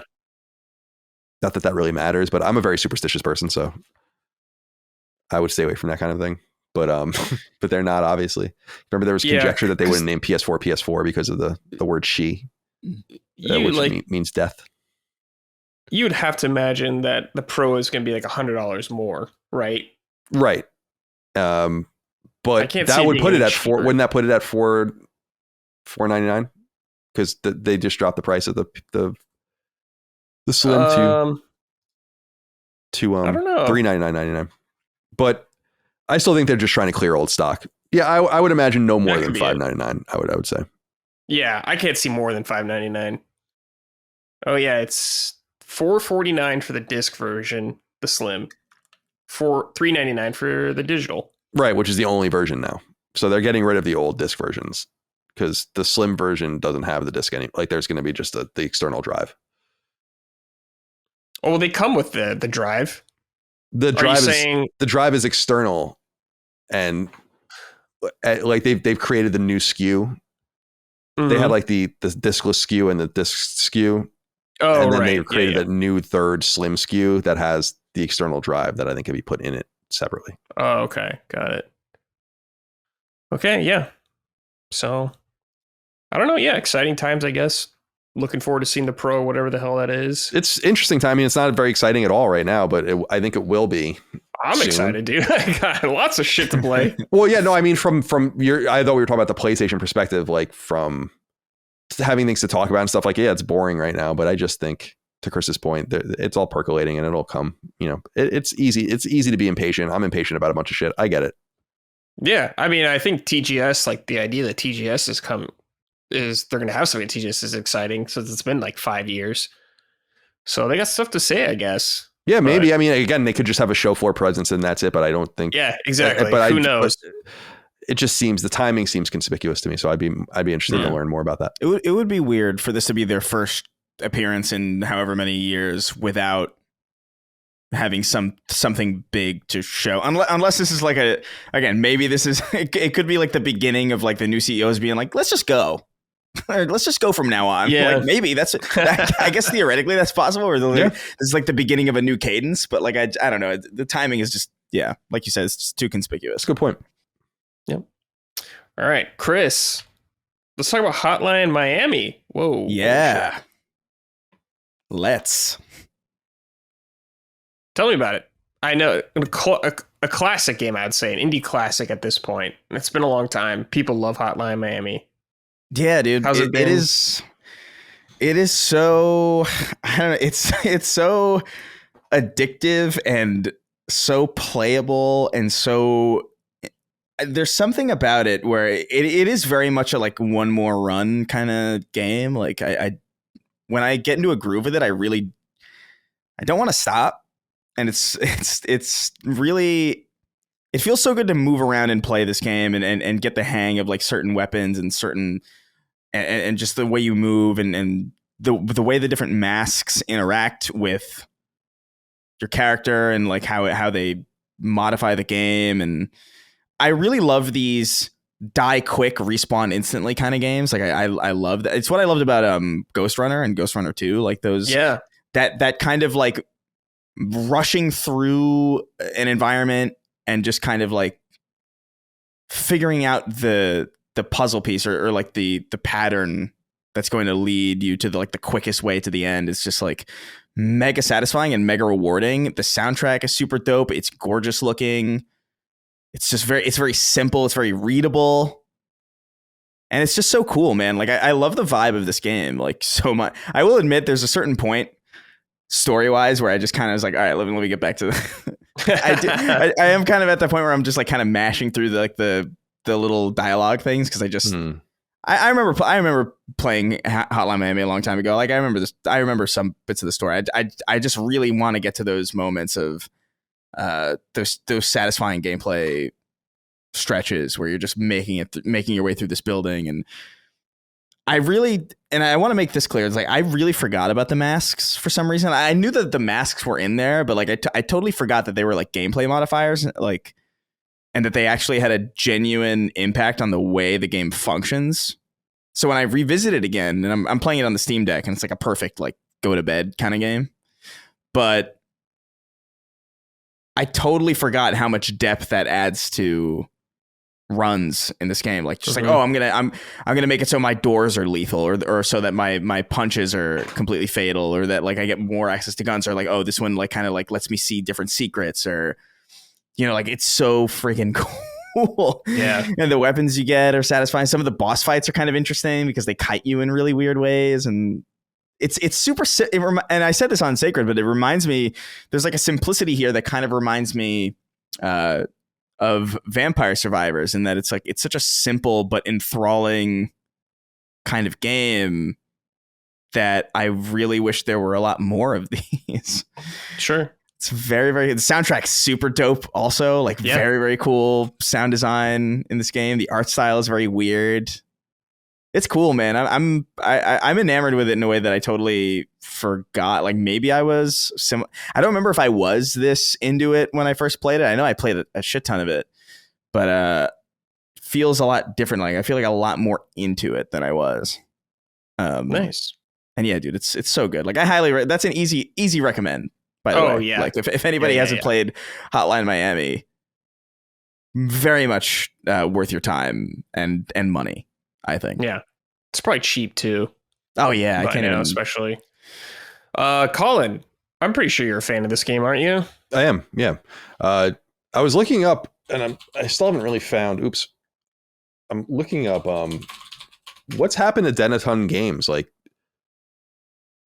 I don't know if they've done anything other than these two games. Now they became wildly rich and don't really need to do anything after, especially the original Hotline Miami. Hotline Miami 2, which came out in 2015, was a little softer in terms of its response to it, but I remember really liking it. I will say this, for those that have their Vita still going, it's at home at the Vita. On the Vita, it's just so good on the Vita. You can use a little functionality, as I remember, in Hotline Miami, where you can kind of pull on the screen to see like beyond where your scope of vision, which you can do with the sticks, I think, on the console. So it's like cool little functionality like that. But I think Hotline Miami is a really wonderful game. It's an iconic game. It's an important game. It's a seminal independent game, and one of Devolver's original games, as I remember, like one of the first games that brand ever got behind. And it comes from that era, like Drive and Kavinsky and all that kind of shit, where it fits into that 80s, late 80s synthwave, violent, moody, brooding. There's a message in there somewhere. It's very strange and highly playable. So I highly recommend Hotline Miami. I think it's a really wonderful game. Yeah. By the way, I looked up the price, and it's like a fucking $1. Oh my god! It's like $1 or $2 on Steam specifically. I don't know what it is on PlayStation necessarily or console, but it's so no brainer cheap. It's ridiculous. Yeah, it's probably like $5 or $6, something like that. Still worth $10 easy pay. Yeah, it's good shit. I mean, it's very very difficult in my opinion too. Which is it's $199, and Hotline Miami 2 is like $224 or something. Or it's like it's fucking crazy, steal, dude. Insane. Yeah. Check those games out if you have not played them. Well, I haven't been played 2 yet. I totally forgot about that game. Yeah, I want to check out 2 when I'm done with this, just because like that I missed out on that one as well. But yeah, cool. Yeah, simple game, so there's not like a whole lot we could say about it. But yeah, it's an awesome game, so check it out. Nathan Densley wrote in, "Hello, Summoners. Chris, I just played through Hotline Miami for the first time last fall. Loved the game a megaton, and I tried to go for the platinum. But some of the levels were hard to get a high rating. So I finished with that game. So I haven't finished with the game entirely. I had heard guys like Colin and Greg praise the game for years, but I just didn't vibe with the aesthetic. That is until I played it. The game's music, design, and gameplay are dope and worthy of all the praise I heard for years. Were you like me and hesitant to play it for any reason? And how do you feel about it now? And do you dare go for the platinum?" I'm not good enough for the platinum. Yeah, too skill based. Yeah, no way.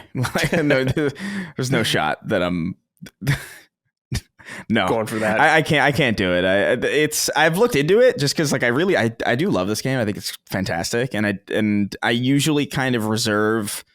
I don't really try to platinum every game, but the games that I do try to platinum are games that I think are like highly. I kind of view a platinum trophy as like my mark of like kind of esteem. So there's only a handful of games that I've even bothered to do that with, but yeah, I looked into this a little bit and I was just like, no shot.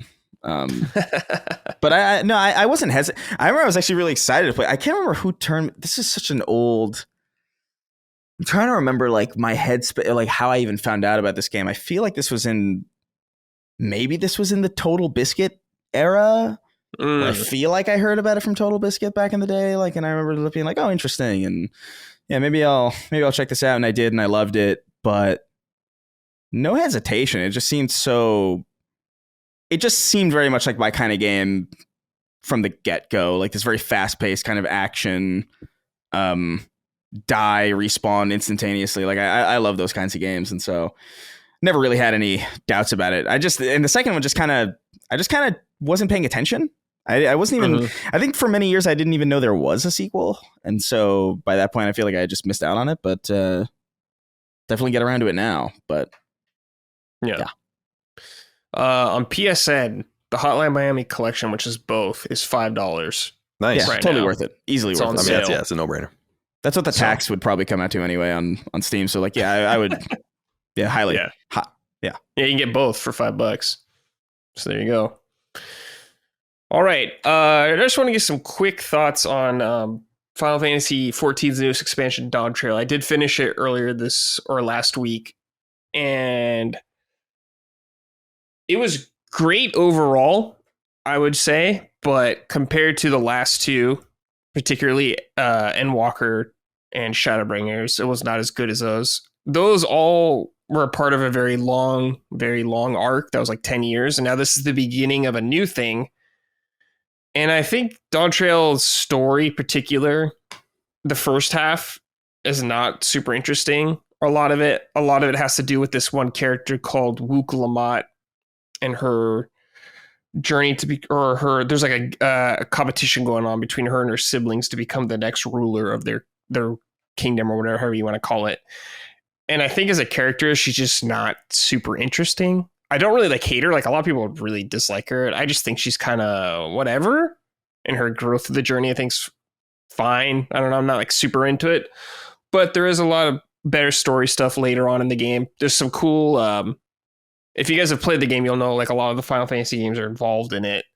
Brief minor spoiler, I guess here. So if you don't want to know, get out for like 10 seconds. Is that Final Fantasy 9 kind of has some stuff in here, like Alexandria is a city in the game actually like that. It's not the same exact Alexandria from 9, but it is it, but it's not like the same timeline, I should say, of the city. So that was cool to see there because I love Final Fantasy 9. Here, some of the music was really awesome. Like one of the dungeons was Alexandria. So that was really cool. The end game, I've been doing a little bit. I did a couple of the dungeons, like the level 100 dungeons now. One of them was really cool. It's like an amusement park almost. And some of the mechanics in these dungeons are much more challenging than the original expansions. There's definitely an elevated difficulty, which I welcome, frankly. It's not like dramatic or anything like that or anything crazy, but just something I noticed a little bit more, like 10%, 20% more pushback, which is fine with me. But one of these is funny. It's like this dungeon. It's like you go through like this weird like ghost carnival almost. And some of the boss, like the first boss is almost like a bullet hell where they're shooting out these like little mascots at you and you got to dodge them. And if you get hit by them, they grab you and they put a helmet on you and you can't do anything for 10 seconds. What I think is fun. The next boss is like these spinning teacups and there's a ghost inside and you got to watch where the ghost is going in and it'll explode if you're too close to it, which I thought was really fun. And there's the last boss is this big ghost where he does this thing essentially where you have to go in like a ghost form. There's like a pedal. You can run onto it and you can go through walls, all that kind of stuff. And if you're either in human form or ghost form, he'll do a certain attack that'll like one shot you. So just some fun, goofy stuff like that I've enjoyed. I haven't done the raid yet, so I don't really know about any of that going on, but I will do that. But I think it's a really good expansion. Great, but just not the heights of the last two, I would say. You know, the last two, Final Fantasy 14 had like one of the best villains in Final Fantasy history, in my opinion, during that whole arc. So they got a lot to live up to, and I'm curious to see where the story goes for now, but I still don't have a clear picture where it's going. But of course, I'm down for whatever they put out, so I'll keep chugging along with it. But yeah, just want to give some quick thoughts on that. And Colin, let's talk about Kinitsu-Gami with you. Yeah, you covered this, I think, a week or two ago, right? On the show. Yes, we have. We've covered it a couple times. So I won't get too deep into it for people here. Go ahead. But yeah, this is the game I've been occupying my time with. I think I'm like 13 to 15 hours somewhere in there into it. I really like it. I think that I liked it way, way more in the beginning, and it's kind of the same thing over and over again. It's very repetitive now. All games are repetitive. It's not a huge, or most games are. It's not a huge deal. But it loses a little bit of its luster when you realize it's kind of a one-trick pony in some sense. But I do dig the ActRaiser-like combination of unusual bedfellow genres together. In this case, a tower defense or real-time strategy kind of angle with a literal action element where you can kind of control one character and in an active way to kind of go, so you're setting up your Plants vs. Zombies like map or whatever. It's not quite like that, but then you're going around and buttressing a weakness or taking out an enemy that got through your line or whatever as you protect this goddess character that's slowly, very excruciatingly slowly walking through the environment, and you're kind of protecting her. So it's really cool. Shout out to Capcom for taking a risk on a game like this. I don't know that I know it's on Game Pass, but I don't know that it's selling very well. I think the name is, I don't know. I mean, again, it's Japanese. It's fine, but I just don't know that they could have figured out a better Western name for it than just calling it Kinitsu-Gami. Because even when I was like looking up help for it several times, I'm like, wait, what is it again? Like Kinitsu. So even I'm dumb enough for that kind of shit. But yeah, I really like this game. I think it's really cool. The price is right, $50, and it's fun. It aesthetically reminds me a little bit of Okami, Soul Sacrifice, even a little bit of what was that Bandai Namco role-playing game with the plants in it? There was like all plant enemies. Came out a couple years ago. Scarlet Nexus. Oh yeah, I loved that game. Right.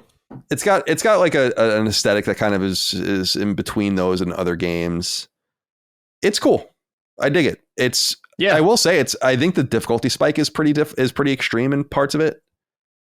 There are reasons to go back to each of the stages, which are multi-part stages, to like you can beat a stage, you get like extra upgrade points or whatever if you beat a stage without using rations, or beat the stage and killing this guy in this way or whatever. So a lot of replay value. There's like some base building stuff that's very basic, but it's really just about collecting these character class types that you can teach to your villagers in each of these locations, that then when night falls in this day-night cycle, the enemies attack and the villagers are assigned to their areas and they're assigned with their class, and then they act accordingly. And you as the main protector character can go around and run around the map as it's all playing out in this real-time strategy kind of thing, and kind of augment it in real time, which is cool. So I dig it. It's a cool game. I don't know that it's for everyone. I think it's pretty complex later on to play. It's deceivingly simple at first, to the point where it's like, this is not even really a problem. I do think it gets spikes a little bit. I'm on a stage now that's pretty difficult that I've died on like multiple times at this point. So I have to figure out what I'm supposed to be doing here. So yeah, shout out to Capcom. Shout out to Kinitsu-Gami, Path of the Goddess. I know you guys covered it plenty here, so I won't say much more than that. But yeah, I do recommend it. Cool. Yeah, I played the demo of this game, Colin, and I thought it was like a cool little game. I was like, oh, sweet. I'm glad this exists. I don't know how well it'll do, but I hear good word of mouth about the game. Seems that everyone that's playing it is enjoying it. So that is nice to hear. And yeah, it is on Game Pass. So if you're curious if you have it, you can check it out there. I hope it sells well. I don't know what their expectations are. Yeah, it's they probably don't have any. Too. Yeah. Yeah, it's $50, not full price game. No physical, I don't think either, which is interesting. I know that bothered Dustin. No physical version. Oh yeah, I want to play it eventually. Just I have too much stuff to play right now. I'll probably pick it up when it goes on sale too down the line. But it looks cool. I look forward to playing it sometime. Chris, do you have any interest in this? No way. I can't. I can't justify it. I've looked into it. Like I always try to give these games like a fair shot, like at least in checking them out. And sometimes I do get around to them. I did check out Scarlet Nexus and I did like parts of it, but if I'm not mistaken, if I'm remembering correctly, there was like visual novel elements in that game or not. Some of the cutscenes maybe, yeah. There's like some choices you make and stuff, yeah. Yeah, I just remember being like, I like the action here, and I like the art design stuff, but it's just like those things that like really rip me out of. I don't know. I'm very aware that I'm playing a video game, and sometimes that's okay. But like for a game like that, I kind of prefer to be like really into whatever the hell the game's doing, and then I've just not my preferred kind of thing. Yeah, you know. Yeah, totally. I get it. All right, boys, let's end the show with some questions and comments from the audience. All right, this is from Gavin Mather. Hey, fellas. I see Brad is working on Super Mario Sunshine, but my question goes to all of you. If we ever got one, and I somewhat doubt we will, what would a Super Mario first-person shooter be like? What would be its central mechanic or gimmick? Odyssey has Cappy, Sunshine has Flood, and various Mario Karts have their respective gimmicks. As an addendum, what developer would you pick to partner with Nintendo in making a Mario first-person shooter? I don't even know. It's hard to even envision that. It would be kind of funny to do something like that. Yeah, very cartoonish and cute. Yeah, I don't imagine it being like, if they ever did it, like I think in my head immediately like ultra violent, but there's a 0% chance that would happen. I was like, oh, you can have id make it or something like that, where like Mario's grinding up dry bone skulls in his gun or some shit. It would be cool if Nintendo had that kind of risk. They're just too risk averse to do shit like that with their brands, you know. Right. But it would be cool if they were willing to do something like that. I think that'd be really funny. You could also imagine a very cute garden warfare type shooter. Yes. Where it would be huge if they did it right, you know, where it would be like something people would love if it was executed just perfectly from an aesthetic point of view and from a feel and what people want out of this universe. Like there's an unending and undeniable appeal to just the characters in that universe. So it would be cool to see that segued into some sort of silly, non-violent game. Yeah, I mean, I didn't think we would get a tactics Mario game, but we got 2 Mario and Rabbids games. So I guess a first-person game is possible. Whatever it is, the guns he's going to be using or whatever are going to be real goofy and not at all close to anything normal. Yeah, he's not going to be using a fucking Dragunov sniper rifle.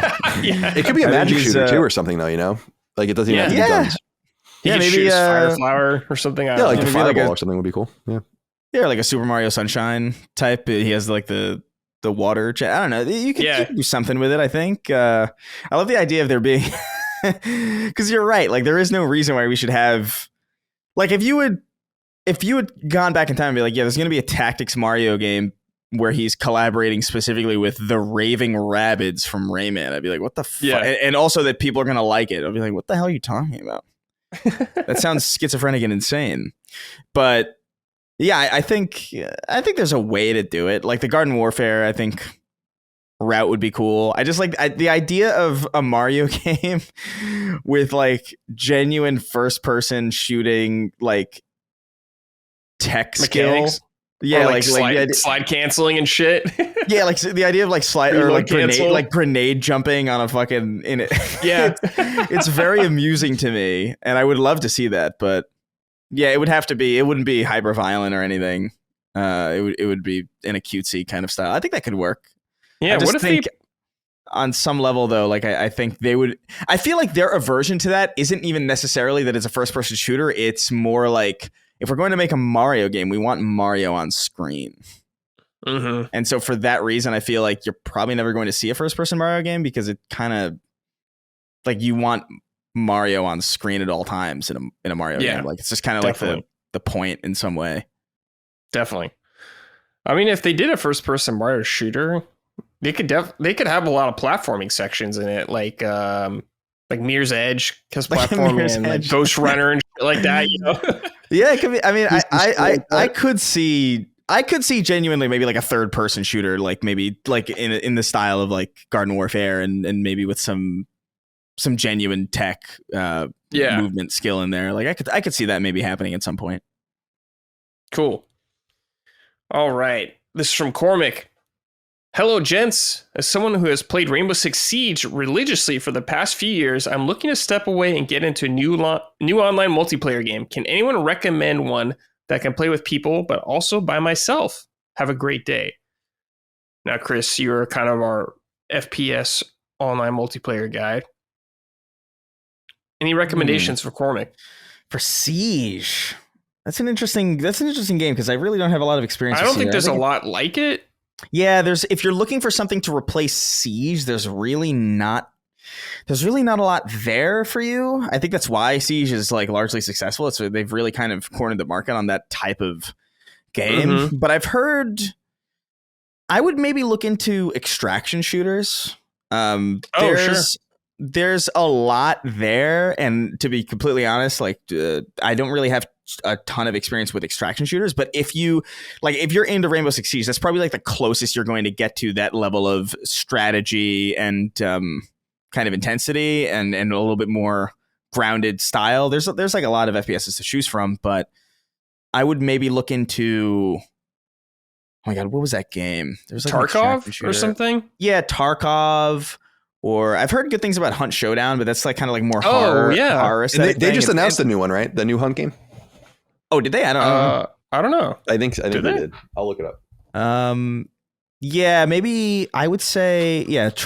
I would maybe look into Tarkov or something like that to get your fill of that, because really, there's really not a lot of first person strategy oriented shooters in the way that Siege is. If you're looking to switch things up entirely, if you're looking to go into like maybe like arena shooters or something else, that's a different story. But if you're trying to kind of find a replacement or kind of stick within that wheelhouse, I really think Tarkov, based on what I know about it, which again is very limited, it's probably the closest you're going to get to something that is different, but also kind of maintaining the same kind of hardcore feel and grounded style. Yeah. I have it here from Yahoo. Oh, go ahead. Crytek has revealed Hunt Showdown 1896, the next chapter of its PvP VE extraction shooter for PS5. It will replace the original game and will no longer be playable on PS4. This is from July 25th, so just a few days ago. Oh, so it's like a complete update then. Yeah. Huh. It's kind of what Overwatch 2 did that kind of, didn't they? Yeah, they like updated the game. Yeah. Yeah. Became one is no longer around. Yeah, if you want like a battle royale, I guess there's Call of Duty, there's Warzone, there's Fortnite, obviously. Yeah, like, I think Apex PUBG's still around. I think Apex Legends is actually like a really Apex a lot. Yeah. Apex is great from like a first-person shooting. Yeah, it's really good. Apex is really fun. There's Counter-Strike also, if you want something like that, and if you want something like Counter-Strike, there's also Valorant. So there's a lot to choose from, man. You kind of got your pick, man. There's so many FPSs or shooters to play out there. There's a lot, and a lot of them are kind of low barrier of entry. Like Apex Legends is free. I have my own disappointments with Halo, but like Halo Infinite's still like a really solid game, and that's free. That's free to play too. That's more of an arena shooter. So if you're looking to switch things up, maybe go sci-fi arena oriented. There's still some team-based stuff in there, but it's obviously like a very different style. I know he says he's looking for a new kind of game, but yeah, I don't know. There's so much there. I would really need to know more about what it is you like about Rainbow Six Siege and what it is that you're looking for before I would recommend you something, because the breadth of first-person shooters that I could point you towards is so vast, and the difference between them are so subtle yet so deep that I'm kind of pointing you in vague directions in the dark. But I would maybe look into Tarkov is like the most good faith recommendation that I could give you for something new, but in the wheelhouse. Yeah, man, this gets me excited for Marathon. Really excited to see what that game's like, how it plays and everything. I'm super fascinated by that. Like, I'm really curious what that's going to be. Colin, I assume you have no recommendations. No. You don't really play multiplayer. Okay. All right. Final question is from Hitachi Vibeshima. Just want to reminisce a little bit. What was your first game you saw in HD? For me, it was Arkham Asylum at Walmart kiosk 15 years ago. The buttery smooth gameplay made me feel like I was gazing into the future, or maybe the TV had smoothing on or something. I distinctly remember the first HD game I ever saw was Perfect Dark Zero at a friend's house. 360. He got a Xbox 360 the day it came out. I had no idea this was even coming out. I just happened to be there when it was there, and I was like, whoa, holy shit, this looks crazy. I was like, there's a new Xbox? I had no idea. And I was like, this is Perfect Dark. Doesn't look anything like Perfect Dark. But yeah, man, it was still crazy. It looked really good visually at the time. Yeah. What about you guys? Anything?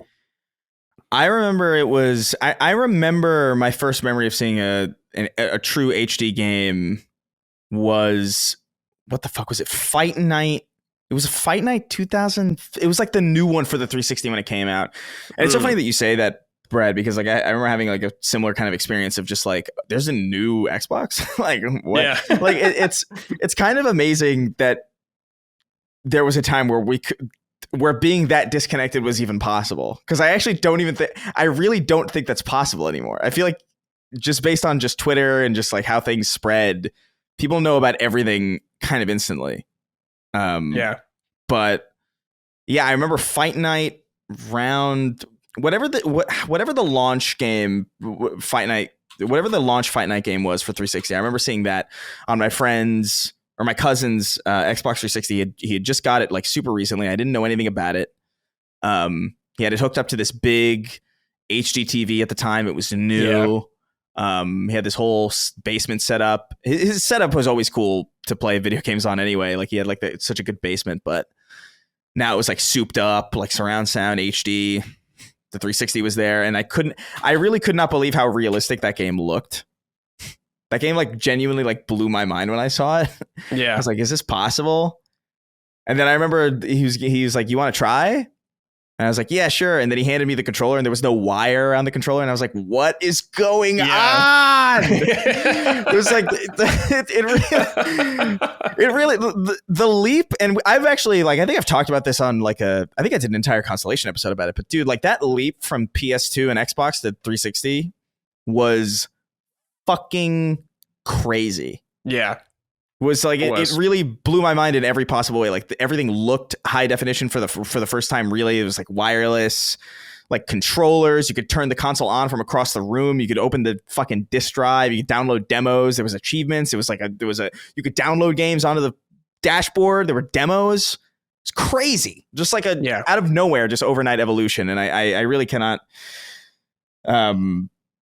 I don't think we will ever really see a transformation from generation to generation quite like that ever. But it's fitting that we're talking about this, by the way, because the Xbox 360 store just died. Oh, I think while we're recording this, it's like either the last day or last night it died. Oh yeah, but you got your shirt on too, man. Yeah. Rest in peace, 360. R.I.P. in peace. But SMH. Yeah, I think it was I'm pretty sure Fight Night Round 3. I looked it up. So Fight Night Round 3 came out February 20th, 2006. That would be the closest. Yeah. So that was definitely it, yeah. Yeah. It's not a launch game because I looked up the launch games. Because I knew my answer must have been a 360 game too. Like I said, my friend Doug, who I was roommates with this year, that this came out to fall 2005. It must have been the first HD system I ever saw. So I was looking at what the games, because I remember we had King Kong because I was writing a guide for it. Mm-hmm. Oh yeah. But it might have been like Quake 4. Oh, okay. Maybe something like that. And there was that Cameo game as well. Like, yeah, that's another rare game. They put out two launch games. Yeah. So I don't know. I remember HD gaming was not as revolutionary to me. Frankly, it's just HD TV was. And I do remember the first time I saw an HD signal like in a bar for a sports. Yeah. It was like for a football game. And I'm like, this is insane. Like I couldn't even believe it. Games didn't floor me like that did, where I was like, holy, and it was probably in like 1080i or 720p or something. But I was like, this is a fucking insane. I love this. I can't believe this. I just couldn't imagine it. Because I didn't have a flat screen TV until 2007. And when I bought one, it was like small. It was like small. Like not as small as the one that's in the Office episode where he has one on his wall or whatever, but not much bigger than that. Yeah. Yeah, dude, I remember I played most of my 360 catalog on a screen that was comically small, like on a TV that was, I think I have a photo somewhere. I wonder if I could find it. I know I posted it on Facebook a long time ago, and I remember putting my hand up. I was playing the Halo Reach beta at the time, and I remember putting my hand up to the TV and my palm took up like a hilarious amount of the screen. Like that was just how we were playing. I remember I had it next to my bed, like on my nightstand, and I would like roll over and play games until my arm got numb and then I would pass out. Yeah. I didn't even. I had a TV from the 70s growing up in my room that I played like my NES, SNES, N64, PS1, Dreamcast, and then when I got my PS2, I played it on there for a minute, and then I finally got my own TV, like a real TV at that point, and it was a Trinitron like tube TV. Oh, nice. Yeah, Trinitron. I saved up for it forever. Yeah, well, yeah. And I bought it in probably like the spring of 2001, which is hysterical because that's like such a bad time to have bought a TV, considering like that was when things had started to kind of segue over. But but nonetheless, did you get it at Circuit City? No, nobody beats the Wiz. Oh my god, that's awesome. Yeah, is the Wiz still around? I think it is. Maybe not. I don't know. I was gonna say, did Amazon beat the Wiz? No, I was legitimately sad when Circuit City died. Yeah, I remember Circuit City, dude. I liked Circuit City a lot. I got my PS2 from Circuit City. I got my Xbox. Well, I got my Xbox from a military base. PC Richard owned it, bought it. Oh yeah, they're still around, I think. Yeah, and PC Richard is like a huge tri-state area. They're based on Long Island, but a huge tri-state area electronics company. So yeah, they must have bought that storefront. But yeah, so that was right before that, and that happened like 20 years ago. I didn't even know that happened so long ago. Damn. Did you guys have The Good Guys? No, I only discovered that like when I was out west. There were a few, like Fry's was another one of those where I'm like, what the fuck is Fry's? Oh, Fry's. Yeah. I loved. I moved here around the time like the kind of like the last couple of years of Fry's being around. There was one in Burbank that was so cool, and I remember I bought a drone from there, and then they bit the dust. I think like 2017, 2018, something like that. Yeah, there used to be a Fry's by me, but they always had like the interior of it was so weird. They had like a bunch of statues, like it was like Greek and Roman statues. I was like, what the fuck is this? It's like I'm in Caesar's Palace, but it's like tech shit. It's so weird. I loved Fry's Electronic because the one that we had was like Alien Invade or like monster like 50s B movie theme. Oh right, they be really? Right? That's cool. Yeah, so like they had like there was like a giant UFO that was like crashing the roof. I remember, and there was like you'd go inside and there would be like giant Earth Defense Force ants and like just military vehicles. Damn, this is super fucking. Fry's is dope. I'm really sad that place is gone.